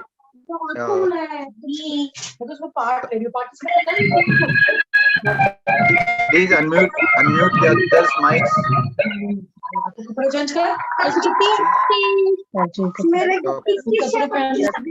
Dr. Bharti, there are so many mics are open. So there is some technical issue. Please give us few minutes, sir. Okay. Few seconds, sir. Okay.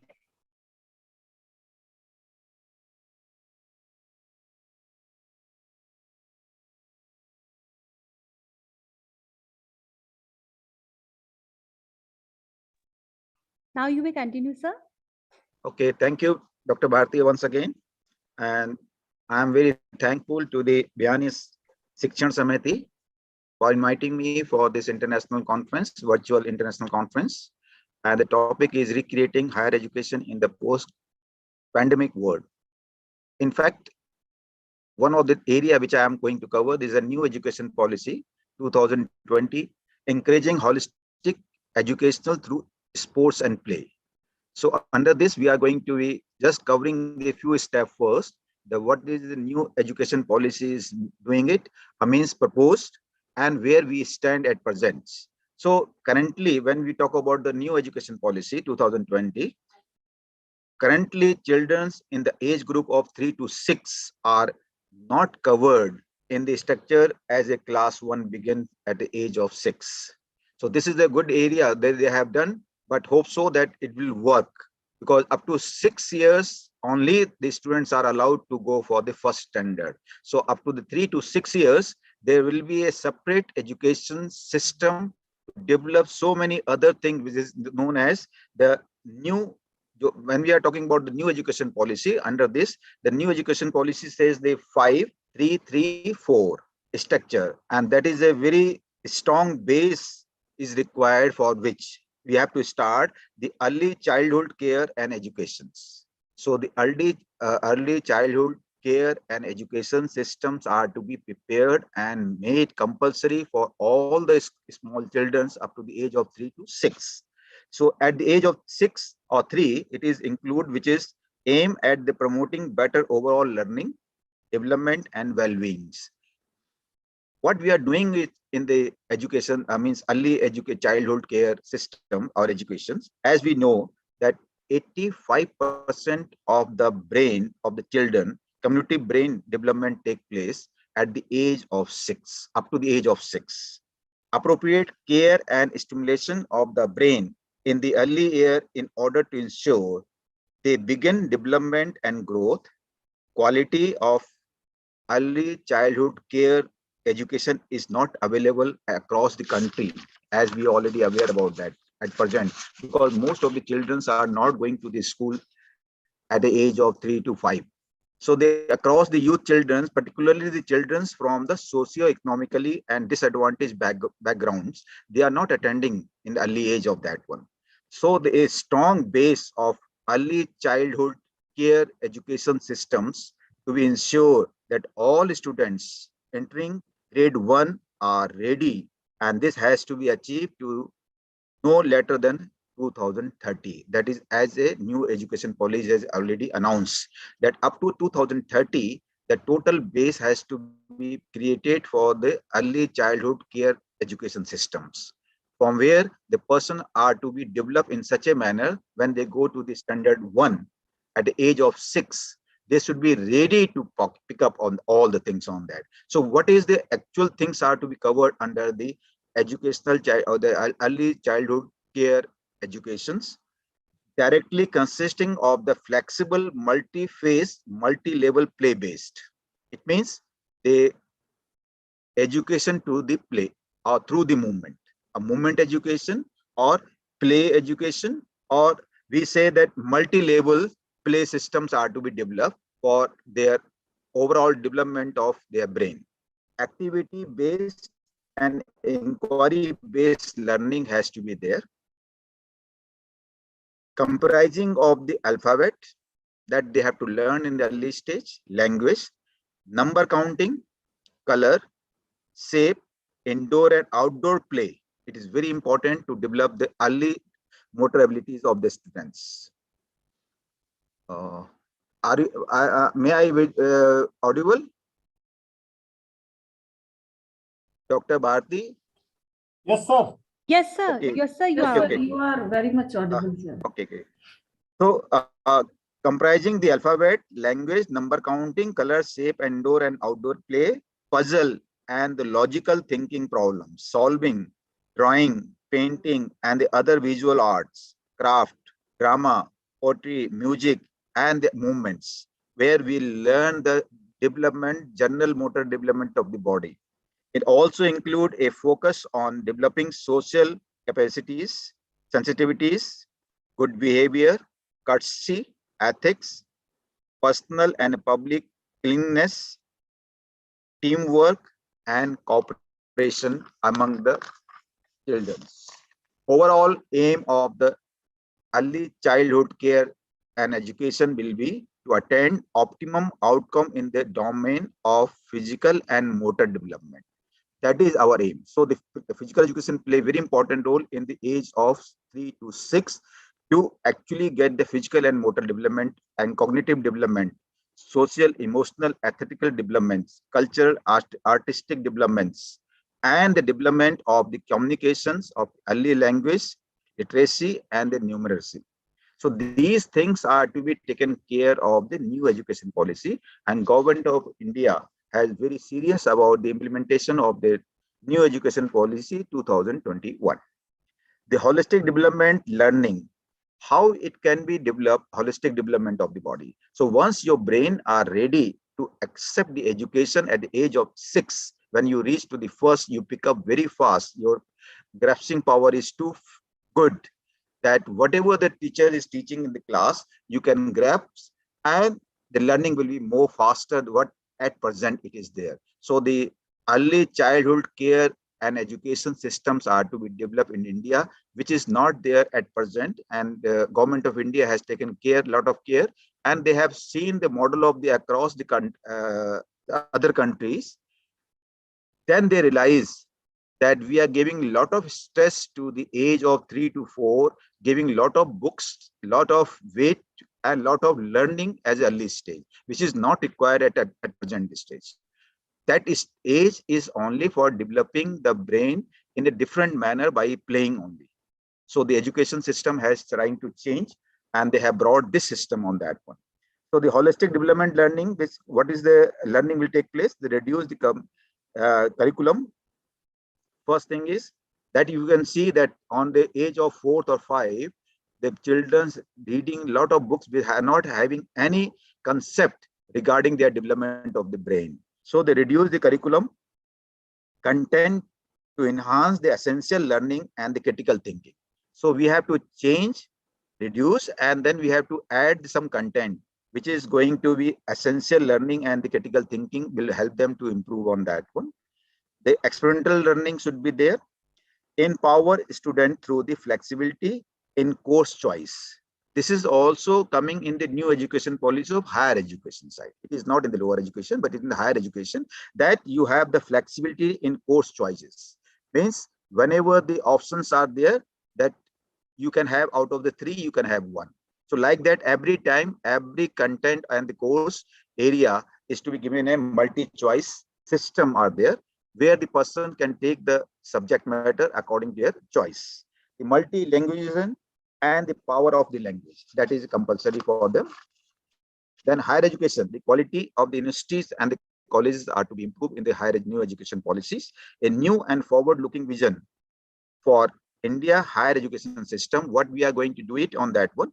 The institution restructuring and consolidations toward the more holistic and multidisciplinary educations are to be there. Optimum learning environment and support for the students. That internationalization, we have to make internationalization, just like a credit-based systems, we can go for anywhere when you have earned some credit here, and then internationalization means that one student can study some years here, and then he can change the some other universities so that their credit is transferred, and then a internationalization can be made. Because at present our graduation of the 3 years is not counted in the abroad, because their education system, they have the 4 years in the graduation systems. So at present, we are also trying in new education policy, the same systems in India also. Then financial support for the students are not there at present. We have the bank loan and other things are there, but universities and the institutions are not providing the support, financial support to their students. It means there will be a number of the students are there, those who are the talented, those who are the sports person, those who are good in the studies, and those who are good in other matters also. They should be supported by the institute or the university, not while taking some loan or something other on that.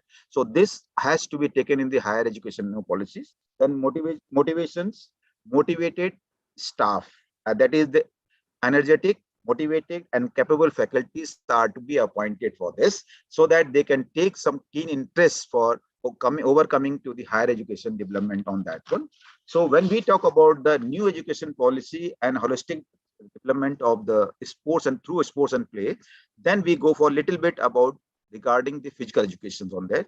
The new education policy includes several key points that are instrumental for the holistic development of the child by eliminating the rigid separation between the curriculum and the extracurriculum activities. we always say that this is a physics, chemistry, and the classes are there. This is physical education classes. So we just make it a rigid separation on that one. That should not be there. So there should not be separation between the curricular and co-curricular activities. In new education policy, they have made like this. So in the new education policy, the knowledge is supposed to be equally important as other subjects like English and science. This is the good thing they have done first time, which is required last of demand for the physical education and the sports, that it should be become a part of the education on that one. And now in the higher education system, it is implemented. And in the primary education, when we talk about the early childhood development, childhood care and education, it is compulsory to have a physical education teachers, not teachers in the each education systems, where they are looking after the development of child development and how the brain development can take place during the early age by through playing and making them the education through playing movement only. So when we come back to this point on this one, therefore increasing the fun and engagement that children separately seek in the school. Though the play, children can develop physically, mentally, and socially. This is all we are studying long time on that one, that through the play, children can develop physically, mentally, and socially. It means that all development, overall development of the individual can take place in the early stage very fast if he is involving in the sports activities on that. And it is also found that the play contribute positive and academic outcomes, classroom behavior and attendance level also. Those who are participating in the different sports, their attendance and their behavior will be different than the normal other person, those who are not participating in the sports. The recent National Education Policy 2020 has brought about the momental change in our education system. In doing so, it has also placed higher priority on children's health and their nourishment. Multidisciplinary and the holistic education is a part of the principle of the new education policy. Along with the subject like the science and the social science, the curriculum must contain or make education well-rounded, useful, and fulfilling, including games, sports, and fitness. So this is the new education policy. It is not only this for science or the maths, it is fulfilling the including the games and sports and fitness in the curriculum of a education systems. At the school level, the new education policy proposed sports integration or utilization physical activities in pedagogical practice to increase the student cognitive abilities while promoting their physical and psychological well-being. Sports integrated learning will help student achieve fitness level, engage in the Fit India movements, and adopt fitness is a lifelong attitude. It will also develop their skill like collaboration, self-initiatives, teamwork, and responsibilities. New education policy also propose other way to increase student exposure to the school sports and other activities. It increasing flexibility of the choice of subject. This is already we have discussed a little bit that you have the choice of the subject, allowing a student to choose physical education as a part of the curriculum. Now it means the physical education become a part of the education curriculum. The policy also proposed bagless day to allow students to engage in the local, vocational, and other activities. It means in the 4 days or 5 days of the working, they have the 1 day or 2 day bagless, and then they have to go for the vocational and other activities where they are all has to participate, such as the sports and gardening and other arts areas. The new education policy further encourage formation of the clubs and the sports, yoga, and health and well-being. At the level of the school complex, district, and beyond this, all the systems or the area clubs and other things are to be built up so that the students are allowed to move whenever they feel like to go in these areas on that. Higher education students also department in subject like sports, art, and music to provide a multidisciplinary stimulation environment. It means each institute has to develop these 3 area or faculties, just like a sports, music, and arts. So when the students are taking as a choice of the curriculum, they can take any subject matter, subject area on this three sites for developing their overall development of that one, and they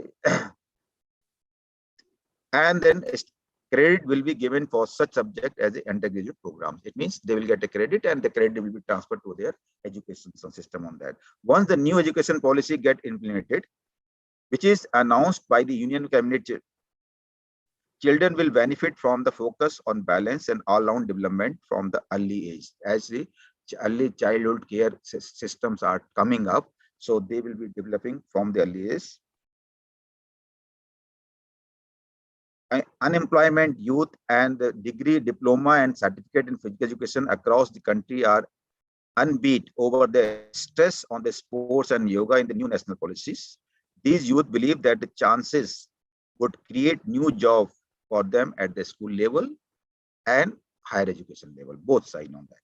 Even though the new education policy engage every aspect of the human resource development need to be viewed from the two lenses. Whether new education policy is useful for stakeholder and how easy or difficult to implement. The overall planning is good, but training of physical education teacher and the elaborate systems for the proper implementation are missing. And there is no clarity of vision regarding actual transformation of the goal of equity and the reality, and the challenge lies in it. It means there will be some debate has to be made, and some conference to be organized, seminar to be arranged, that how these systems are to be implemented in the education policy on that one, because they have given so many things, they have given everything as in education policy, but how to implement and how this thing has to be taken care, where everything is to be covered, is not clearly guidelines is to be given. So my personal interest is that before implementation to the new education policies, Government of India should organize a different type of the seminar and the conference and workshops to create the environment from where all the experts can take to be asked to develop a curriculum and area how this thing can be taken care for in the new education policy.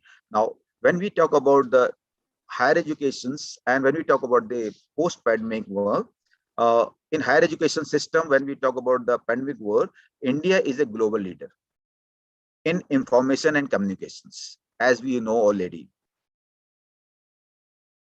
Technology, in other words, cutting domains such as the space. The Digital India campaign is helping to transform the entire nation into a digital empowered society and the knowledge economy.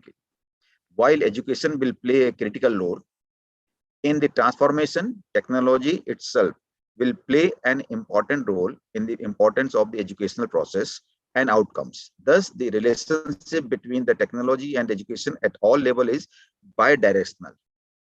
Now, when we are talking about the new education policy and when we talk about the Digital India has played very important role, and this may be one of the good thing we have learned during the pandemic, how to utilize the digital things in educations. Before that, our teachers and the students are not well aware about that one, and we are not using at all for digital things on that one. But as the pandemic has made them to learn every education systems, that how the education can be done with the digitals, and everybody now teachers are preparing a lot of PPT and lot of courses, content and other things, and providing to the students, and the students are learning continuously on the digital sites.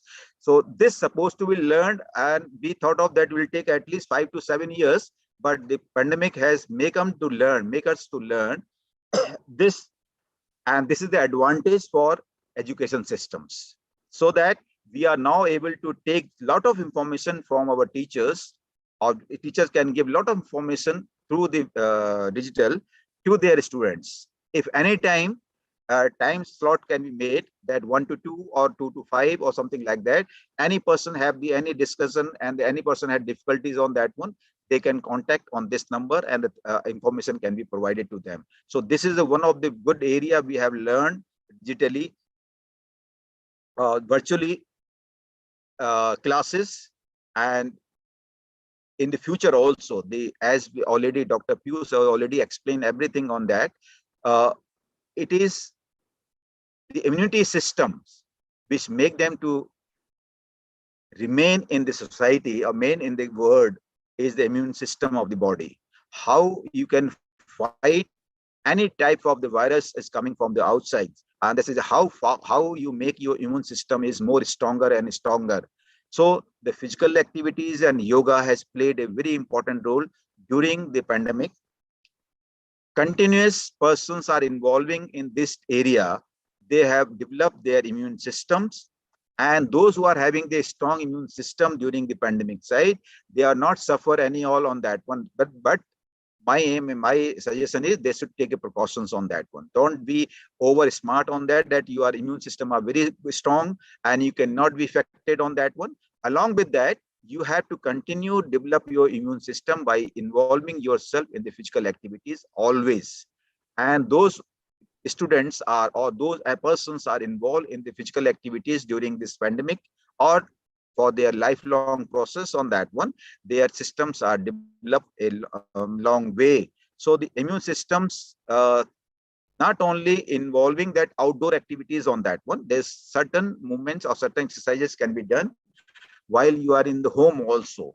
So no need for during that pandemic time when some things are spreading like anything, you're supposed to remain in the house, maintain your all the instruction given by the government.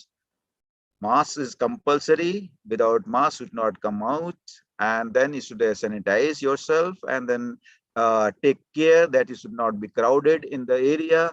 And these all things are to be maintained. Along with that, you have to do your physical activities regularly, and yoga play very important role in making your immune system very strong. And physical activities, those who are involved in the everyday exercises, they're all doing very good on that one. So once again, I thanks to the Dr. Bharti and Biani Group providing me for the short time for giving you a little bit about the education policy and how the higher education policy and the sports are playing important role in the new education policy and what extent it can be implemented. And there's a debate is to be needed in this area on that. Thank you very much for calling me once again. And Dr. Amita Adhikari also, thank you very much for connecting me all the times and giving information to that one. And I thanks once and all everybody, those who are on the screen and those who are listening, and especially the Biani Shikshan Samiti, those who has given me this opportunity to speak in front of you. Thank you very much. Thank you so much, sir. Thank you so much, Dr. A.S. Sajwan, sir. And your session will be beneficial to every listener to understand the new education policy to 2020 in the holistic education perspective. In this, you very well explained us that the total base is early childhood care and education system in India. And for that, we have to reduce the curriculum and add some content. And also the flexibility in course choice as in CBCS system, jo ki choice-based credit system, which is very new in our new education policy. Thank you once again. Thank you so much. And in future, we also need your presence and your words of wisdom. Thank you, madam. Okay, thank you. Now we have our another eminent speaker, Dr. Pratibha Singh Ratnu ma'am with us. Assistant Director of Physical Education Department of Physical Education, University of Rajasthan. Her research interest in exercise physiology and sports psychology, education and professional career. There are various publications in various national and international journals. So over to Dr. Pratibha Singh Ratnu ma'am. Very warm welcome, ma'am. Thank you. Thank you so much, Dr. Bharti. First, I would like to welcome you all in this 16th Virtual International Conference in Japan, organized by Biani Shikshan Samiti and organizing team, Dr. Bharti Sharma and our physical educationist eminent Dr. Amita Adhikari, Vice Principal, BIANI Institute of Physical Education, Rajendra Singh sir, and many more, and dear students, and Piyush Jain sir from PAFI, and Dr. A.S. Arvind Singh Sajwan sir from LNIP, very senior and eminent scholar and a great physical educationist. So I am the youngest one here from this side. So thank you all. Now my topic is today is behavior strategy of sports sciences. Please allow me to share my screen. Yes, ma'am.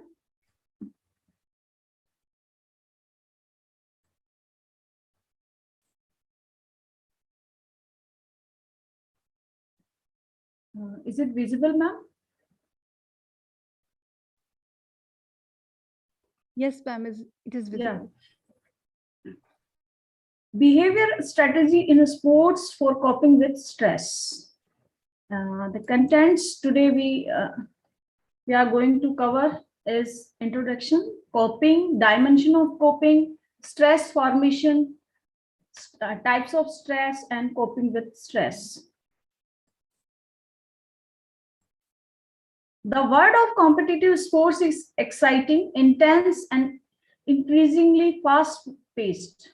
Athletes and coaches alike often find themselves working overtime to identify ways to sharpen individual skills, maximize team talent, and develop mental toughness. You can see everywhere now the world is fighting for the medals. Every nation wants medal. They want to see their athletes in Olympic podiums. That's why the situations occurs that is called stress. All to stay one step ahead for the competition and achieve performance excellence. In truth, working hard and striving for the best are hallmark goals of many competitions. There's a formula now we can see adopted: be the best. These kind of situations result athlete and coaches experiencing increased feeling of pressure or stress. The athlete who had to stop their daily organized training almost overnight also experience additional stress, closure at home, limitation of previous physical activity, isolation from members of sports teams and sports community, and lack of social support negatively affected their psychophysical conditions. The COVID-19 pandemic, as earlier speaker Piyush Jain sir very nicely told about that, greatest disruption to the world sports calendar. Since World War II, sporting events have been cancelled. You can look about the Olympics. It was first time it was postponed after World War II. It was postponed due to the COVID-19. At the same time, continuous use of specific methods leads to development of a separate special personality traits. Another virtually unexplored issue is the problem of formation in sports of not merely stress tolerance but also stress coping strategy. That means how to cope up with the stress, to overcome stressful situation or different nature. Current research defines stress as transitional suggestion that there is a relationship between the performer and his environment. Coping. Now, all of you are thinking about the coping. Coping strategies are being used a way of eliminating an athlete's level of stress and arousal before game. That means how to deal with the stress. If you have some kind of pain, some kind of stress, some kind of anxiety, some kind of mental disturbance, then how you will adjust with this situation during the games. It is known as coping. Define an individual ability to cope up with his environment stimuli and personal response. Coping strategy used are self-talk, imaginary, and muscles relaxation. Now, you can see that everywhere the stressful environment is there. And during match, you can feel lots of stress. Before game, you can feel lots of stress. After game, you can feel lots of stress. Even now, there is a kind of situation that the match pressures are keen and you feel lots of stress. Then how you will deal with the stress during your match situation and get winning, that is more important. Imaginary is a form of cognitive reconstructing. The idea is the athlete reinterpret previous negative experiences by seeing the silver lining in the cloud. Now you can recognize the face Sundar Singh Gujar. You know how much you people aware. I can see lots of students are connected with us. Maybe know that Sundar Singh Gujar is from Jaipur city. He recently won bronze medal in Tokyo 2020. But you know the story behind the man.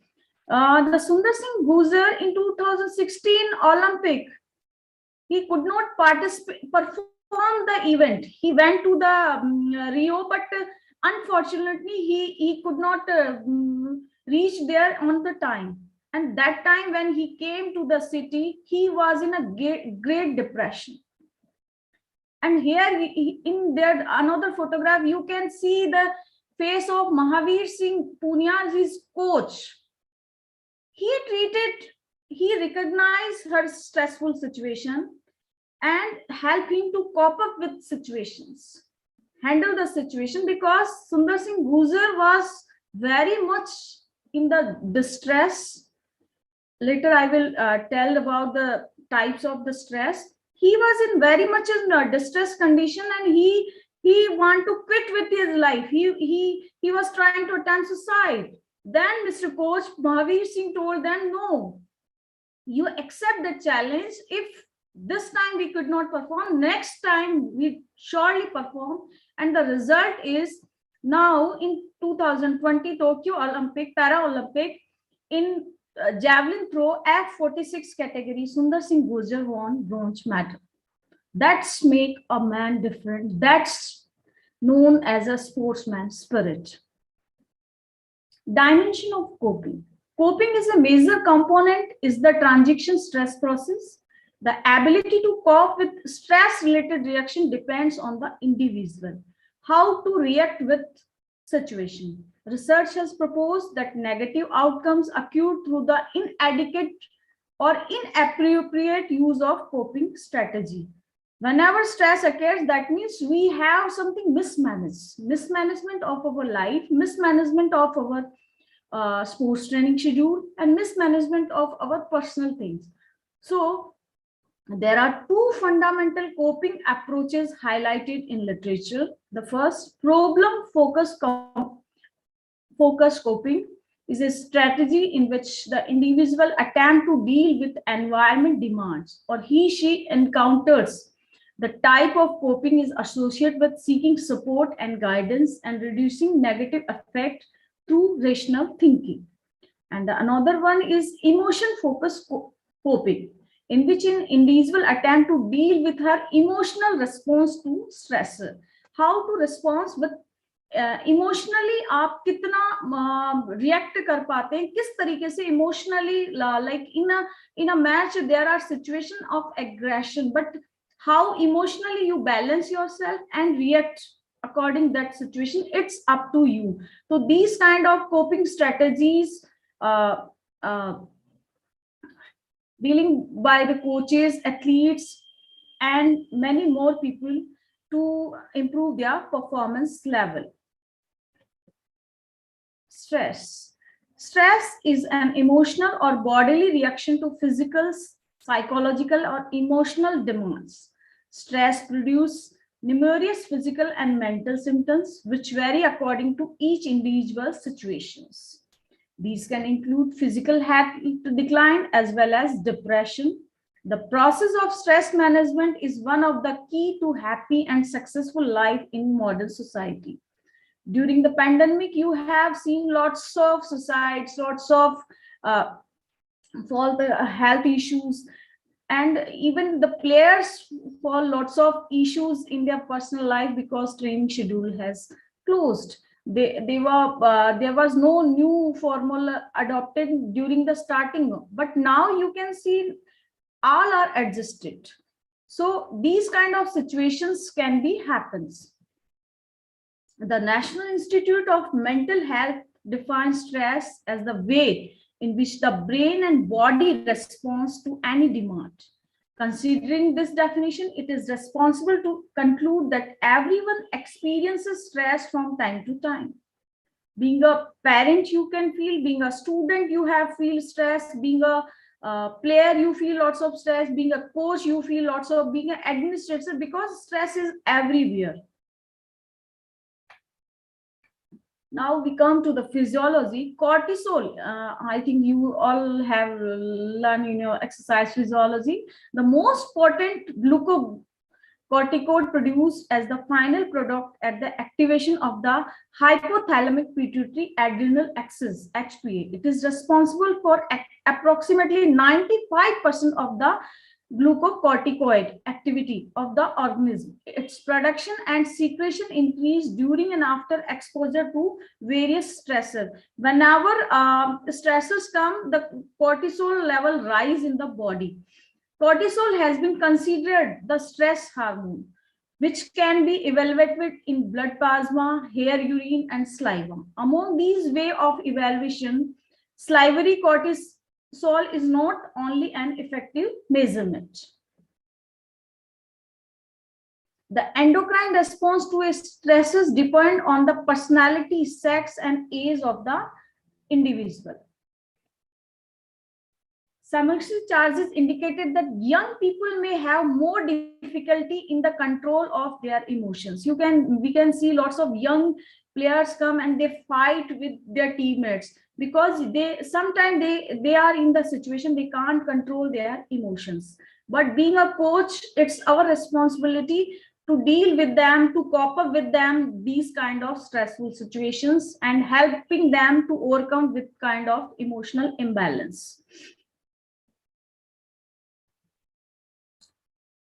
Effects on stress on performance. Whenever stress occurs, in everyone life, stress occurs when demands of athletes and perceiving of demands. कि कितनी आप demand कर रहे हैं और उसके ऊपर आप किस तरह का how you react from them. If something is come in the negative, then you feel threat, negative. If you take your demands in a negative way, that means कि मैच में कोई इस तरह की सिचुएशन है कि मैच टाई हो गया और आपको पेनल्टी शूट आउट पे if the match is going on, then you are taking that no I can't do now, we could not perform well, we lose the match, then the threat will come and the situation occurs like distress. It's happened when we take our demands negatively and the positively take it like challenge. When we take it challenge, then happy stress come and the response will be good, because when we are taking the challenges as a positive manner, then our good hormone produced by the body and we dopamine secretion level increase, and that's why we perform excellent in the way. Increase due to overcome of performance, increase due to use stress, and reduce performance due to distress. When you take stress as a challenge, accept as a challenge, then what will be happen? Your performance will be increased. And when you take negative thinking, किसी भी चीज के बारे में आप पहले से सोच के बैठेंगे कि no, as a player I and my dear students, we require more mental toughness in the field of sports, because there are situations happen within the seconds, so you have to be very much mental toughness and have always use stress, happy stress, because it's increase your mental thinking.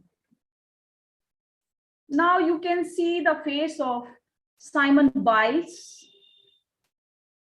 You know, Olympic gymnast Simone Biles, former world champion, shocked fans when she withdrew from the competition during Tokyo Olympic 2020 due to mental health issue.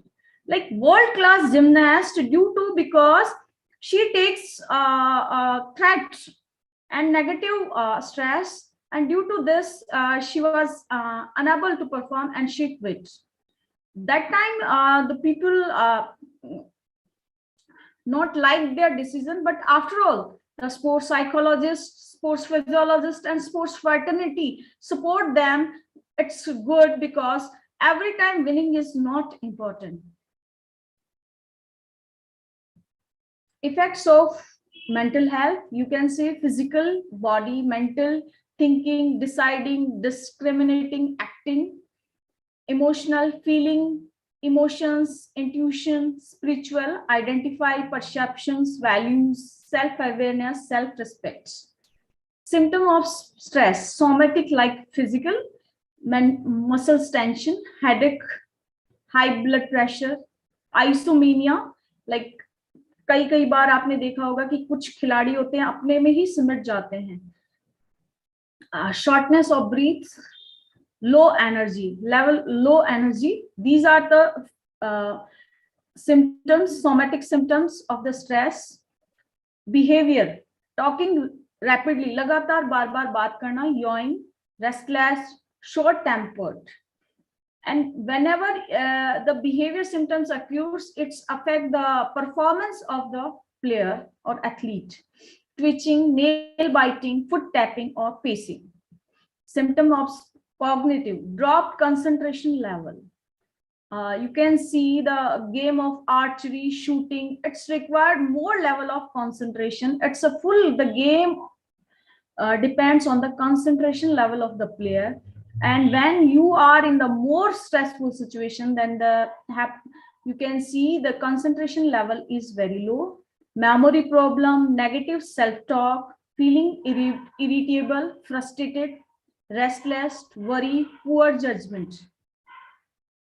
Now we come the coping strategy that can uses by the sports psychologist.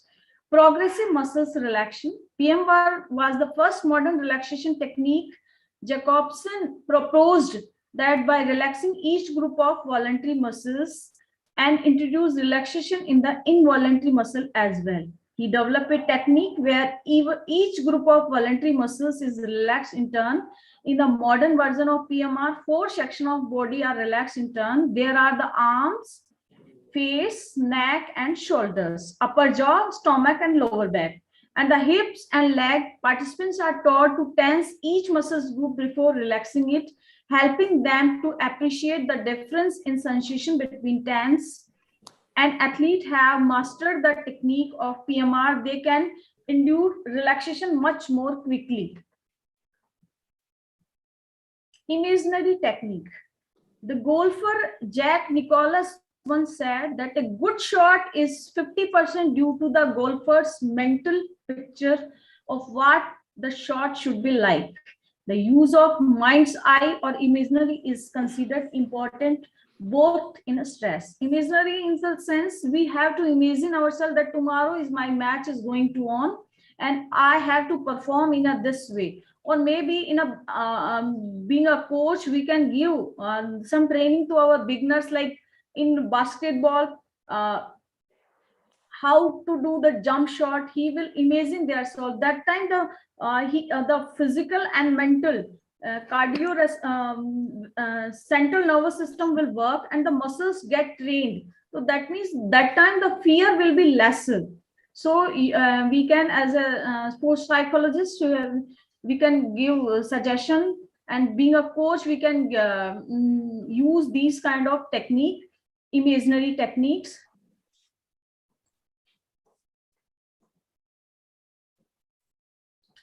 Management and in focusing athlete on their task. Imaginary can be used in various ways to add relaxation and focusing. Psychologists distinguish between external imaginary, in which athletes pictures themselves from outside performance, and internal imaginary, in which they view themselves performed to inside their own body. Now, the second one is biofeedback. Biofeedback training can help control autonomic physiological stress responses such as increased heart rate, blood pressure. It also has been used to control anxiety disorder as well as anxiety connected to particular environmental or context. The premise behind the biofeedback is for the athlete to become aware to how stress is manifested physiologically, such as change in BP, heart rate, breathing, or muscle tightness, using different mode of executive feedback monitoring. Feedback, coach, criticism, and feedback. Athletes who have adopted an attitude of no mistakes only learning opportunity are able to see error as part of the natural learning process. They will more readily accept constructive criticism as a chance to improve. Many faculty in sports psychologists that said that criticism should be there, but in a constructive manner. When you adapt, when as a player you adapt these kind of situations, you adapt criticism in a constructive manner, then you have to naturally you go to your winning sides, you improve your weaker point and discuss with the coach. These kind of feedback is required. In fact, constructive criticism is essential for helping to improve on one's performance. Unfortunately, not all athletes share this perspective. For some, receiving constructive criticism on feedback can be very stressful. To help athletes receive constructive feedback with the right attitude, coaches must choose the appropriate emphasis. Like feedback, whenever we are going to give the feedback, I think it is my suggestion, it should be on person to person. I have attended a premier skill lesson plan training schedule at Kolkata Sai.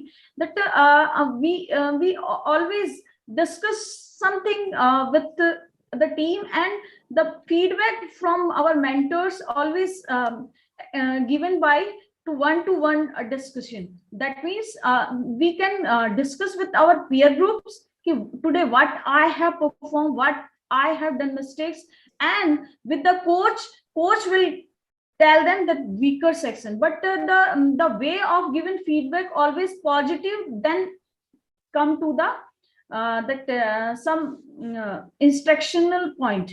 So that always the feedback should be in the constructive manner. For example, if fundamental the teacher I think I have to skip this because time is. Then the other technique is meditation. Meditation is another method of raising self-awareness, allowing an athlete to better manage stress. Through meditation, the athlete becomes more attendant to physical sensations and builds an understanding of the concentration between physiological function, heart rate, nausea, and psychological like anxiety, confidence, because meditation give your muscles relaxation and self-realization, confidence, and mental toughness and preparation to perform that activity in advance. Meditation now present scenario, there's a lots of we have hat-trick schedules. Even the player have hat-trick competition, one by one they goes to the competition. So it is my humble suggestion, do the meditation every day. You have to, being a woman, being a working woman, being a player, being a teacher, being a faculty, you have to apply meditation. Even I used to the heartfulness meditation every day to cope up with the stressful situations. It's give me the energy, it's give me the way of life. Consider stress as a challenge, not a threat. Now, the strategy to address common athlete stressors: meeting expectation of self, create a supporting team atmosphere, model a positive attitude, encourage positive communication. Always encourage the positive communication between the players. discuss team errors, emphasize goal setting. When we have goal setting, then definitely we know the management of the time and we never do the mistakes. Discuss post game highlights, emphasize the work person, meeting expectation of coaches and parents, praise performance and efforts, always appreciate the player and a beginner especially because they have zeal to perform, and when we give them positive a prize, then it's give a good message and they motivate lots of. Respond to error with technical instructions, conduct informative team meetings, implement of parent contact, important competition worries, emphasize the process, downplay win-loss record, set performance objective, discuss the development statistics, help establish pre-game routines, encourage blocking or changing channels. Like in a sometime some player perform in a particular situation, but we have to give the chance to everyone. So being a coach, it give good strength to your team. Use refocus, quick words, then strategy and playing time, clarify athlete's role. That means in team games especially, you have to be clarify the roles of your team members, that avoid the conflicts between the team. It being a coach, it's your responsibility. Keep athletes informed, always inform your athlete well in advance. That means today you are these kind of practices you are going to be performed. So mentally, I told earlier that imaginary, they have to be prepared accordingly. Rotate starters, distributes player the equality, emphasize the mental game. Frustration with teammates, use a commitment checklist, rotate positions, provide opportunity for team building. You give the space to your players to connect with each other. It gives the team building. Coach criticism and feedback, focus on skill, not on athletes. Sometimes the old coaches and traditional coaches in Indian sports fraternity, that focus no, that key as a player, what was your mistakes and how you will cope up with this and how you can improve yourself. These kind of instructions given by the coaches. Like critic clearly, encourage positive self-talk. Positive self-talk improve your motivation skills. So always give positive self-talks, pep talks to the players. Injury and its consequence, use a team injury buddy, assign the responsibility, record development on team statistics, design a run practice drills, because when injury occurs, because when we there's a gap between training schedule and rest, that time the injury occurs when we. So being a coach, it's your responsibility to reschedule your plan and justify with the time and space and training schedule. So these kind of situations help in the coping strategy and behavior strategy. These kind of techniques are helpful to become a India topmost in the Olympics. This time we won lots of medal, and being a physical educationist, being a coach, being a sports director, I expect all of you that go and play sports for your life. Sports give you wings to your other career. And at last, I would like to pay thanks Dr. Bharti Chauhan, Dr. Amita Adhikari, and my eminent speaker Piyush Jain sir, Arvind Singh Sajwan sir from LLIP Gwalior, and the respectful audience for hearing me patiently. Thank you. Thank you so much. Over to you, ma'am. Thank you so much, Dr. Pratibha Singh Ratnu, ma'am. You very well explained about the behavioral strategies in sports, coping strategies to deal with stress, and what type of stress, dimensions of coping towards the steps. And your session will be very beneficial to every listener to overcome with stress and in the present situation. Thank you once again, ma'am. Now we have some question answer from the student sides. Our first question is from Parth Chaudhary. Parth Chaudhary, you may unmute yourself to ask the question. Good afternoon, sir. My question is for Professor A.S. Salvan, sir. Good to hear about the new education policies. But sir, how much time it will take to implement those policies? And in higher education, especially we talk about sports sciences courses and other special courses for biomechanics, kinesiology. So I have watched an interview of Dr. Mr. Lagaria. He talked about sports sciences and he said that the USA, Germany, China, Australia, they are producing machines, not players.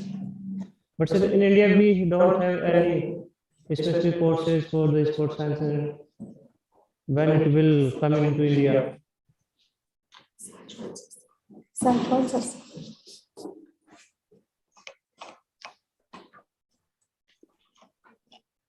Your question is from Yes, Dr. A.S. Sajwan, sir. Are you listening, sir? Dr. A.S. Sajwan is here? No.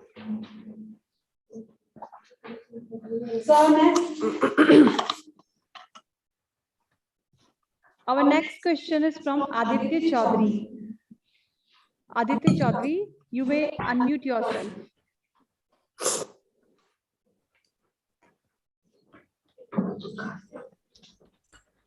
Good afternoon, everyone. Myself, Aditya Chaudhary. It was a really nice presentation from Dr. Piyush Jain sir, Dr. A.S. Sajwan sir, and Dr. Pratibha Singh Ratnu ma'am. You have really inspired and motivated the viewers. You have made some very good points. But I have a question from Dr. A.S. Sajwan sir, that you have said that students should let play in their early age. Dr. Sajwan sir is not here. Okay, if any other speaker wants to answer the question, then it's fine. Can you repeat your question, please? Yes, ma'am. Actually, Dr. Sajwan sir said that students should be means the child should let play in their early age. But don't you think that it's 21st century and the world is moving too fast that everyone should, not only the childs, but everyone should work from their base only so that they can be successful in their life. Very good question. What's your name, please? Yes, ma'am. My name is Aditya Chaudhary. Myself, Aditya. Very good question, Aditya. Thank you. As earlier, the Sajwan sir, because early age physical activity should be given because it's give a correct motor development to the kid. Because wholesome development, physical education is some of those experience which come an individual through movement, and sports gives to way of life. When you play sports and early age, you can see now it's era of coming. Everybody now you have listened the quote, touch में busy, touch में कोई नहीं. So everybody is now in the playing phone, but you give there lots of play fields, lots of parks. And now in education policy, new education policy, there's every Saturday will be only given to the kids for the sports point of view, physical exercise, not sports, but any kind of physical exercises given to the early ages that help to develop the child's wholesome personality. I think I have satisfied you, Aditya. Yes, ma'am. Thank you so much. I am really satisfied with your answer.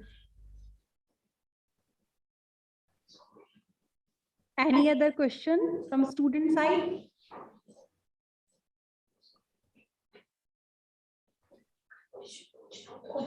So let us conclude this session. The main outcome of this session is that the inculcation of physical activities is necessary for our physical, social, and mental development. So we have to include the yoga, meditation, and physical activities not only in our daily routine but also include in our education system also.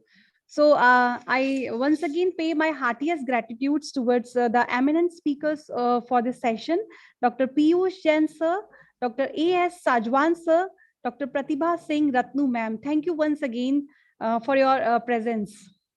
Now I will hand over the session to the moderator Neha Sharma ma'am.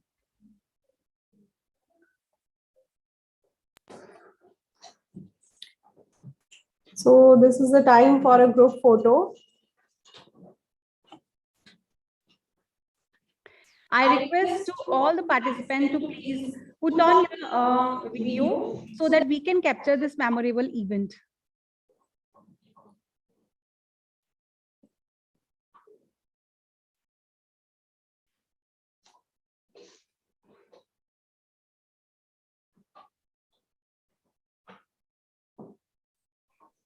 Thank you very much.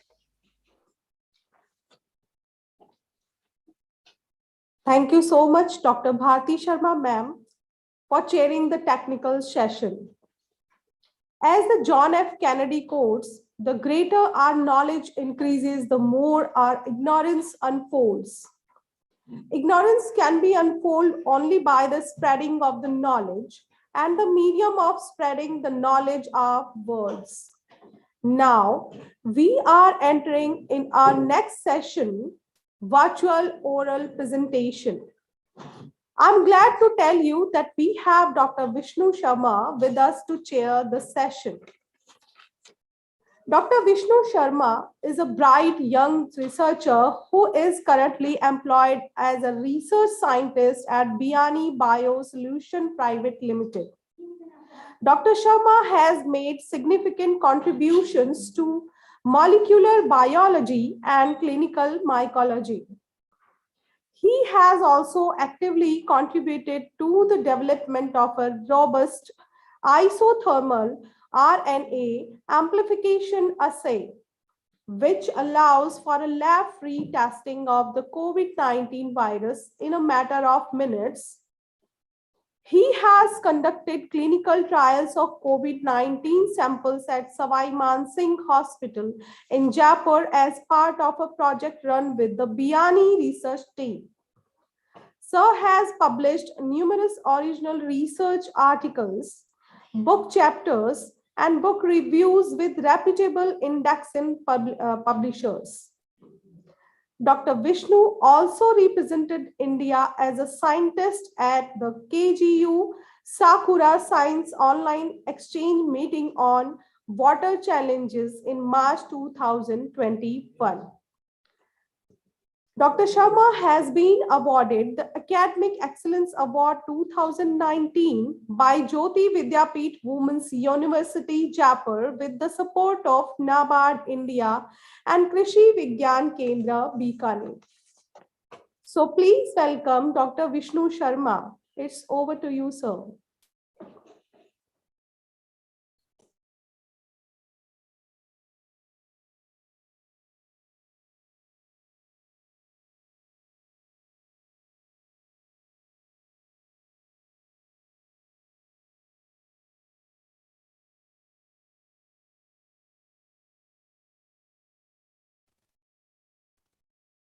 Thank you, moderator Neha Sharma, for nice introduction me, and it's pleasure for me to chair this session.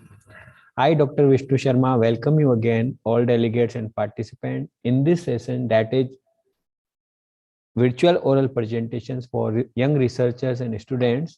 I request to all participants to complete their presentations within scheduled time, that is 5 minutes only.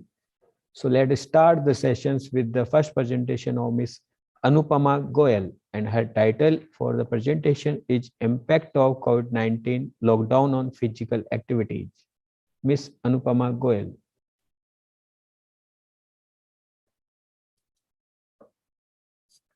Actually, I shared my pre-recorded video with you all. I am sharing my PowerPoint presentation at present. Let's see. Yes, ma'am, you can present your live presentation.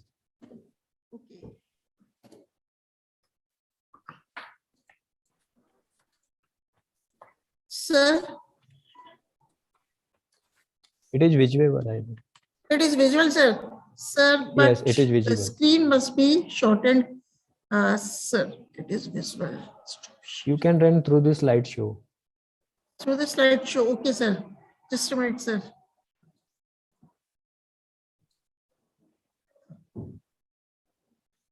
Sir, well, the topic of my presentation is, sir, the impact of coronavirus disease, COVID-19 lockdown on physical activity and energy expenditure among physiotherapy professionals and students using web-based open e-survey sent through WhatsApp, Facebook, and Instagram Messenger. I am Dr. Anupama Goyal, presenting my paper as Associate Professor in Botany in Miami Girls College.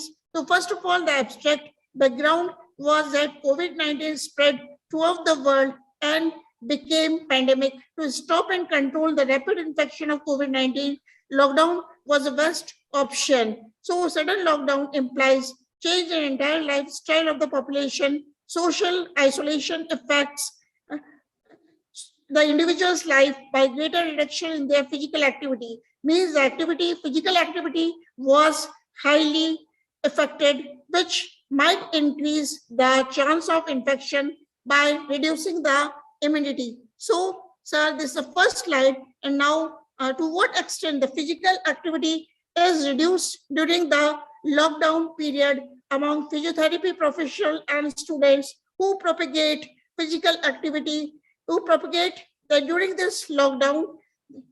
So, to what extent the physical activity is reduced during this lockdown period among physiotherapy professionals and students who propagate that physical activity is not known. Hence, we aim to evaluate the impact of the COVID-19 lockdown,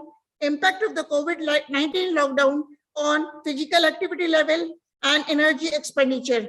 So the materials and methods which were used, 143 volunteered physiotherapy professionals and students participated in web-based open e-survey. The survey was carried out by sending the Google Forms link for International Physical Activity Questionnaire short form and through social networking sites using Google Forms to gather the amount of physical activity before the lockdown and during the COVID-19 lockdown period. Means what was the effect on physical activity before the lockdown and what was the effect on physical activity after the lockdown period. So the conclusion is significant reduction in self-report physical activity and energy expenditure levels were observed among the physiotherapy professionals. Then the introduction, novel coronavirus is a global epidemic and 2020 is the infectious year worldwide because of the outbreak of this viral respiratory disease. So due to the continuing speed of COVID-19, the Indian government announces lockdown to prevent individuals from exposure to infection of COVID-19. Due to the lockdown, limiting outdoor activities and regular physical activity and exercises will affect the daily activities of the individuals. Studies reported that staying home at the prolonged time might lead to sedentary behaviors such as spending more time on sitting activities, playing games, watching television, decreasing regular outdoor activity, and exercises leads to an increased risk of chronic health infections. So in the absence of protective vaccination, social distancing strategy or lockdown strategy was used by the government, implementing travel bans, closing the crowded public places and schools or colleges. The applicability of lockdown due to COVID-19 it not only affects the people's mental health, but also affects their physical health. So now the ethical statement slide I'm sharing with you. So first of all, the methods were sample and design which were used by this. So survey development, I first moved to survey development. So this is a series of questionnaires were created for the survey based on international physical activity questionnaire short form for young and middle-aged adults. The survey contained 3 sections. The first section included a series of demographic questions. The second section of survey comprised of physical activity before the lockdown period, and the third section of survey comprised of physical activity during the lockdown period. So the demographic related questions included in the survey were age, weight, gender, and subjective statements, which includes fear regarding COVID-19 and reduction of physical activity due to COVID-19 lockdown period. And now estimating physical activity level based on IPAQ SF. The physical activity was classified into 4 categories: vigorous activity, moderate activity, walking, and sitting. From the time spent in minutes for each of the above physical activity, utilized MET for the particular physical activity was estimated by multiplying MET with the time spent. So I conclude now my about 48% of the physical activity and 49% energy expenditure were decreased in physiotherapy professionals and students during the lockdown period when compared to there before the lockdown period.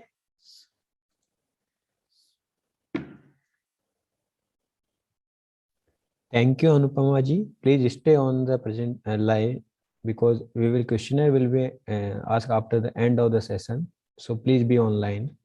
Sir, I'm online, but please, I'm sorry. I'm working as professor, as assistant professor, associate professor, but in Maharani Girls College. So my buses are going. This is the time for the bus. Can I leave now? I'm sorry.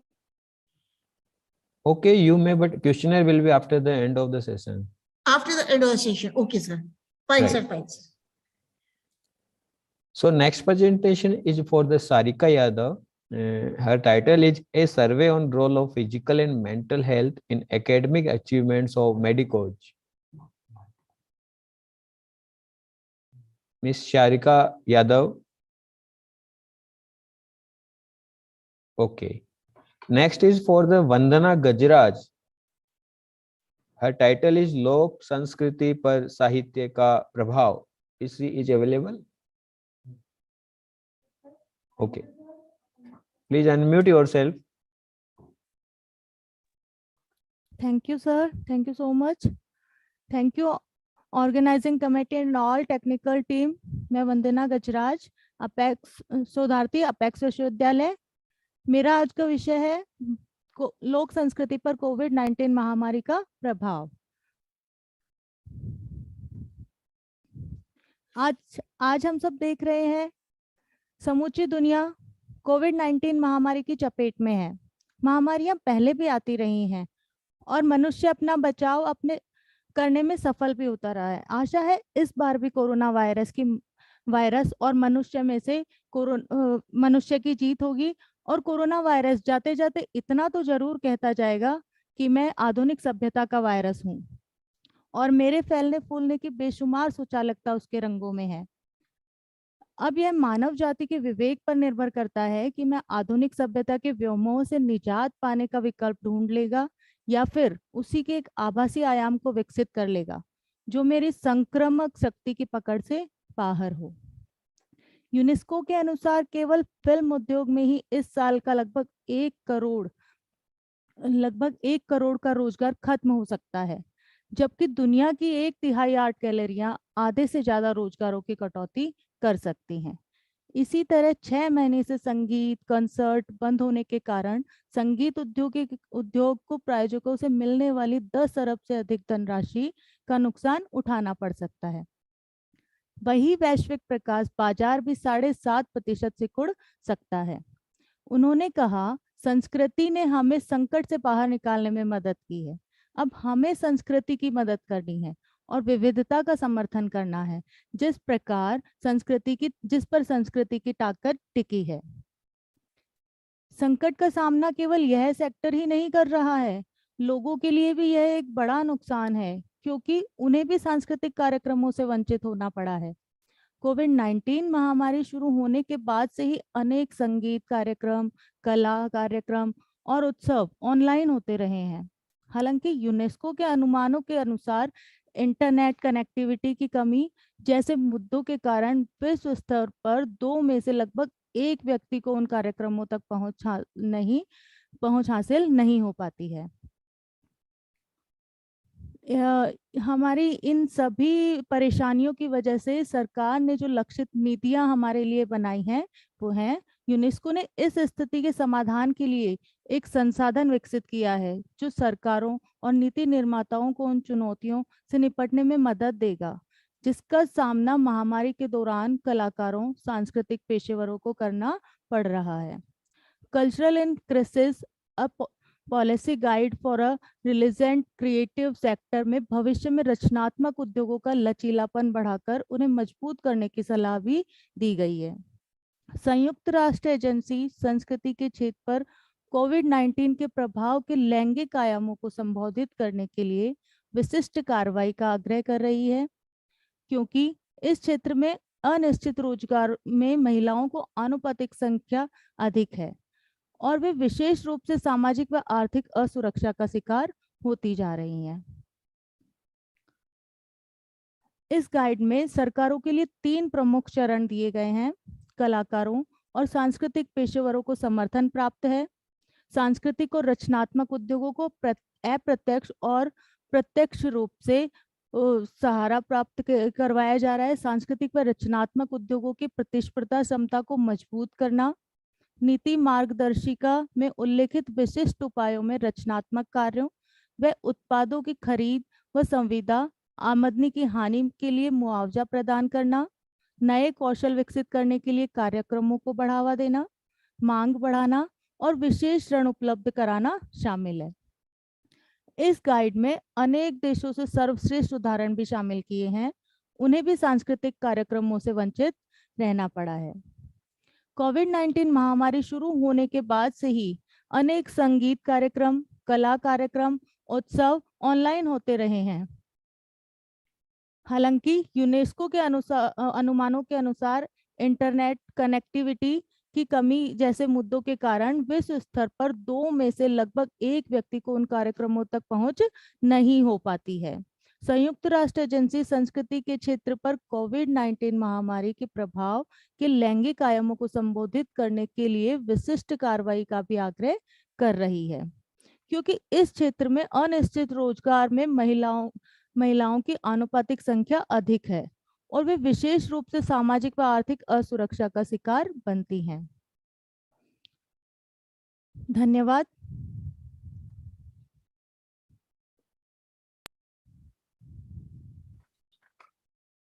Thank you, Vandana Gajraj. So next presentation is for the Sarita Sharma, and her title is शिक्षा में सुंदर के लिए नवाचार में शिक्षा. Is she available? Okay. So move for the next presenter. Next one is Neha Singh.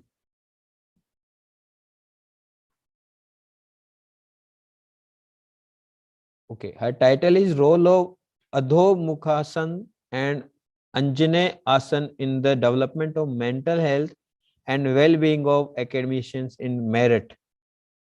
A case study, I think so.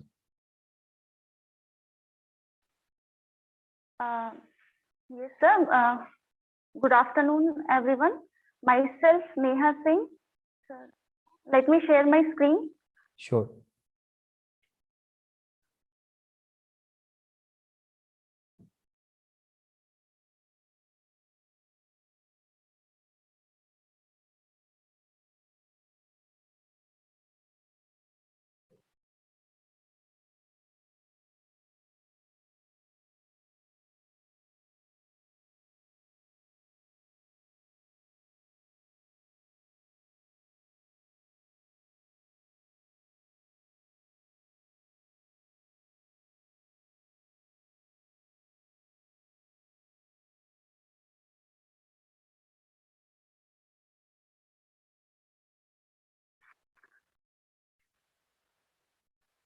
Is it visible?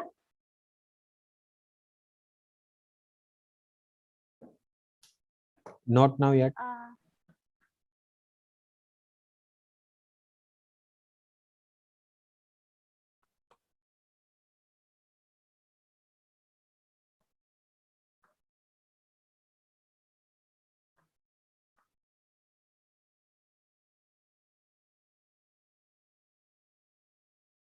Wait a minute, sir.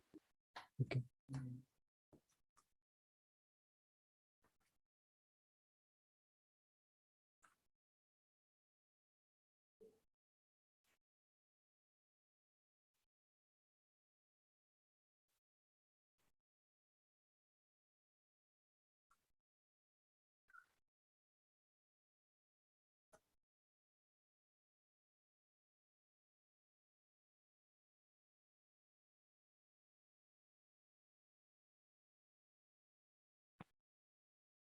Is it visible now? नहीं. Actually, I'm having a problem in sharing. Okay. आप बिना PPT के भी बोल सकते हैं.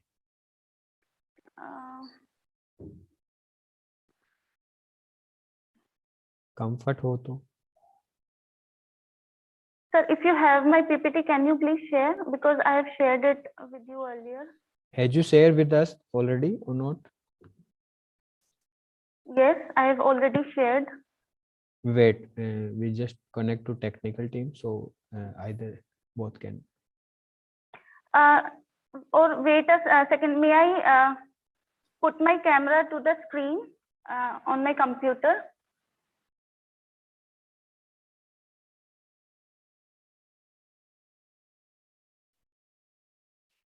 Oh no.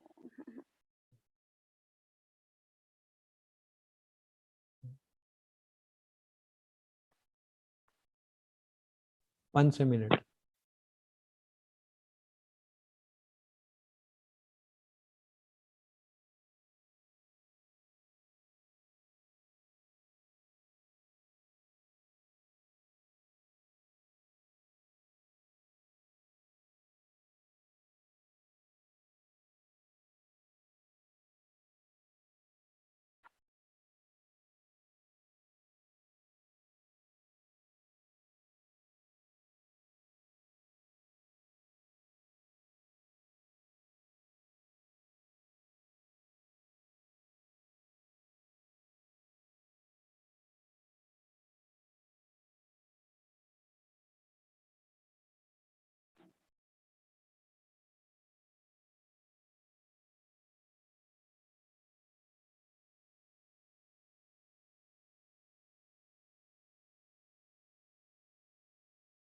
Still not visible, sir?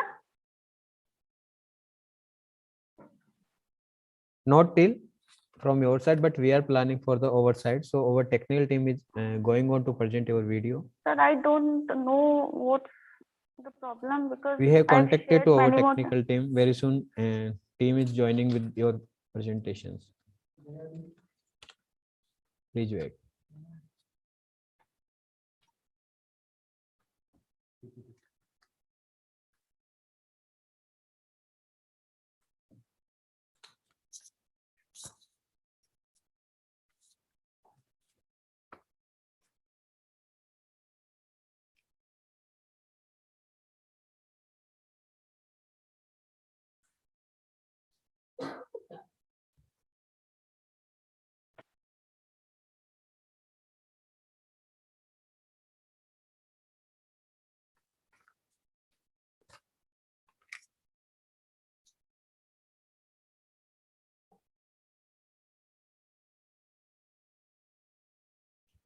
Yes, Neha Singh, is it visible for you?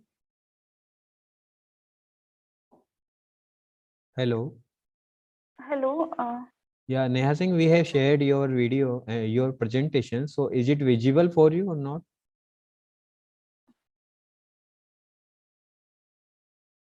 Sir, not visible. Yes, yes, sir. Now it is visible. Now it is visible, right? So you can present with this side. Yes, yes, yes, sir. Okay, fine, sir. So may I start, sir? Yeah, you can. So myself, Neha Singh, PhD research scholar from Department of Fashion and Textile Design.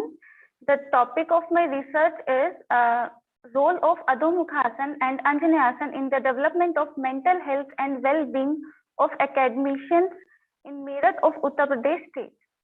So first of all, we need to know what is yoga.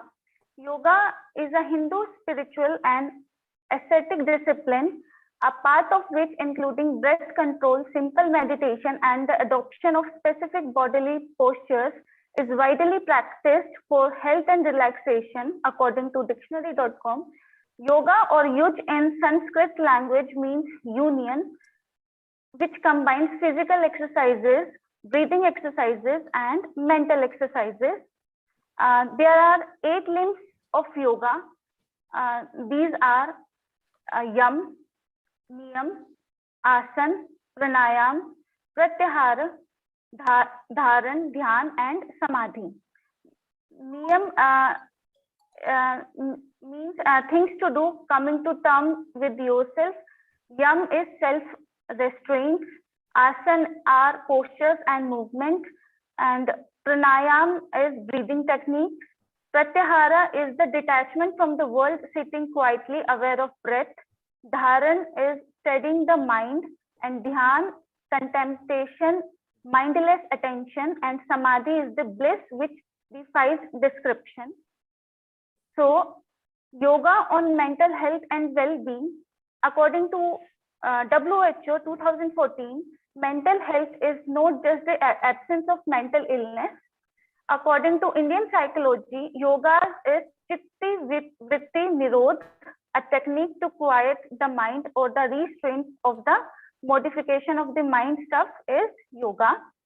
There are many benefits of yoga. They can be classified as physical benefits, mental benefits, and spiritual benefits. The physical benefits of yoga are to create a toned, flexible, and strong body, to improve posture, to improve energy level, to help maintain a balanced metabolism, to enhance functioning of respiratory, digestive, endocrine, reproductive, and elimination system, to reduce blood pressure, to improve efficiency of lungs, to enhance and to promote cardiovascular and circulatory health, to relieve pain, to improve athletic performances, and to improve balance. And as far as the mental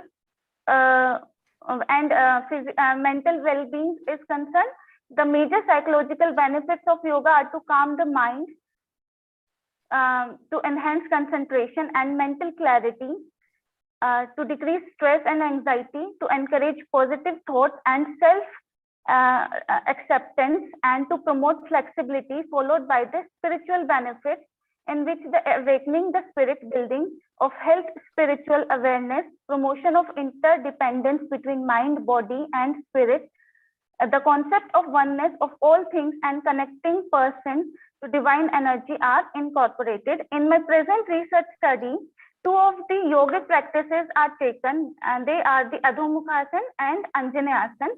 Adhomukhasan is component of the Surya Namaskar cycle. In many types of yoga, it serves as a transitional latent pose and is often one of the first poses someone new to yoga learners. Anjaneyasan is referred to in English as semicircular moon pose when the hands are lifted, or as low lunge pose when the hands are on the floor.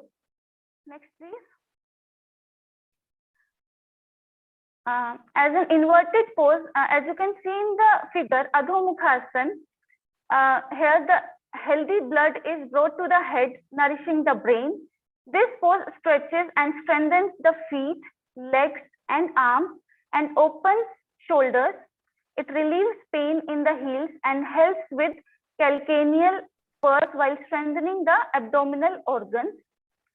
Next. And as you can see in the figure, it is Anjaneyasan. It is a yoga asana named after Anjani, the mother of Hindu god Hanuman. Anjaneyasan improves balance, consistency, and focus. It also opens the hips and stretches the quadriceps. As a heart opener, it also benefits the anahata, heart chakra. Stimulating the heart chakra helps to improve balance, calmness, and tranquility. Next, please. So the methods and materials used in the studies are 120 academicians were randomly selected from 3 of the institutions of Swami Vivekananda Subharti Universities. They are first Subharti College of Fine Arts and Fashion Design, second Subharti College of Management and Commerce, Meerut, third Subharti College of Education and Physical Education, Meerut. They were given the training as per the 2 groups were formed, low and high group, and they were given 6 weeks of training for the Anjaneyasana and Adhomukhasana. Next, please. So the objectives of the study are, I have taken 2 objectives. First one is to study the effect of Adhomukhasana and Anjaneyasana on mental health of academicians in Meerut district of Uttar Pradesh state, and the second one is to study the effect of Adhomukhasana and Anjaneyasana on well-being of academicians in Meerut. Next. So I've taken 2 hypotheses for my study. 2 null hypotheses. First one is there will be no significant effect of Adhomukhasana and Anjaneyasana on mental health of academicians in Meerut district of Uttar Pradesh state. And the second one is there will be no significant effect of Adhomukhasana and Anjaneyasana on well-being of academicians in Meerut district of Uttar Pradesh state. And the statistical technique used for my study is ANOVA to find the significant improvement in the selected variables by both the groups. Next, please.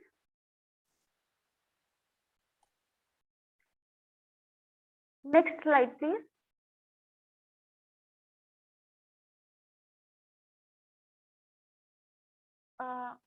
So please come on to analysis and interpretation. Yes. So for my first hypothesis, which said there will be no significant effect of Adhomukhasana and Anjaneyasana. To study the effect of Adhomukhasana and Anjaneyasana on mental health of academicians, 2 groups were formed, that is high and low Adhomukhasana on the basis of mean value. To know the effect of Anjaneyasana also, 2 groups were formed, high and low.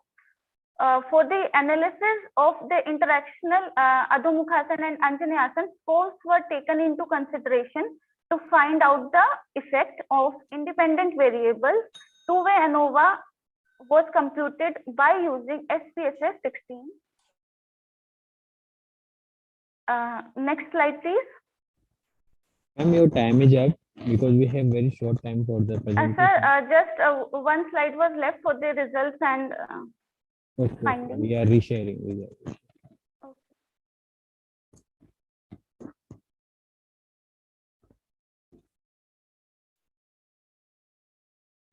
Next.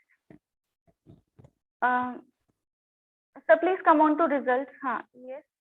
So the F value came to be more than 0.05 for the main effect of Adhomukhasana, which was found significant on mental health. And academicians who have done high level of Adhomukhasana have better mental health. And in case of Anjaneyasana, the main effect of Anjaneyasana was found not significant on mental health.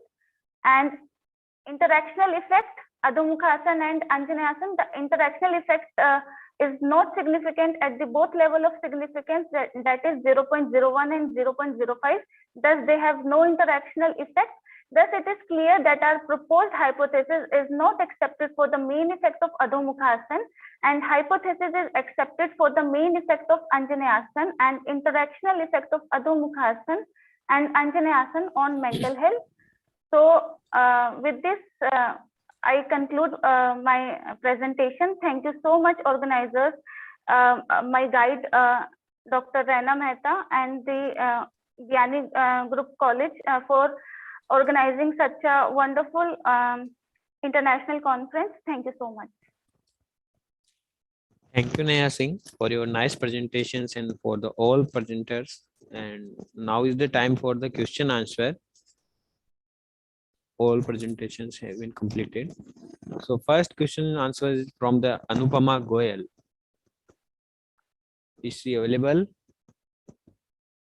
Okay. Move for the next presenter, Vandana Gajraj.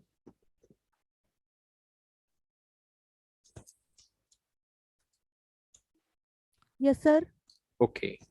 So Vandana Gajraj, just tell that आपके अनुसार पाश्चात्य संस्कृति और आधुनिक संस्कृति में से कौन से ऐसे कैरेक्टर स्पेसिफिक है जिनसे कोविड-19 जैसे पैंडेमिक से हम उभर सकते हैं या निकल सकते हैं? देखिए सर, आज के टाइम में मतलब पाश्चात्य संस्कृति को ले तो जो मतलब जो लोक संस्कृति है, जो नाचना गाना और जो कार्यक्रम होते आ रहे हैं, वो कोविड-19 की वजह से बिल्कुल मतलब खत्म से होते जा रहे हैं। हमें ऑनलाइन और इस तरह का सहारा लेना पड़ रहा है और वो भी सभी को सामने हासिल नहीं हो पा रहा है। और पाश्चात्य संस्कृति जैसे कि हम लोग आजकल वैसे ही कम होते जा रहे हैं ये सारा सब कुछ, तो हम चाहेंगे कि कोविड-19 को कम करते हुए मतलब हम कोशिश करें कि हम अपनी संस्कृति को ज़्यादा से ज़्यादा आगे बढ़ाएं, संस्कृति की रक्षा करें, जिससे कि हम अपने सभी कार्यक्रमों को अच्छे से दोहरा सके और इसी से हमारी मेंटल और फिजिकल हेल्थ भी अच्छी रहेगी।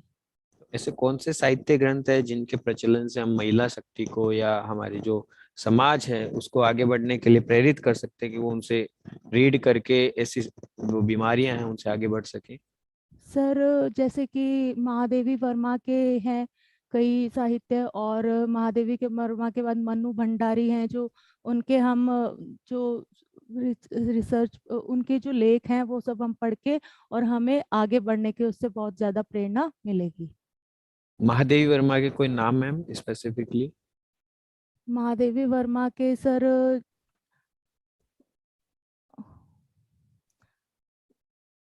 महादेवी वर्मा का हम जैसे पढ़ सकते हैं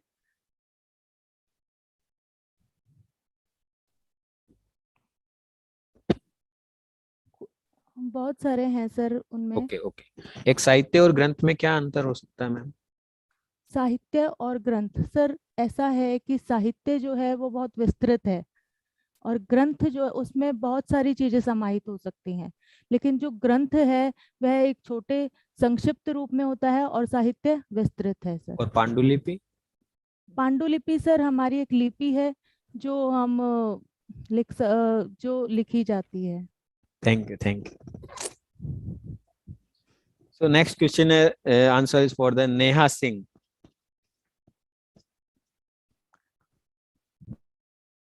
Neha Singh available? Please unmute yourself. Yes, sir. Yes. So Neha Singh, आप बताएं, out of all 7 types of yogas which have you used, so which was the easy for the adapt for the COVID-19 patients? Actually, each and every, all the 8 limbs are important in one's life, but because they are the guide for leading a happy and well-being life without any illness or disease. So I think as far as I know, we should be following pranayam, which are the breathing exercises, and we have to do proper meditation, that is dhyan, and dharan is the focus. Asan are the postures and exercises. So after COVID-19, one has to follow all 8 limbs. Niyam is what to do on a regular basis. So these are the niyam of life, the 8 limbs of yoga. And in your study, out of which one you have used Adho Mukhasan and Anjane Asan, which was the most of the implementable by the COVID-19 patients? Adho Mukhasan has found a significant effect on the samples which I have taken for my studies, that are the academicians.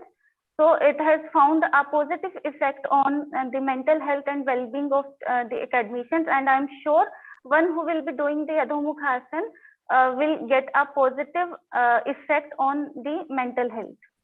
Okay. And apart from the asana, any other recommendations from your side to pursue their in life, a routine life to reduce the stress? Because the leading generations are most of have the stress in their life. That's why we are asking that which one is the best for the reducing the stress? For me, the best way to reduce stress is doing Surya Namaskar, because these both posture can be related to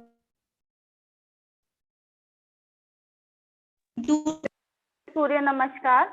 They can be free from the illness and all the mental or the stress level that one is facing in their life. Okay, thank you. Nicely presented. Thank you so much, sir. Thank you.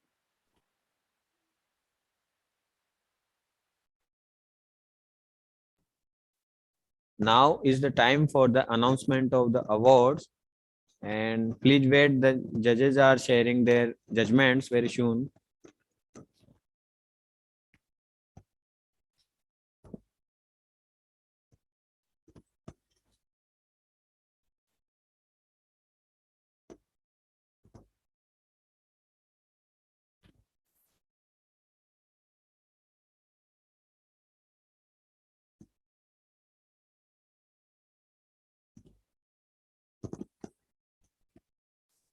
So in awards, first the runner-up prize goes to Vandana Gajraj. Thank you, sir. Thank you so much. Okay. And congratulations, Vandana. Again. Thank you, sir. Thank you. And the first prize goes to Neha Singh. That is the winning prize. Thank you so much, sir. Thank you so much. Thank you, Neha. Congratulations, Neha, for your nice presentations and winning the Thank award. you so much. Thank you. And now I make over the my sessions to the moderator. So please, moderator. Thank you, Dr. Vishnu Sharma, sir, for chairing this session so well. And I congratulate all the winners for your good future and good luck. Now, I would like to invite Dr. Amita Adhikari, ma'am, to conclude this session with her valuable remarks. Dr. Amita Adhikari is working as Vice Principal at Biani Institute of Physical Education.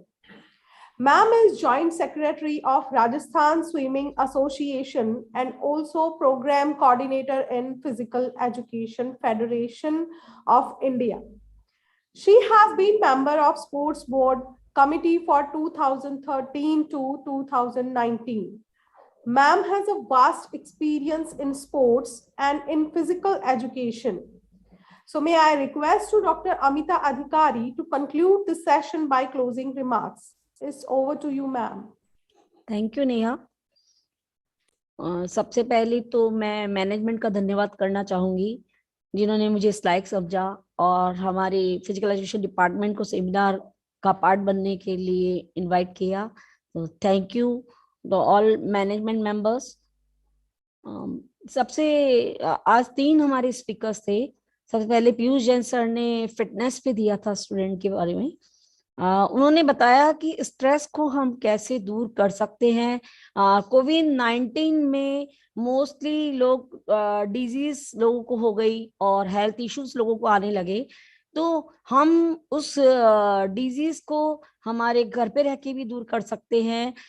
इसके लिए main उन्होंने बताया कि हम घर पे fitness का ध्यान दें, अपने घर पे रह के म्यूजिक और डांस के थ्रू भी हम स्ट्रेस को दूर कर सकते हैं. और योग क्लासेस को ऑनलाइन ज्वाइन करके हम योगा के द्वारा भी स्ट्रेस को दूर कर सकते हैं.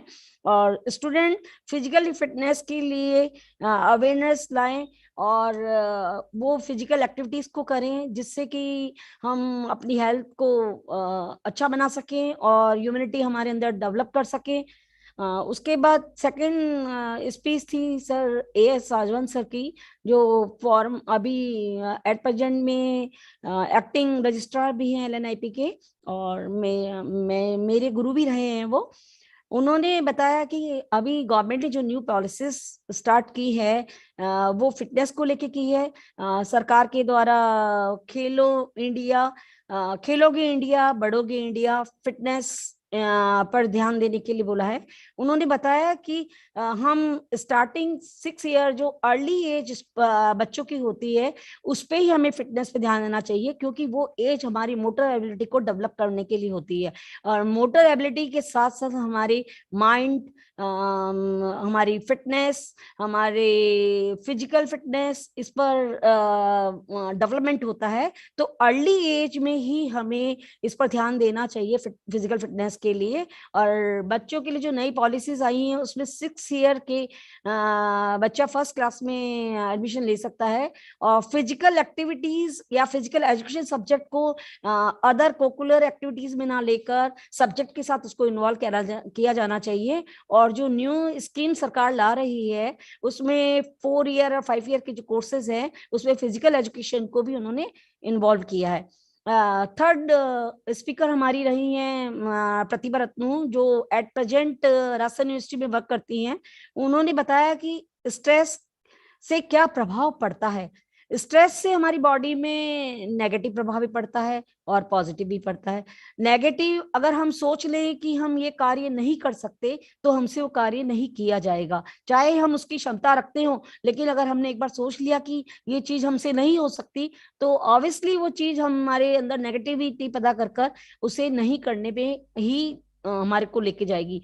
लेकिन अगर हम पॉजिटिव सोच लें कि हमें ये गोल हम कर सकते हैं, या हमारे ये ध्येय है ये हम अपना आसानी से पूरा कर सकते हैं, तो हमें जरूर अवश्य सफलता प्राप्त होती है। तो सबसे पहले तो मैं तीनों स्पीकर्स को धन्यवाद देना चाहूंगी। आपने बहुत कम समय में मेरी थोड़े से टाइम के इन्विटेशन में आप लोगों ने एक्सेप्ट किया और आपने अपना प्रेजेंटेशन दिया, जो हमारे लिए बहुत फ्रूटफुल रहा। आप सभी का धन्यवाद। An investment in knowledge always pay the best interest. By the BICON 2021, now I think the best of information and knowledge is spreading all the world. For this, I would like to say thank you our all dignitaries, Dr. Manish Bihani sir, Dr. Rajiv Bihani sir, Professor Sanjay Bihani sir, and all the organizing committee members and the technical team who have done a great job for making this event so successful and enthusiastic. I just want to say, तोड़ना है हर पिंजरा मेरी उड़ान अभी बाकी है, तोड़ना है हर पिंजरा मेरी उड़ान अभी बाकी है, मंजिलें जमी भर नहीं आसमां अभी बाकी है, आसमां अभी बाकी है। Thank you to all.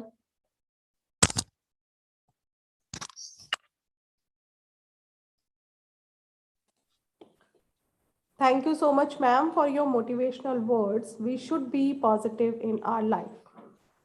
At last, आइए चले अंधकार से प्रकाश की ओर, पृथ्वी से आकाश की ओर, एक प्रयास अज्ञान से ज्ञान की ओर. By these words, I wish you very good luck. Stay happy and healthy. Thank you so much.